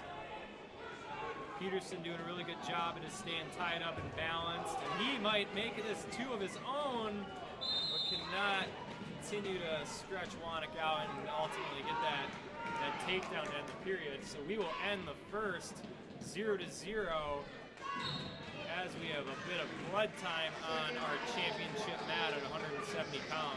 Yeah, I got some blood time right now. Speaking of the guys that lost in the semis, Judd and O'Neill. I want to take you over to mat number 3 quick. These two are both very good wrestlers, but also Cashton's final singlet, John. A really interesting look. I know Cashton usually with the maroon colors. I kind of want to ask someone from the Cashton community about the color design for these final singlets. Yeah, so for those watching at home, right, Cashton is actually in the blue and red on mat number 3. This is a color blast singlet, basically. Yeah, I was going to say, it's basically just a mesh of what looks like red, white, and bluish colors. Awfully patriotic team. We get back to the action here on mat number 2. Looks like Wanick will start down. Wanick, a state qualifier last year for the Chieftains. Peterson is slightly looking to adjust and get in a safe spot with this ride with the boots in. Looks like he's going cross body ride, trying to fish out that opposite side arm from Wanek. Wanek doing a real good, nice job of keeping that hand pinned under his knee and hip right now. Might even see a stalemate here depending on the amount of activity we see from Peterson and Wanek in this position. Yeah, Peterson using that frame to his advantage right now. 1:10 left here in the period. Would say Peterson trying to catch up for his team, but Iowa Grand Highland basically put any rumors of a team battle to rest with that rush from 126 to 152. So back to the action on the mat midway through, still no score. Ben Peterson almost ripped a power half there, and Wanek almost getting some space, dropping to a leg, good switch. Peterson. Can he get his butt up? Peterson in a little bit of danger. Can he get his hips back on top? If you're Peterson here, you just need to hang on and get your stalemate. That is your best case scenario. Peterson doing a really nice job of this, trying to defend Wanek from slipping out, but ultimately just can't hang on here. And looking for a reversal of his own. And locked hands call, it looks like here. We might see a reversal. Yeah, and Coach Pete Peterson calling for two. So end of the period, there's a 1-point locked hands call and a reversal to make it 3-2 for the senior from Melman GET. Ben's coach and father, Pete Peterson, urging for that reversal from the corner, but I think a good urging. I think he was in the right there on that one. Wasn't anything aggressive. It was just trying to see if that was a reversal from the officials' perspective. Man, what a day from Ben Peterson so far as the 3 seed here at 170 pounds. Peterson, honorable mention in Division II, but so far has taken out Devin Judd, who is ranked 8th in D1. Now trying to beat Wanek, who's 4th in D3, state qualifier last year. Has a 4-2 lead. Wow, now and on that leg, can Wanek defend it, or can Peterson extend his lead even further here? And this is a, don't know if we might need our medical staff out on the championship mat.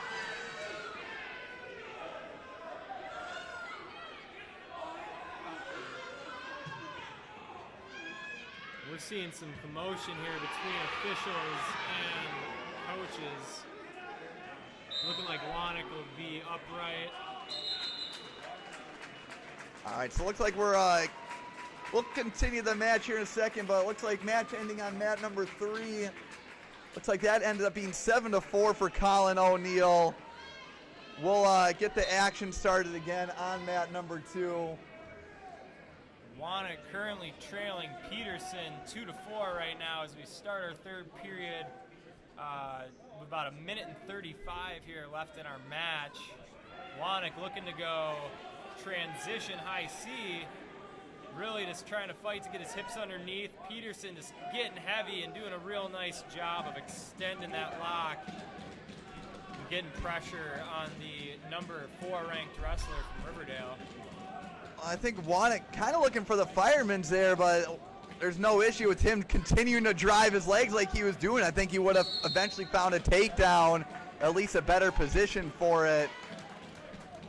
But we'll reset in the middle after the stalemate. I think Wanek just needs to be confident in finishing those shots. He's gotten in deep on the leg. I know Peterson's strong, but if you just keep those knees moving, you'll eventually find your points. Just the length and leverage that Peterson is able to employ on Wanek it's impressive. It's difficult, right? Extension's a loss of power, and just Wanek getting as deep as he can on a lot of these attacks is unable to finish just under the length and pressure of Peterson from Melman GET. Peterson just right off the whistle there, looking to put this match away. Looking to go answer and step over. And again, Teague, one of these spots where we might see a pin. Nonetheless, picks up 2 points, and Ben Peterson will go up 6-2. 25 seconds left. The senior from Melman GET. What a tournament. Came in as the 3 seed, is now up 6-3, so still needs to wrestle smart to finish this one out. Wanek hanging out on that overhook, will probably look for a throw attempt. Can Wanek muscle Peterson? Throws Peterson to the mat, and almost a takedown for Wanek. Peterson reverses it, and no score, but wow, a win for Peterson. I think gave Dad some gray hairs at the end. And the senior from Melman at GET is your champion at 170 pounds. What a day for him, too, Teague. 2 big ranked wins over number 8 Devin Judd in D1 of Reedsburg, and in the final over number 4 Riley Wanek of Riverdale. Big day for the wrestler out of Melman GET. Yeah, that's if you're looking for an OW award, that got to be one of the guys in contention right there. Moving on to 182 pounds, your finals here. 3 or 4 weight classes left now here, and I mean, we talk about Iowa Grant Highlands middle lineup, but this is what Riverdale's. It's got to be their 3rd in a row. Middle to big heavyweight in a row. Here at 182, we have Caden Rhines, the 14-0 junior. A 1 seed who hasn't wrestled a full match yet. He's taking on David Fargan of Weston Ithaca, the 11-2 senior.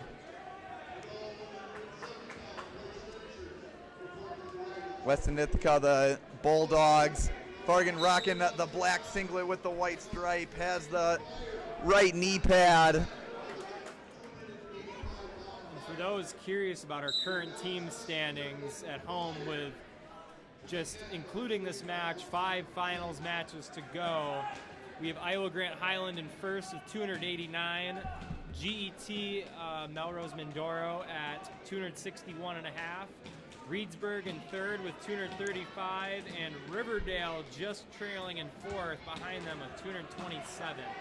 That is our top 4, and they have truly separated themselves from the rest of the field. Nice takedown at the edge of the mat there by Rhines, and putting Fargan in some danger there for a second. Fargan, though, I just need to circle out to get an escape, but good follow by Rhines. Just shows what good things can happen when you constantly move. Still up 2-0, 50 seconds left in the first period here at 182 pounds.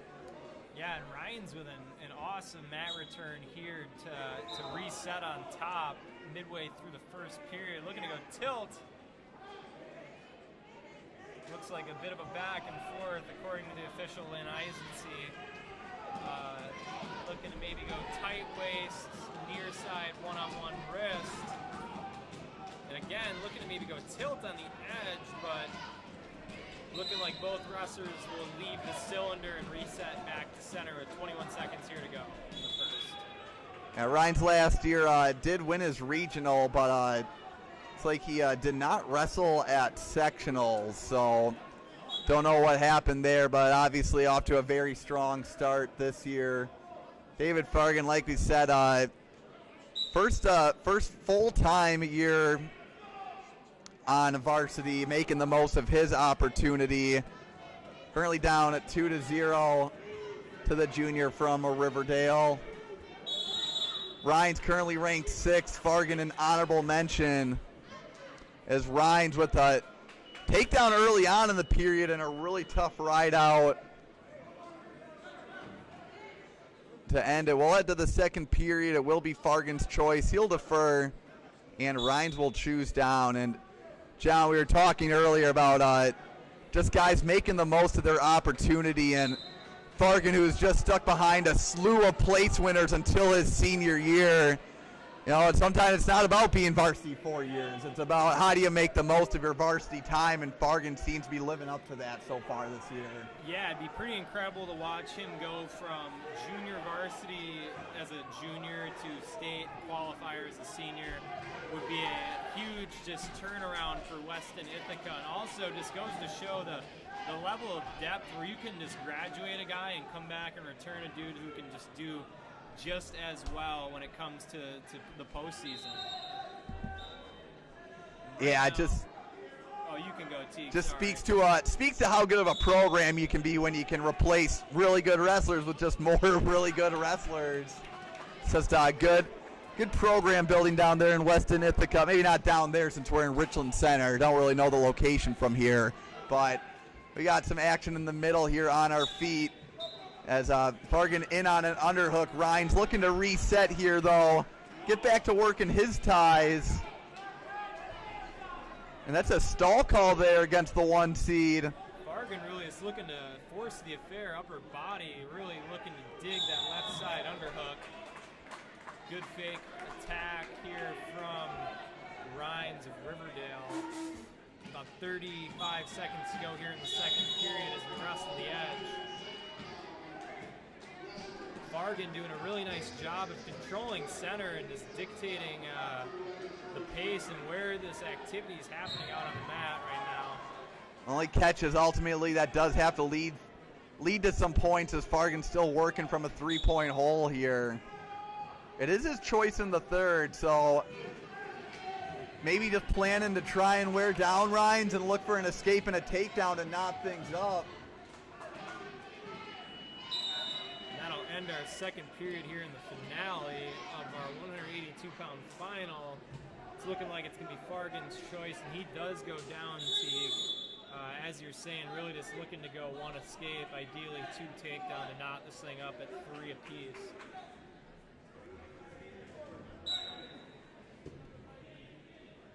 Nice job by Rhines trapping that arm right away. Going right to that elbow on top of the head. Seen a lot of guys ride that cross wrist from the top position today, Teague. Definitely more so than the area that I live and coach in, but again, just really good technique for being able to ride guys out in a period that you need to ride, looking to get turns, looking for those opportunities. And right now, just Ryan's doing a really good job of putting on that show here in the 182-pound classic. I think that cross wrist, just kind of something you talk about the adaptation and evolution of wrestling where people go into that cross wrist more, and right now we're in the stage of as Ryan's using it to get some near fall points, so he's going to extend his lead to it did get 5 swipes, so it's going to be 6-0, but you see a lot more people using the cross wrist because people aren't used to it. Now I think we're kind of in the phase you see more coaches teaching how to defend it more, so I think eventually, whether it be next year, whether it be 5 years, we might see people that can defend the cross wrist more, and then you find something else, and that's the name of the game. Yeah, and at least with that cross wrist offense too, like being in the bottom position, you're limited with your options or avenues to get out. Guys on cross wrist, we have no choice but to go peel and seal and just do the basics to get out. And if a guy continues to slap on a cross wrist time and again after you've gotten out of it, it can make your life in the bottom position just absolutely brutal, which Rhines has done a really nice job of this tournament, going limp arm takedown to really to seal the deal here. About 10 seconds to go in the third, looking like Ryan's going to pick up the win, 8-2 over the senior of Weston Ithaca. Coming up next here, as we jump into the 195-pound finals, right, I believe we will have Luke Stotts again up from Baraboo. And he will be taking on, let me just get a quick check here. I believe he will be taking on Stibby of what would be Richland Center. The seniors currently coming in at 10-2. Again, looking like we will see actually a bit of new blood here in this final team for Baraboo. Baraboo's first finalist of the night. Stotts currently coming in the year at 14-1, the senior. at 195 pounds, really starting his year off really swell. And John, the fun thing with this 195 finals, maybe not the one we were promoting at first. You talk about a little pronouncer jinker. Sometimes we like to look ahead a little bit to storylines that might not even end up happening. We're talking the whole time about a potential Not a Sad Stotts rematch from the Thomas Scramble last week, and then Richland Center goes out. They just had quite a run there for a while. Stibbe goes out, sticks Not a Sad in the third period. Now here we are, the 10-2 senior facing the 14-1 senior. I got a quick pin over on that fifth place match, and Stotts in on a quick high C to double A. Got to be gentle with that takedown. Yeah, Teague, and we had a 19-second pin in our fifth place match at 195 pounds. Still today, I believe, the quickest pin that we have seen or witnessed has been just about 9 to 10 seconds. And I think it happened at heavyweight, too. Stotts, who in the postseason last year did qualify for state at 182. Lost to Michael Alexander of De Pere, though. Tough draw for your first round, for sure, if you're Stotts as a junior.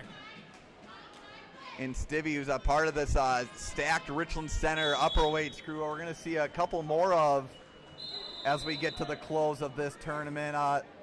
Last year, fourth in his regional 182. Looks like he did have to medical forfeit out, though. So I think looking to come back big here this year. And say he's off to a good start if that's the goal, making it to the finals here at his home tournament.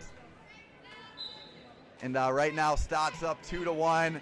You know, John, I got to give credit here. Well, Stotts gets in on another takedown. We may not hear it a whole lot this match until Stibbe can get some momentum back. But Richland Center for a home tournament, their crowd sure does a great job of showing up, and you love to see it. Yeah, and even all the way through, you know, we're in our second to last, third to last weight class here at 195 pounds in the final. This gym is still just about as packed as it was when we got here this morning at 9 a.m. And I think that's mainly because, too, following this 195-pound final, we reached the culmination of the 220-pound and 285-pound brackets, which, in my opinion, were the two best weight classes entering the tournament today. And we should hopefully see some fireworks from both of those finals coming up here shortly. Yeah, I think it just speaks to a general respect for the heavyweights, which they've definitely had a renaissance, but there's always been good heavyweight matches. I think the folks are respecting that as well, like you said, with the crowd.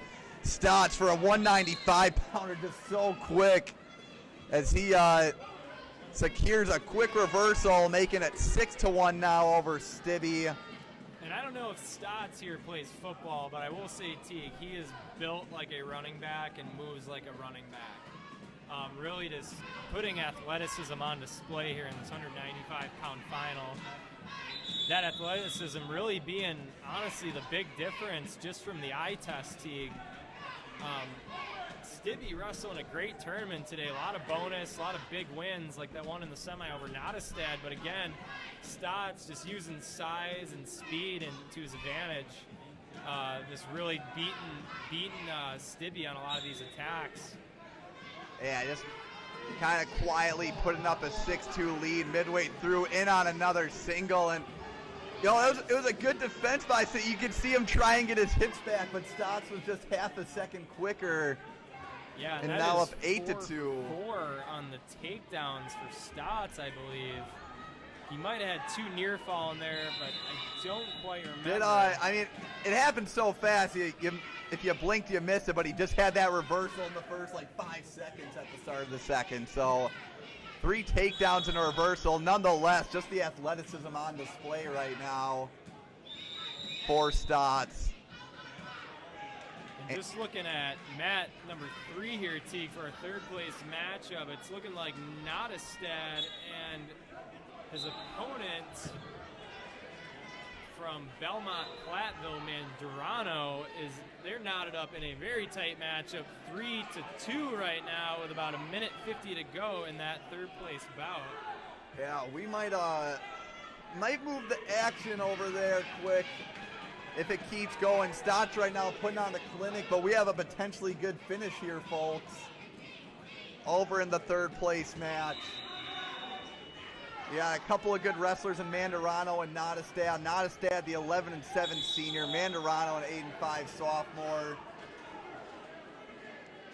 Just for those still following along with our finals match at 95, it's looking like Stibbe is electing to go neutral here, being down 6, really just needing some big points, but cannot, deflect the attack of Stotts immediately, just getting in on that double, transitioning, looking to go Navy ride here even, and maybe just look to blow this one wide open.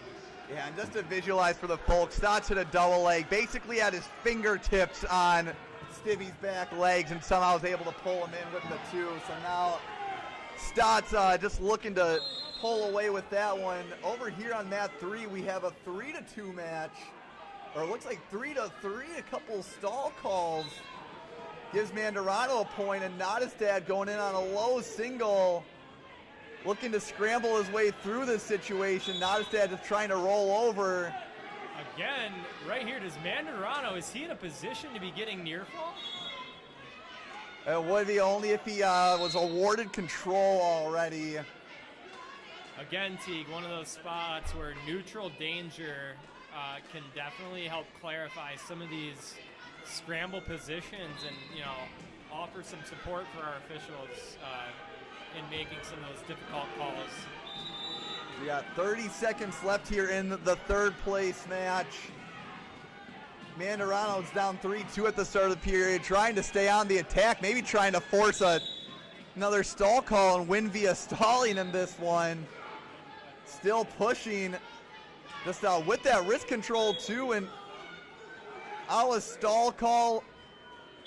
Mandarano, it looks like, looking like just getting called for pushing. And again, Teague, we're being reluctant to throw that stall call out here with only 5 seconds. I think our officials are really just looking to see this match be decided in overtime. We've got a 3-3 bout here at 195 pounds in our third place matchup. And just for those watching at home too, that is the conclusion of the 195-pound final on our other mat, on mat 2 off screen. Stotts ended up picking up the victory 15-4 over Stibbe, the wrestler from Richland Center. So really great start to Stotts' season now, ending his tournament run at Richland Center, currently at 15-1 on the season. Wow, he had a great defense there by Nottestad, and how was he able to twist around there? No 2 by either wrestler here in a sudden victory. Good eye from our official here, just watching that knee slip out of the cylinder. That is, from our perspective, again, did not look like 2 at all. So Nicolati making the good call on the mat, resetting back to neutral, 22 seconds to go. Yeah, great sequence by those 2. And Mandarano in on another shot. And Nottestad, can he get around? Just needs to hit a mat return, John. Does he keep his feet in? And Mike Nicolati saying he does. Nottestad with the takedown will win 5-3. And even for Mandarano in that situation, just bold trying to go the kick out of bounds, because even if he doesn't, and even if he does get out of that attack, chances are that's a fleeing penalty. So for his case to stand sturdy there could have been beneficial, but ultimately, really great match from the Belmont-Platteville wrestler and the wrestler out of Westby. And we got Jason McGillivray commenting, likes to see that we're got another tournament here streaming today.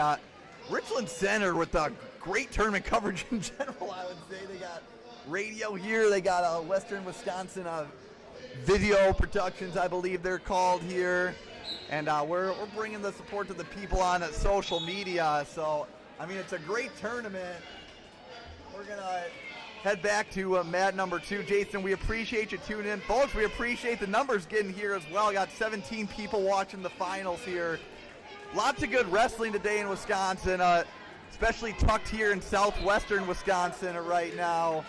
On mat number 2, John, this is another, I sound like a broken record, but another finals match I was really looking forward to. You have Richland Center's Teague Perkins, an 11-1 junior, top 4 place winner at state last year at 220, versus Jesus Gonzalez, who's undefeated on the year from Reedsburg. Gonzalez coming down from heavyweight where he was a state qualifier.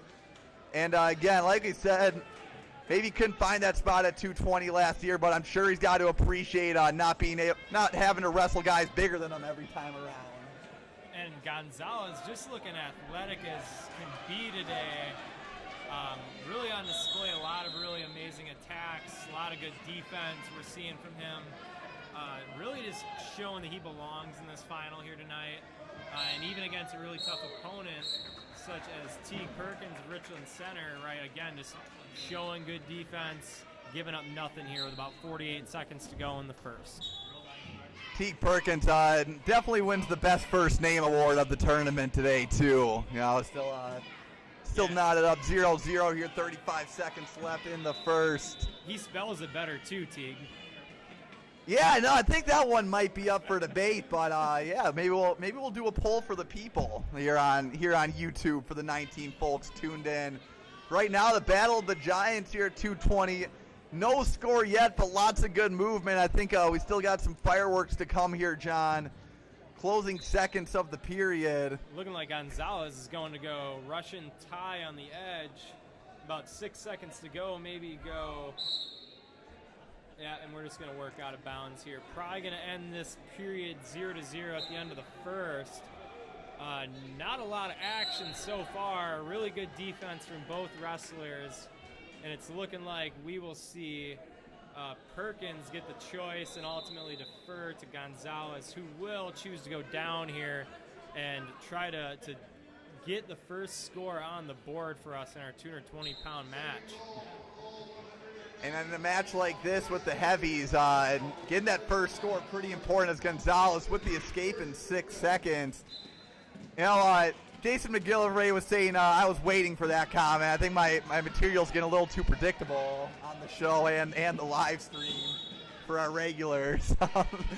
Gonzalez up 1-0 right now. Beautiful fireman's carry. Almost right to his back. Needs to finish still. Pop the head. Oh, yeah. Just a little too late to the cut. Had a hard time popping his head. It allowed for Perkins there just to slightly squirm and slip the hold just ever so slightly as Gonzalez looked to peek his head and swim over for the 2. Which, great job for Perkins being conscious there in that spot. You know, you'd rather be down 3-1 right now than be down 6-1.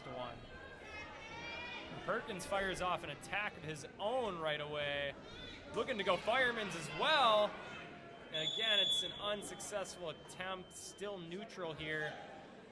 3-1 so far with about 45 seconds to go in our second period.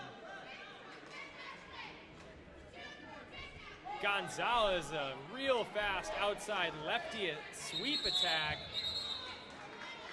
And I think if he gets another section of mat, he might be able to finish that. But Perkins does a nice job of forcing the affair out of bounds and looking to get that reset with 36 to go.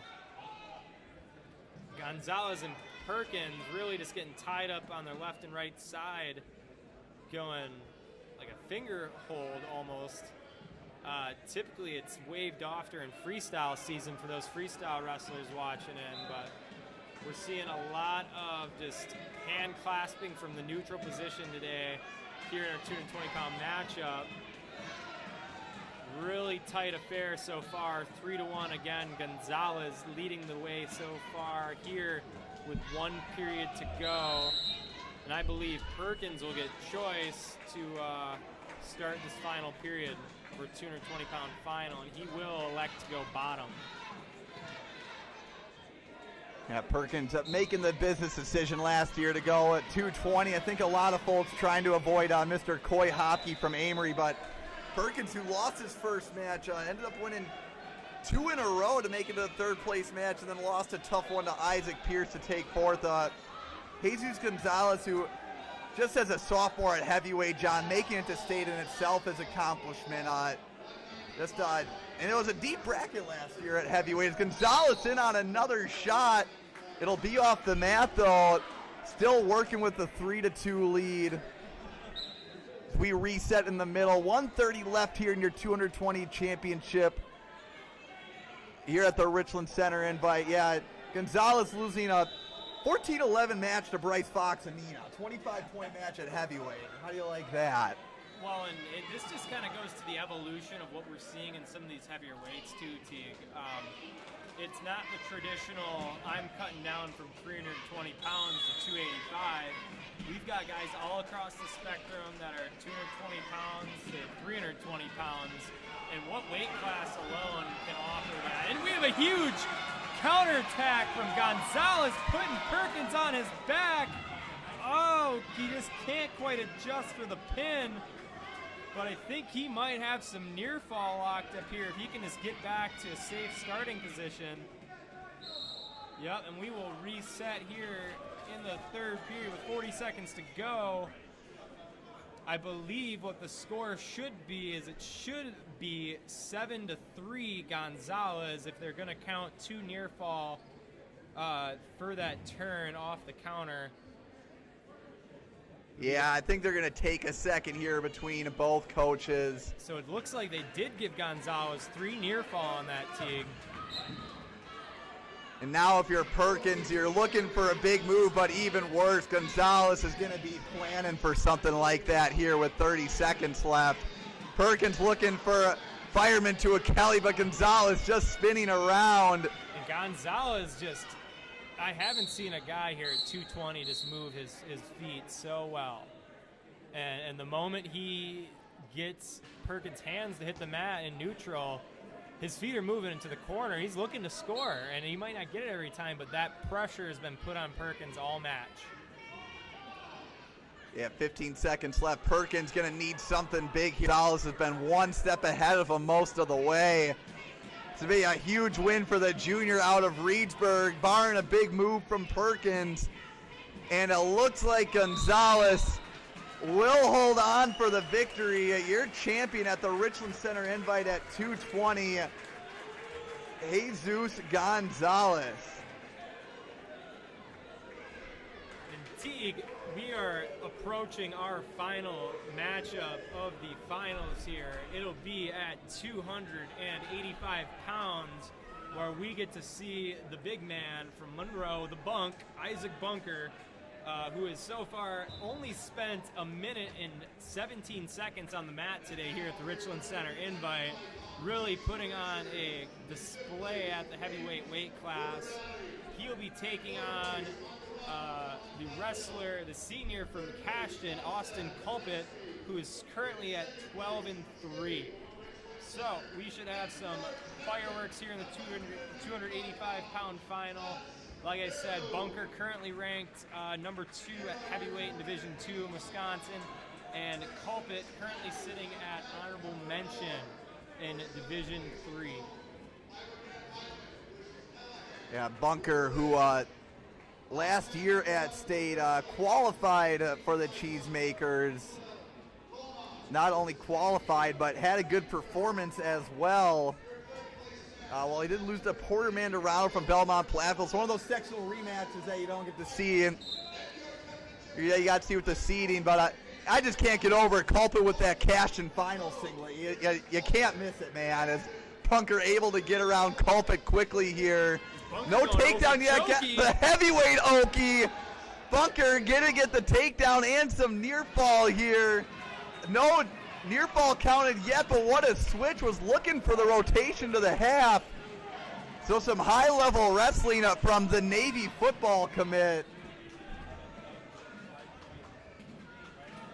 Well, we know who we'll be watching against in Navy versus Army next year, Teague.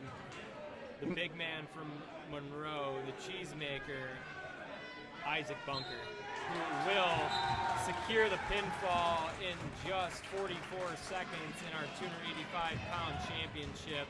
Really showing he is the real deal thus far to start his senior year will be leaving the Richland Center Invite a perfect 13-0. I'm sure he's got those eyes set on returning state runner-up from Neilsville, Gunnar Hoffman. Yeah, and get this, John. Bunker placing 4th at this tournament here last year. So good improvement. Yeah, placing behind Porter Mandarano, Belmont Platteville, and Caleb Marchwick of Weston Ithaca. Austin Culpet placing 5th. John, we're going to move the action. We still got a few matches left here. Don't want to cut anyone short. We're going to go to our 3rd place match here on mat number 3 at 285.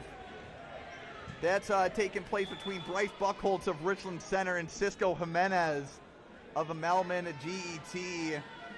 Man, you got to give props to GET. They scratched their way back, only down 20 to Iowa Grant Highland, but just too little too late for the Titans as IGH, John, kind of a statement win today. Yeah, T, and just coming into this tournament, too, looking at the number of ranked wrestlers, too, I either thought Iowa Grant Highland was one of those teams that didn't have a lot of ranked individuals but was a good, solid unit, where ultimately I think it's kind of, a bit of that and also the other side of the coin. They've got a ton of individuals being overlooked in their lineup right now. They're currently ranked 8th. My argument is that I could see them even being ranked higher and making a lot of noise here in Division III in Wisconsin, especially for a young Iowa Grant Highland team coached and well coached by defending and previous NCAA champ from lacrosse, Ryan Allen. Yeah, Iowa Grant bringing 12 wrestlers here today, winning the whole thing, but 2 freshmen in their lineup, too many sophomores to count. That cheering you hear, there's a pin on mat number 1 for Reedsburg. Reedsburg which I think locked up 3rd place with that one. Just a good performance by them. No one better than Gonzalez, though, to put them in the lead at 220 pounds. Now on mat number 3, looks like we always have a pinning situation with the 6-2 lead. Looks like that is Buckholtz. He's up 6-2 on Jimenez. Could be 9-2, but he'll just close off his day with the win in front of the home crowd. And John, we'll just keep moving right down the line here. So, the two-man setup for a bit there. I'm getting the hang of it, Teague. I'm not, Steve. I get it, but I can work the mic and I can manage a little camera work here as well. Well, that's what we get paid the big bucks for, man. Oh yeah. We here on mat number 4 now into the 2nd period. This is the 7th place match between Bronson McCone of Iowa Grant Highland and Owen Callahan of River Ridge. I believe they're going to be in the same super regional, so could be a fun postseason potential matchup here. As we're going to start the 3rd. McCone will start top here, John, and what a day it's been at the Richland Center Invite. Just a lot of good wrestling. Looks like Lynn Eisenstein is having a conversation with McCone. Don't know if there's a caution or something, but started the 3rd McCone, a good far ankle. Nice job at getting back up, but looking to return here. Yeah, quick up there by Callahan, looking right for the head, trying to throw McCone. Looks like he might not have an arm in there. Yep. And a good stoppage from official Lynn Eisenstein on that slipped arm. Iowa Grant Highland. John, I know when we wrestled about 10 years ago here, Iowa Grant Highland came. I see they didn't come to the Richland Center Invite last year, so I wonder if there was a bit of a lull there for the Panthers. Yeah, and I'd have to check, previous results, but this is a team that, we had seen in the past here at the tournament we were these kids' age. Maybe took a year off, especially after COVID in 2020 when we didn't host the Richland Center Invite. And then ultimately getting back in this year maybe had something to do with that. It looks like we've got a 3-2 match now, I believe. And our final match of the evening here between the Iowa Grant wrestler and the wrestler from River Ridge. Oh, 5-1 now for McCone as he extends his lead. 120 left here. Last match here of the 59th Annual Richland Center Invite. Which means we got a number 60 next year, John. Hopefully we get invited back for this. It's been a great day of wrestling so far.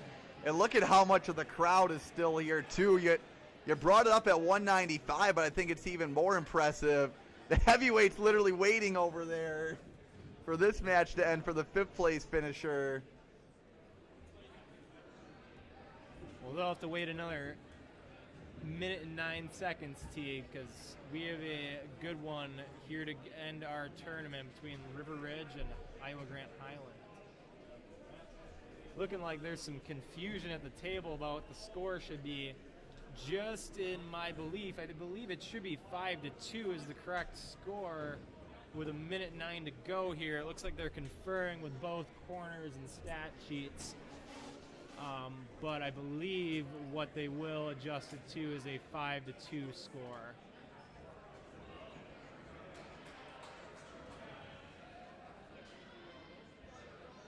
Yeah, 109 left, still waiting here. John, I guess looking at final results, if you had to give an outstanding wrestler award to someone, who do you think it would be in this situation? I would arguably give this outstanding wrestler, I think, to the senior from Melman GT, Ben Peterson.